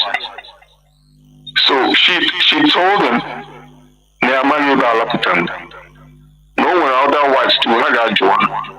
So they have decided a day for the day she will be shot and be killed. So my aunt, my niece who is alive now, in fact I'm planning to send her for Christmas. She gave me the news I've been wanting to hear for over 50 years. She told me that what she did was Diana got there to see how to get her mother released. And she was very young and pretty anyway. And so the very colonel who was in charge of killing her mother looked at her and her legs and told her, say, I want to marry you. My niece told me, they didn't want me once. I'm hearing that woman is the truth. My niece told me, I said, I can marry you as long as you can get my mother out. That was how the mother was removed in shackles and returned to Hambele. You hear me? And Alaputa was still being wanted. Then after I told her that you know it was Alaputa that kept me out, that made me alive. She told your mother, and your mother fought for it. You know my niece, man, she started crying. She said, you know that this man found out that her mother died from whatever he was. And came home to Hambele at night to ask, he said, my wife died, or my girlfriend died. My niece got so upset and told him, I don't want your foot, I don't want your leg into this house. You better get out of here now, or whatever will happen, I will hurt you. You killed my mother. But after I told her the story, that it was that man and your mom that got your brother, your uncle, alive, me. She started crying. She said, Mami, I didn't know. If I knew, I wouldn't have let him go. That man walked away like a fool and never to be heard again till today. And there's nothing called Alaputa anymore. So Obasanjo, I want to let you all know what Obasanjo is. Everything I'm saying now, if you people want to use it for news, that's all right, but you have to, because if you don't let Obasanjo hear these names, then you didn't do me any good. How about me? Can I do it? I don't have the wherewithal to do it, but those of you, I just bequeath it to you guys. And let Obasanjo, he will make a comment when you mention all these names. And another one I owe myself. I'm going back to Nigeria again, to Biafra, to look for Silberto Okezie. If he's alive, he'll probably be hearing my voice. To know what happened to him, to know the lifestyle he lived, because if he had that big money after the Civil War, he must have a big home now, built there with that money, because that was what people did around that time. Or he might be here, of course, in the United States. So that is a name that you all should take with you. That was one of those soldiers, officers of 12 Division, sold to Biafra way. And that you guys should, I want to you all to understand that Obasanjo is not the mystery man. So everything he did it for his own name, and he gained fame because of Biafra. And so I know there are a few things I haven't mentioned. My brain is not so coordinated right now, but I want to go back. I think I've treated the fact of exodus of Biafran young men. Yes, I said I must have to talk about that and why we are all here where we are now. And many people who came here did not know why they let us migrate everywhere in the world. But migrate. I know some of you have passion for Biafra, but I will advise you, after hearing my voice, to begin to think about Biafra. You did not take yourself there. Don't are very hard. These people wouldn't have let you go overseas. It was the same Nigeria that killed your people, your fathers and your mothers. Your punishment to send you out. This is time to fight back and come back and claim your land. You know, there is nothing in life that is worth anything money that you can sell and sell your dignity and sell your own land. That's all we have. I want you all to please, whatever you have. I'm as old as I am now. Immediately I heard Nnamdi Kanu. I was a follower of, I don't follow nobody. There is nobody, none of you have been born for me to follow. I don't follow. In America, today I want you all to know, I have lived here for 44 or so years.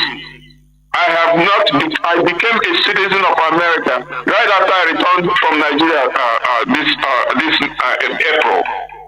I became a citizen of United States in August.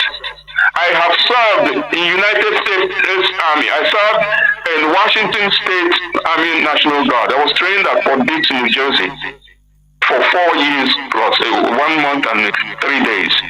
I served in California State National Guard as a reserve for 1 year and some. And the only reason I left California was when they were going to ship me to Iraq in 1990.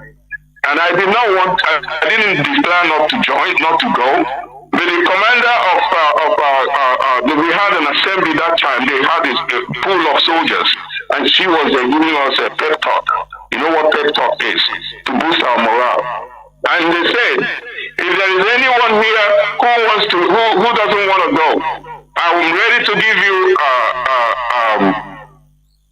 honorable discharge. Guess what? I raised my hand up. Some Americans, about 2 or 3, who had no courage, they raised their hands up. That's how I got discharged for the army. So I served 6 years plus 1 year and 2 days in America. I never one day wanted to join. There is a curiosity. I never joined the army in America. I want America to hear it. I want the FBI or anybody listening to hear it. I did not one day want to join the United States Army. I told you people my education. I'm one of those that came here with skill. And when I came here with skill, Jonathan cut me off. I would have told you the story how I landed in the United States and with my skill. And guess what? I did not go through hell like many people do. And then I survived in America. See, my head is getting a little slow. So, what I'm trying to tell you that I never one day want to be an American citizen because I came here with a 4-year visa, straight to university, and graduated in 4 years. It was hard for me, but at the same time.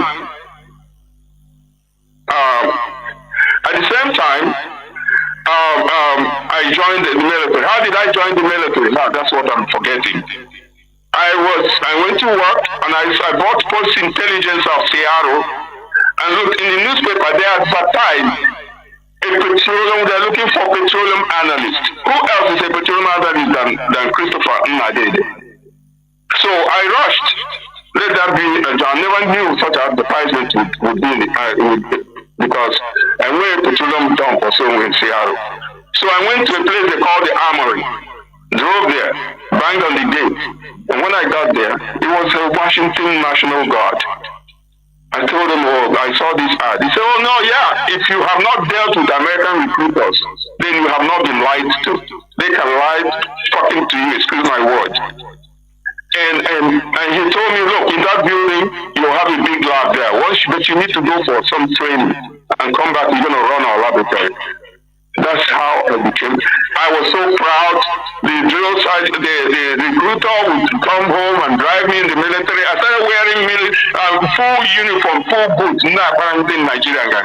When I see my mates, I say, what kind of guy is this? When I haven't even been to a Nigerian army and I'm wearing their uniform, going to drills. On one day, it was time for them to send me out for Dix, New Jersey, to go train. First question I asked, are you going to shave my hair? They said, oh no, you know you're a tough guy. You guys are from the old country. There is, you can do anything. So that was how I became a PFC, which is the third rank in the private. That was how I was given. Other people don't come in as PFC. They are E1 or E2 or E3. And that was how I became. When I went there, my radio I had in my hand was taken away from me, so that's the story. I became a U.S. soldier. And I was obedient, loyal soldier for 6 years. So I don't...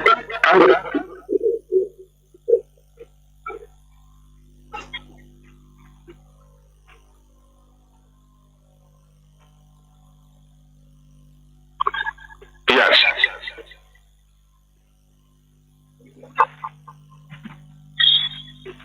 Which other side?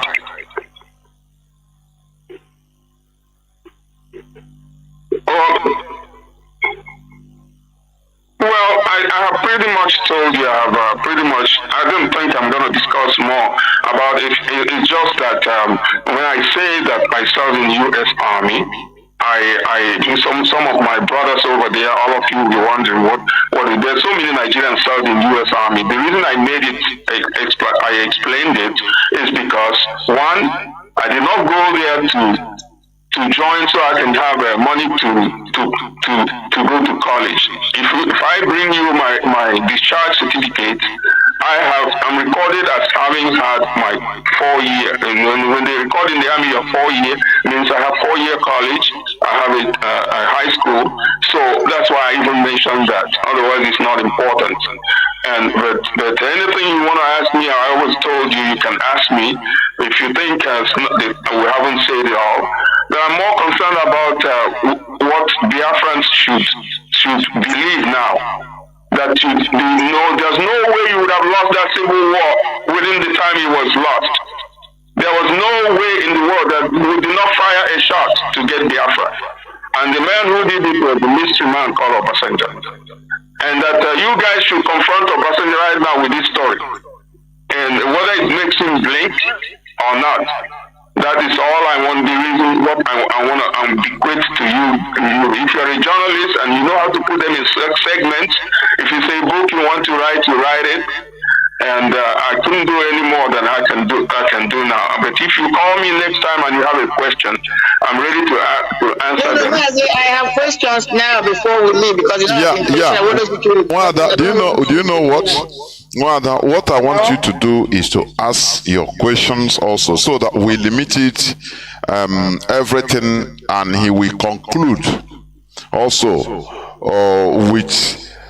by comparing how he fought the Biafran war before, and now he's alive to see IPOB fight also in our system. So that one will be the conclusion, please, Mazi.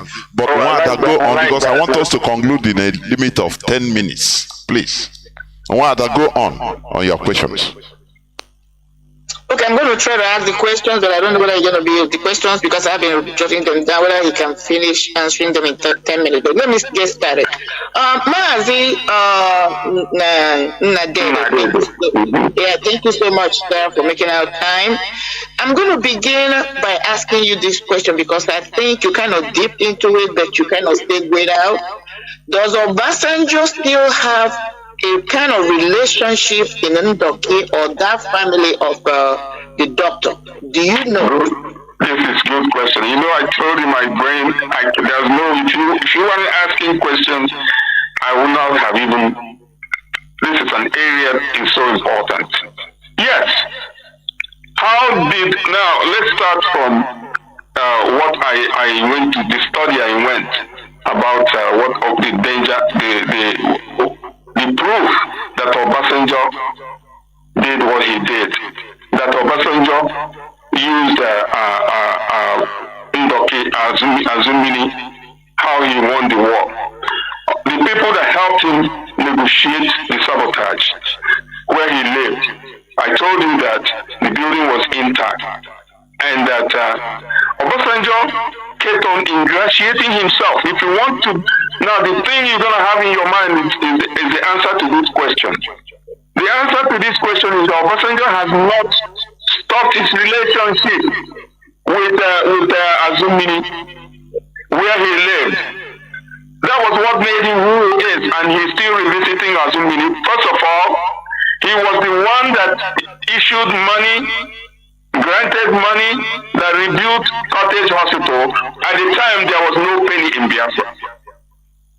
Number two, he is the one that he did or approved it to be the benefit to reward Dr. Emuche. When you're Momania, Emuche are like Obasanjo's Omo right today, are like his own children. He was the one that knew about Emuche, became the Consulate General of South Africa. Otherwise, you know where Azumini is? In Nigeria, in Biafra, you don't even know where Azumini is. Obasanjo takes Azumini as a second home. When Dr. Emuche's son died, one of his sons, what's his name? When he died, Obasanjo wrote a letter. Marian, I sent you Obasanjo's letter. Yes. Yes, Obasanjo wrote a letter. Not only that, not the letter, he also went to Dr. Emuche's house. Now, Obasanjo arranged for Gowon, and was that? Many of you can remember who was the administrator of Eastern Nigeria. Obabiasika.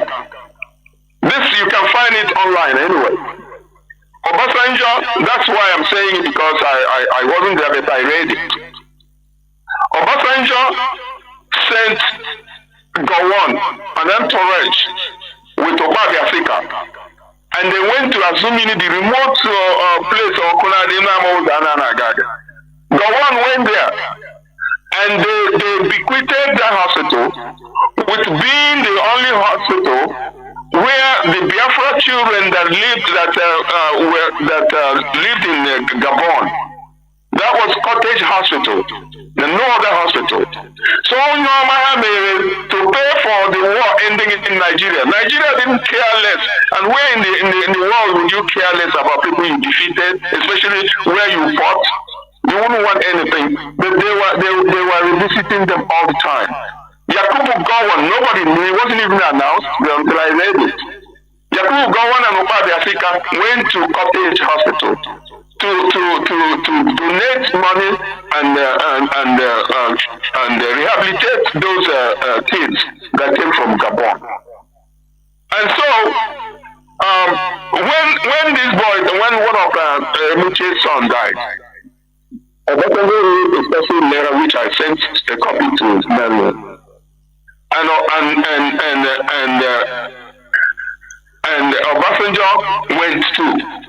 Now, the wife of Dr. Emuche is still alive. I didn't know, because the information I had was that Obasanjo went for the burial of Dr. Emuche's wife. No. But he went at the time he turned what they call millennial, so when the man was supposed to have turned 100. To respect him. But the man, when was that, Mazi, if I may interject? When was that? Is it recent? this is a recent thing. This about, if you know who is the governor of,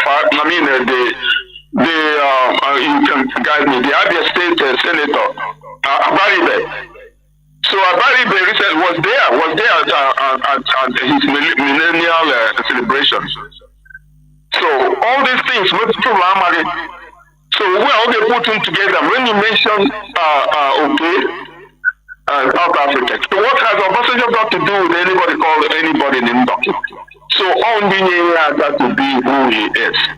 Whether they hear my name and they want to know where it comes from, you can do whatever. You can't kill me anymore.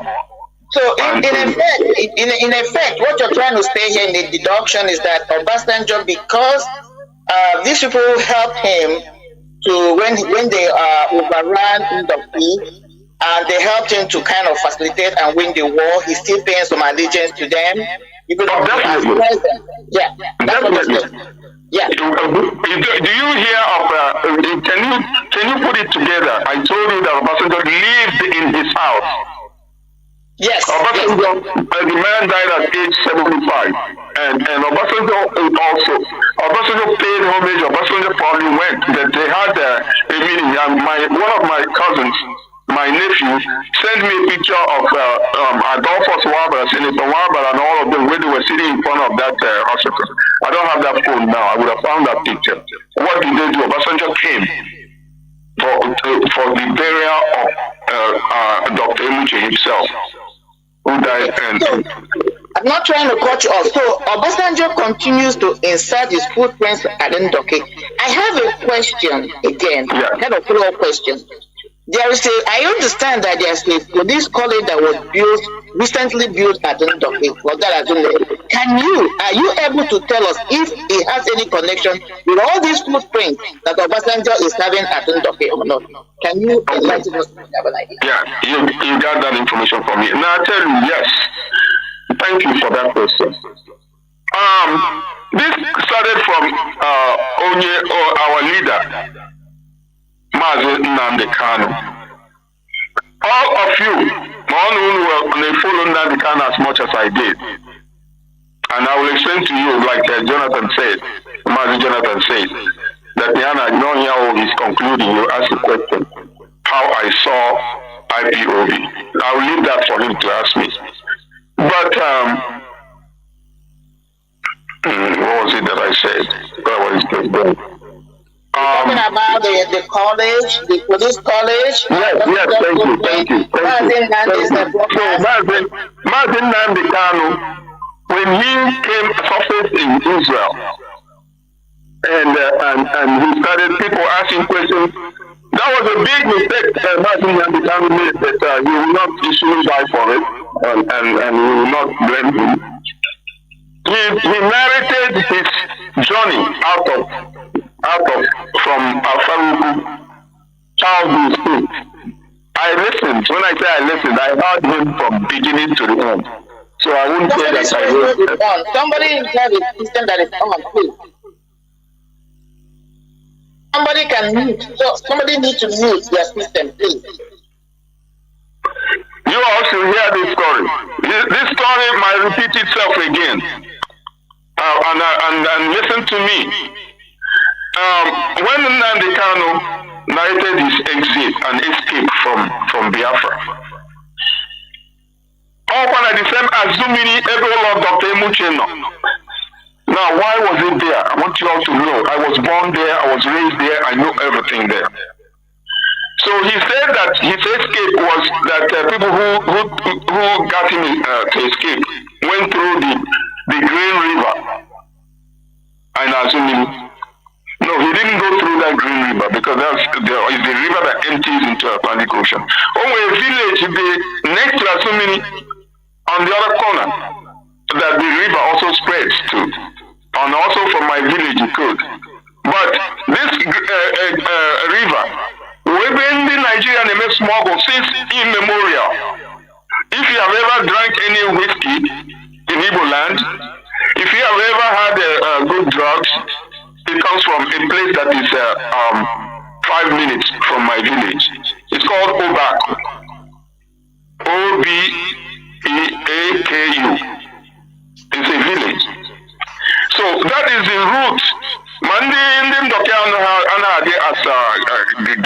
as strong as regular Igbo people. I didn't make them bambini, which is true. I told you people. So in the on that or whatever, now be at night, now I got through that route, or even in smuggle from Fernando Po. So that route, where take an Nnamdi Kanu. So after they had it, or one more news, but it's already been on the public airways. All our leader revealed that thing. Also, Mayor escape quote yesterday, till the countries all got through. I'm sure many of you who are paying attention early will heard it. So do you know what the result was? My nephew that always calls me, sends me WhatsApp, his job, or a young man, he's always sending me pictures. He told me that there is a police college built here in Obak right now. That thing. I didn't tell him why. I said, oh my God. And I went home and confirmed it. Another woman with the EFC, I'm a commander there, so they full and the amount of post with a police college. That may not stop and that they are able from doing their job, but then it will stop it. So always, so if Biafra is to be attacked again, do you know they have a bearing of everywhere what we are? It's not going to come from Skoka. It's not going to come from Delta. This is the strategic area where they will come, and all the very porous. Ndoki people are not sabotage kind of people. They're not too. When I went home, I didn't see anybody angry about anything, but they are not participants in what we're doing in Biafra. They just aloof. There are a few of us who participate, who are IPOB, and that area, sit at home, doesn't even get there. And that's the area, if they're coming again, because Adakaboro, who was a major in the 3rd Marine Commando, now all those, they go through HAUSA and all those riverine areas to Obete. Now if they're coming again, that's why they're coming. That's where they know to come. That is the truth. So I name what ESN, if I'm sorry to you say it like that. Now we have to, all those who know ESN or who run the command, we have to find a way where we would at least have a surveillance or some intelligence post. I will not say you should come there and march because they will come very aggressively in that area. I mean, what you're trying to elude is about human intelligence, I would suggest. Yes. So we have to have a human intelligence who will be telling us they go in and going out over there. Because from there, that HAUSA area, they are not going to drive on Port Harcourt Road. Count that out. That area is called Obeye Azumini Road, and all of you, many of you know. And that is the road they know. And when you go through Obeye Azumini Road, go to Gafe Uboya, you go through Ohanko, you enter Aba. That's how Aba was taken. So, like I said, the things that happened in 1967 may not happen again. Because we might be foolish, we might be acting like Omaka, but let me tell you something. There's no way Nigeria can do us what they did in 1967. So very important. Yeah, thank you for that, because I'm trying to rush and draw that, because I have one or two more questions, and I would like you to really get in, because it kind of tied up for me what we did today. The next question, not trying to cut you off respectfully, but I want us to get in as much as I could.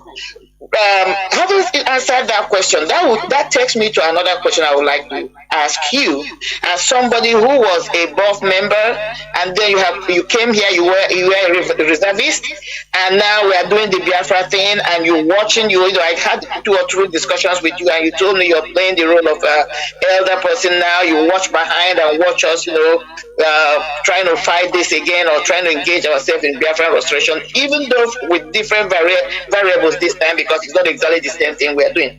But I'm going to ask you, are you kind of looking at what we are doing as like a deja vu again? Or do you think that there are things we are doing rightly this time, or repeating the same thing? Or is there a place you can give us an advice? I know you don't have to give me a long answer, but can you tell us whether we are repeating our mistakes or we are getting smarter? We are doing what we are supposed to do, but the sabotage anyway now, the more pronounced, at least we will know who our enemies are. In those days at Ojuku time, the only saboteur we had was Ifajun or Banjo. At that time, we were using it for training.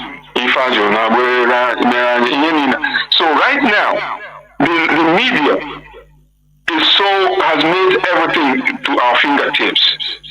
So whatever you think will be the answer will be the answer. We are doing, this is what I have been doing. I didn't know that a day like this would come. When our youths, our people, Biafrans, would come to try to bring Biafra back. I thought after that civil war that was the end. I did not have a mental capacity to ever imagine that there will be a Biafra again. But when I came to United States, that's what they call BAF, Dr. Ogechi. That was the first, not even myself, no. Everything I hear Biafra, I jump into it. That's when the internet started. My God, we were involved it was the BAF that involved in truncating census in Abia State. That was why Abia State is underpopulated. At that time, before Wazirike. So what I'm trying to say, are you people on the right track? Of course. We have moved too fast. In matter of fact, we are so fast. Faster than we thought, because we have to Agram, Nigeria. I was sitting in Nigeria. I stayed 6 months, and I saw a young man, Nnamdi Kanu, as radical, as skeptical as I am. I watched that guy. I'm saying, we got it. We have it. A procrastinator like me, I will always hear him now when you do lottery. When the result comes out, you didn't play. You say, oh, that was the number I should have played. That's what I was saying when Nnamdi Kanu came out. I saw him from the beginning. Mazi, this is it. This is the real thing. I'm a soldier. I'm his troop. I'm very loyal to him. And everything you're seeing now will be bound to happen. But I will people. You be ready and prepared to counter the offensive. Oh yeah, on there now. If you keep on talking, you people should have done this, what we should have done. What you should do is what you should do. One man can be a riot. And if we don't operate on that sense, where one man can do what he can do, just like Nnamdi Kanu, without all this group and having followers, there are people, millions are looking for who to follow. Now, followership is all we need, but when you see you making sense, you say, I am behind you. So what you're doing now, you're doing the right thing. My people should have died in vain. Your fathers and mothers would have died in vain. That is what gives me courage. Don't worry about sabotage. Of course, someone has to fight you back. If you don't know who is fighting you it's Liar Mohammed. Recently, you don't even hear him talk again because they are fighting us. They are fighting you very hard. I read this with my eyes. Where he said that Nnamdi Kanu was captured. It was an extraordinary rendition. That he voted out 600 million naira. When all y'all 600 million naira, do you know? At the brink, we got to the brink of getting into confusion, but not to lose Biafra. Nnamdi Kanu, a tactician, when he set up this thing, a every country in the world, yeah, where a representative. It's like an octopus. It has tentacles. You can withdraw, you can be taken and or keep him alive or kill him. Let me tell you something. Biafra ain't going nowhere. Biafra has come to stay. Because there's someone who is in South America. There's someone who is in Poland. That is the reward I am for you in the Nigeria. Biafra ain't going. Nobody can mess with it. Nigeria should know. As Nnamdi Kanu, what they are musing about now, why are they holding him? You know why they're holding Nnamdi Kanu? They're holding him because Simon Ekpa, they're watching the work of Simon Ekpa to see if they can float someone who becomes a substitute to Nnamdi Kanu so that they can get rid of Nnamdi Kanu. So they let him win. I gave everything to buttress Simon Ekpa to become a winner. And the only thing about you guys have to understand, all the intelligence, our people, the intelligence, but in the mocking water, you will have to expect it. All saboteurs, and they are there. They are fighting. They are making money on it. But you guys are not giving up. Look at where I was here watching. I give you an instance. Mazi Chinedu. Online. Those Nigerian women, the very first communication they had, from America, they were able to do video interview with Chinedu. It got to a point that there were these women with a white turban on their head. I stayed here and I read it. I said, "Oh my God, Biafra is gone." Not that it's gone, that there will be no Biafra. They will shock you people the way to the extent that you might think that Biafra is gone. So Chinedu answered. There was one question this woman, they kept on asking, "We want you to fire that's your secretary in Houston. Just declare that she is fired right now. If you can do that." Chinedu just breathed him out and said, "I did not hire that person. I can't fire that person. And I'm sorry, I don't think I'm going to do it." He destroyed them. But I couldn't call anyone. We don't have people who can, I don't know if you have, where we can call in, who will I talk to. So I'm watching and people are doing the right thing. And the woman Anna Bonelli, they got, that was where the 600 million plus our own money which she ran into. So they started attacking Nnamdi. But sometimes we became accessories to their plans because of course they will succeed somehow. All of us started, many people started accusing Nnamdi. I saw these guys.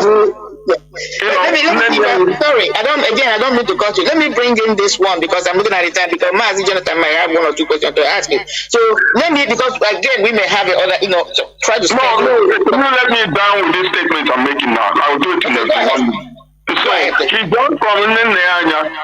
Then they went out there and they started. This woman was able to get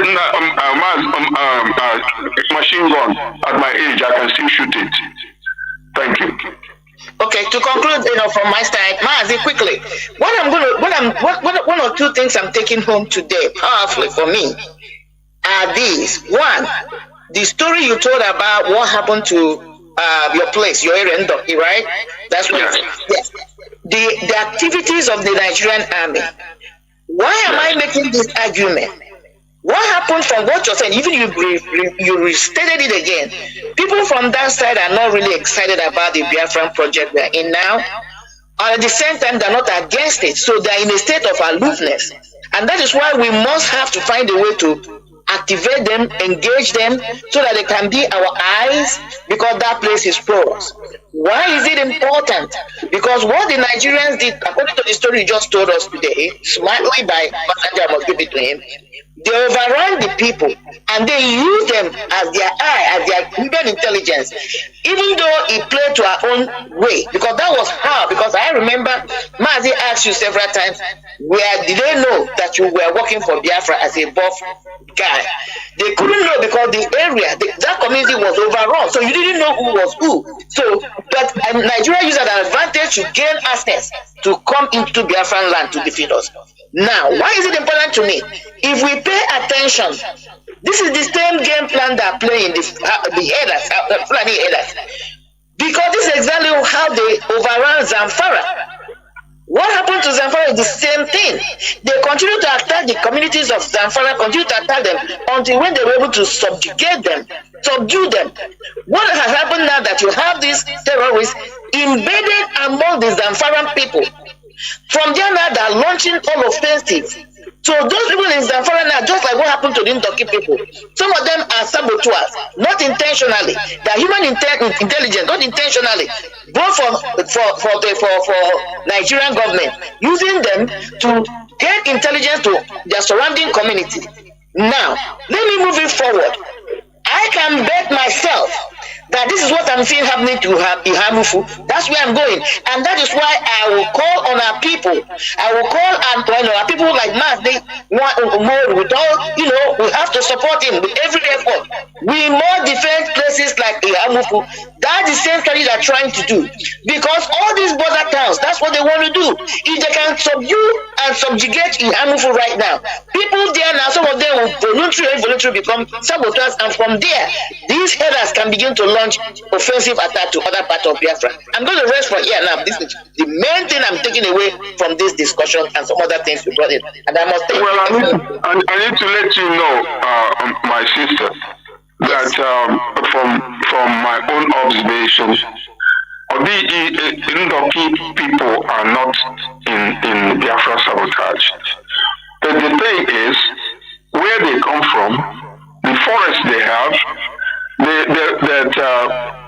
the Biafra, but also even Nigeria Jibao through Umabai, Afam, Obete, all those below water areas, and that's how they come. I say they are going to come again through there. And if they do, they will capture about in 10 minutes through Ahanku Road. Yes. They will not even go through Port Harcourt Road. Yes. So the only docking on now that when I am bold to, then many people will not be bold enough to go to Imuche, because my story will not be good if I don't say where the base where Obasanjo started his people, where that people that helped him. Ndoki generally, I'm not going to tell you now, anyway, saboteur is not Ndoki. No, that's not what I'm trying to, hold on, my God, what I was saying is that Sorry, please. Ndoki people, if they are saboteurs, I'll tell you who the hell are Ndoki people. I never said that, please. Okay, good. What I'm trying to tell you was that because they were overrun, because they were overrun during the Nigerian war, they were overrun. It became a fermenting ground where Nigerian soldiers were staying. People like Obasanjo, they were staying there. And then, even though they did not capture them, but they overran them, they were able to live there, and they were able from there to collect intelligence. Just like the guy you were talking about, the dated your auntie. I don't think that not necessarily he volunteered to be a saboteur, but because the environment was toxic for him to do otherwise. I'm not making excuses for him. When you have a community just like Zamfara, that's why I referred to Zamfara, they're overwhelmed by the terrorists. Nigerian government is not helping them. They will capitulate. Some of them will capitulate, not voluntarily, but involuntarily, to begin to be used as intelligence. So that's why I'm calling that we must protect our border towns like Ihamufu. That's what they're trying to do now, to subjugate and subjugate the people of Ihamufu. Because we look at what is happening. The Ezes, the chiefs, the people that are supposed to help them are not helping them. The Nigerian government is not protecting them. The governors are not protecting them. Do we not understand that if these people continue to be subjugate and subjugate the people of Ihamufu, because we look at what is happening. The Ezes, the chiefs, the people that are supposed to help them are not helping them. The Nigerian government is not protecting them. The governors are not protecting them. Do we not understand that if these people continue to be subjugate and subjugate the people of Ihamufu, because look at what is happening. The Ezes, the chiefs, the people that are supposed to help them are not helping them. The Nigerian government is not protecting them. The governors are not protecting them. Do we not understand that if these people continue to be subjugate and subjugate the people of Ihamufu, because look at what is happening.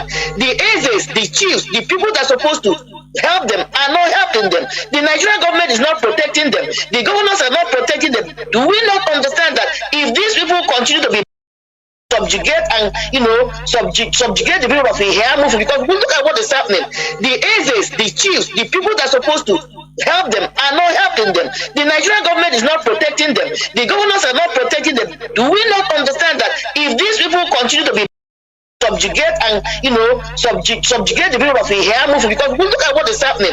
The Ezes, the chiefs, the people that are supposed to help them are not helping them. The Nigerian government is not protecting them. The governors are not protecting them. Do we not understand that if these people continue to be subjugate and subjugate the people of Ihamufu, because look at what is happening. The Ezes, the chiefs, the people that are supposed to help them are not helping them. The Nigerian government is not protecting them. The governors are not protecting them. Do we not understand that if these people continue to be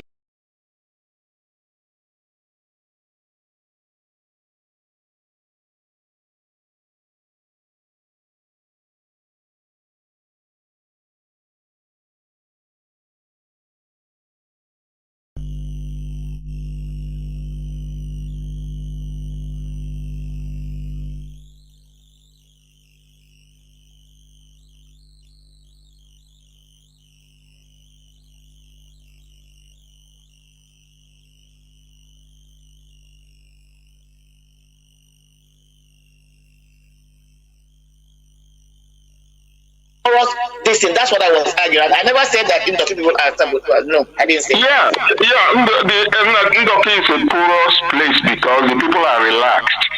Yes. Every Port Harcourt,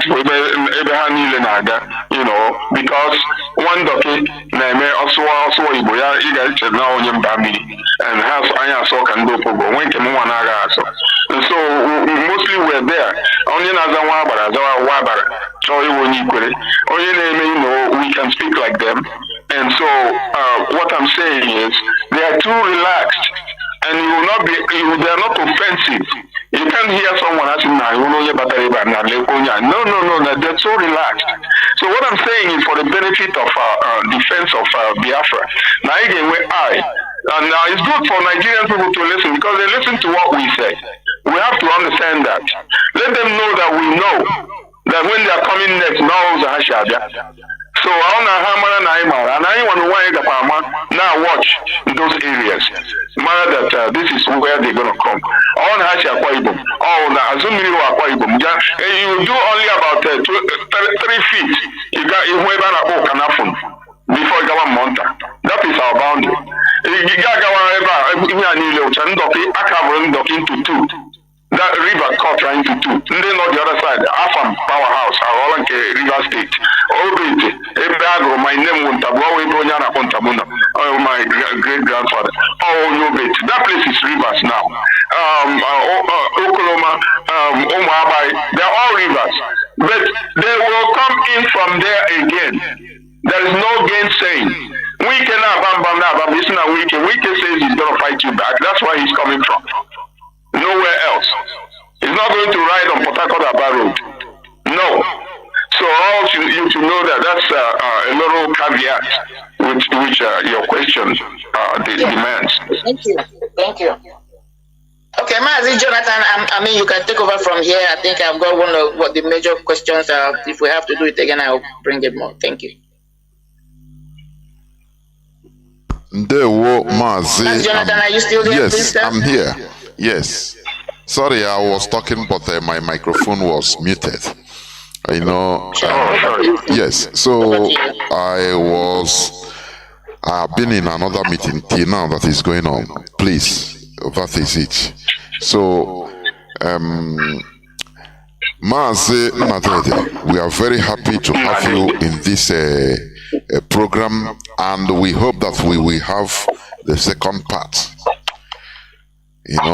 And I'm happy to hear your voice, and you continue the analysis you made concerning what you see us doing today, because it's not easy. Many people that are of your age that fought the the Biafra war, some of them were downcasted into capitulation, total capitulation. But here you are still fighting, and you made a very striking statement that even if you can even shoot machine gun, but we understand the enthusiasm.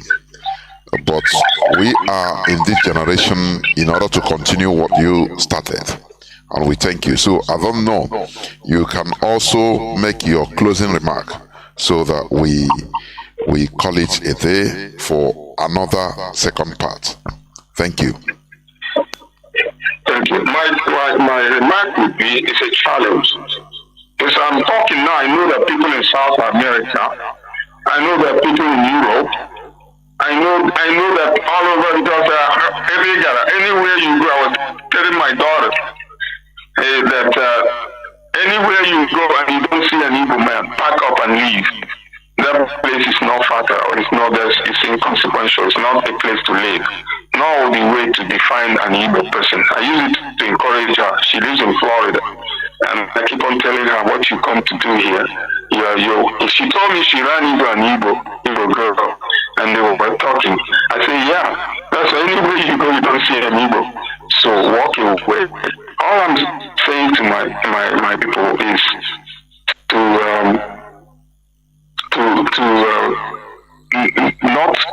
not betray their loyalty to Biafra. That's much of what I want to let them know. There's no age you are that you will not be a Biafran. So we will never forget where you come from, and that's a major thing. I would like to tell my people to love Biafra and contribute to Biafra. Any penny you just don't dispense it for nothing. Send some to Biafra. Remember your parents, and that's the only way they are surviving. I'm going Port Harcourt. I want you all to know that I have been captured. I've been a Nigerian captive again for the second time. This travel I went in October last year, but I went to Port Harcourt to extend my travel in March this year. I drove into Port Harcourt. I was kidnapped by Fulani and or somewhere. I don't know where he came from. They stopped me, asked me to open my door. I opened. He went to the back of my seat with his gun, the one in the front, and pointed and asked me to be driving around Port Harcourt. I thought, now, I have a witness. His name is Mazi from America. He called me. We were on the telephone when I was a captive of Nigerians again. So some experience, many people will go through doing so much to get free. I'm not saying now we're genius, but there was a way I handled myself for 6 hours everywhere home. I said, pack here. What they intended to do, I invoked everything I could use. Only back and down again, but I was let go. I spent only 10,000 naira. I put my hand anywhere you go. Put 10,000 naira in your pocket. And do you know where he was sitting? His feet were stepping on a bag I left on the floor there. All over 270 something thousand naira on me. I would have given it when he came to that, but I didn't give him. I held myself until I only coughed up to 10,000 naira, and they let me go. So whatever I said got me. So you all should be resourceful, and whatever we remember again to say. As I'm talking now, I've forgotten many things, but I didn't forget the story of Biafra. My phone is 24 hours by my bed, and I'm listening to what you guys are doing. And you're all doing well. But there is only one problem we have. All these are autopilots. And after hearing my voice, and many of you will not come out of it, there is no need. A guy went and formed a parallel army. A guy, Simon Ekpa, went and formed his own commander called Commander Orji, General Orji. So all he wants is he's been promised and he doesn't know how to wiggle himself out again. By listening to him recently, he's trying to find a way. There's no alibi for him. So you guys should please, this autopilot thing, just listen to me. Don't think I'm stupid. Because so many people who are writing and making comments, and I have seen English, one line, I thank God for you. God, we love you. That's all you say? If that's all you're going to see online everywhere. And there are three people you have to watch out for. Watch out for this lady, Anna Olinda. And watch out for this Progress. What is her name again? Nohani, Germany. And watch out for which other? There are three. They are posting Samuel Ekpa. Those people will suffer more than Simon Ekpa is suffering. And you people should watch out. And be intelligent enough to know how that Nihai Nacho will get it. Nigeria knows it. So thank you all very much. There are so many things I always imagined I would like to say, but I've forgotten a bunch of them now. So next time, if there's anything, you will have time. But I want one thing, it's a challenge. I'm giving Biafrans a challenge. That they will, whatever you hear from me now, we have seasoned journalists, we have writers, put them together. And make sure that it is pushed into the mouth of Obasanjo. Because if you don't have Obasanjo listen to these comments, you have not. I have wasted my time. I have wasted my time. If you all can do all the things you can do, some of you can walk on water, and you cannot put all this in concise where Obasanjo would make a comment and say yes, no, okay, hear me. He won't deny it. So if you can do that and you're waiting for a group to do it for you, one more person can do it. And that's why I am still sitting here. I'm not wasting my time. If you don't know why, I'm not addressing you so you can sit on your couch and listen to a story about Biafra Civil War. I just want to let you know that this is another dimension. It's probably the last passage, the last chapter that you have found out how you lost the war. You don't know gainsaying, and that is the truth. So, thank you all very much. Thank you, Mazi. We take your time we spend with you today. Very, very, it's important, your time, considering I know personally after speaking with you, it's a value time. So we highly appreciate it, and we're going to definitely make sure that we get into the media spectrum where Obasanjo will be forced to hear some of it. And another thing I take from it in conclusion is that another thing I learned is that which in a way, whether you knew it, but when you said it, that when you made that statement that there was a stalemate, that area where you were, even though once in a while there were sporadic shootings, but the time was a stalemate. And being that the military, especially from the Nigerian part, they didn't know what we got. They thought highly about us. They were exhausted until Obasanjo made those trips. So that's an encouragement for somebody like me. And there's something I'm going to discuss. In fact, tomorrow I have a program coming up. I'm going to interject it somehow, reference my our interview with you. But you told us that we must be resilient, because from what is happening now, some of us are beginning to think that, get that fatigue of thinking that we're not doing a great job. That was why I asked you that question. What do you think? How do you think we're doing? So I'm going to let us know. We're going to fire ourselves up to know that even though we might feel fatigue or feel tired or feel frustrated, our enemies are even maybe weaker than us, and that's why we must forge on that, because we might be at the brink of crossing that bridge that is too far. Thank you so much, Mazi, and I yield. Lady, thank you so much. When you go to Ikote Bene, like I told you, there was a stalemate, the word you used. They knew that it's a mutual annihilation. How do you, if you're a soldier or you're an officer, you should be able to know the strength of the soldier in front of you. We spaced, especially whenever you hear a machine gun sound here and a machine gun sound over, you use machine guns to dictate the population. Because machine gun is not where 10 people in a row on the side. So we had what they had. We were no more at a time when we couldn't repel them. They were scared to come to fight us. So if Obasanjo, all these things Obasanjo, when I read it in one of the things he wrote, he sent 13 brigade to Ikorekmene and went to what other villages he named. He didn't send anything, but he got all the support he needed from Nigeria. And he will not tell them that he did not shoot a gun, because the Fulanis will think. He told them he fought a fierce, gruesome war to end the war. It's a lie. Well, there are lies in the military. And so that was what he used to gain his own fame. You know, money he can use to survive. That was how he made his money. So you can never be afraid. Don't second guess your enemy as a tough person. They ain't nothing. They have nothing. In fact, I see these people now cowards, serious ones. You know, each one hasn't had Chinedu. And how much I know they try. It's not Fulani. I've never seen cowards in my life than Fulanis. I've seen a job. One person, with two weapons, two people, and I control also. This is the shameful, most shameful thing that ever happened to.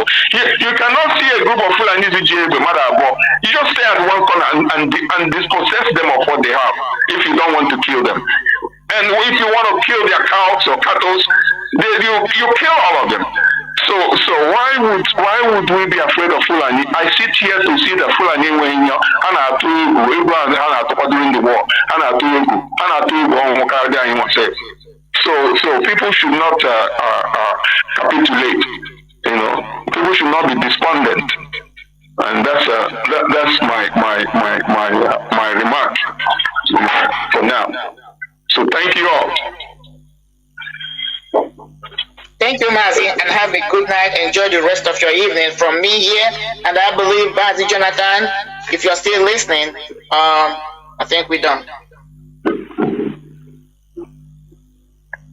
Thank you very much, Madam Wada, Marianti Heather, and Mazi Nadede. You are one of our living libraries, and we encourage all other Biafran war veterans in order to come up, because we need your accounts, your experience, personal accounts and experience, in order to guide us, to let people like us, people that didn't go through the bitter experience you went through, to come up. You can make contacts on Radio Biafra, because this is our rallying point. Thank you, Mazi, and thank you, Wada. There were. We are waiting for the second part. Thank you. Thank you. From me, from here, from us all from here, it is simply good evening. Good evening. Good evening. Yeah.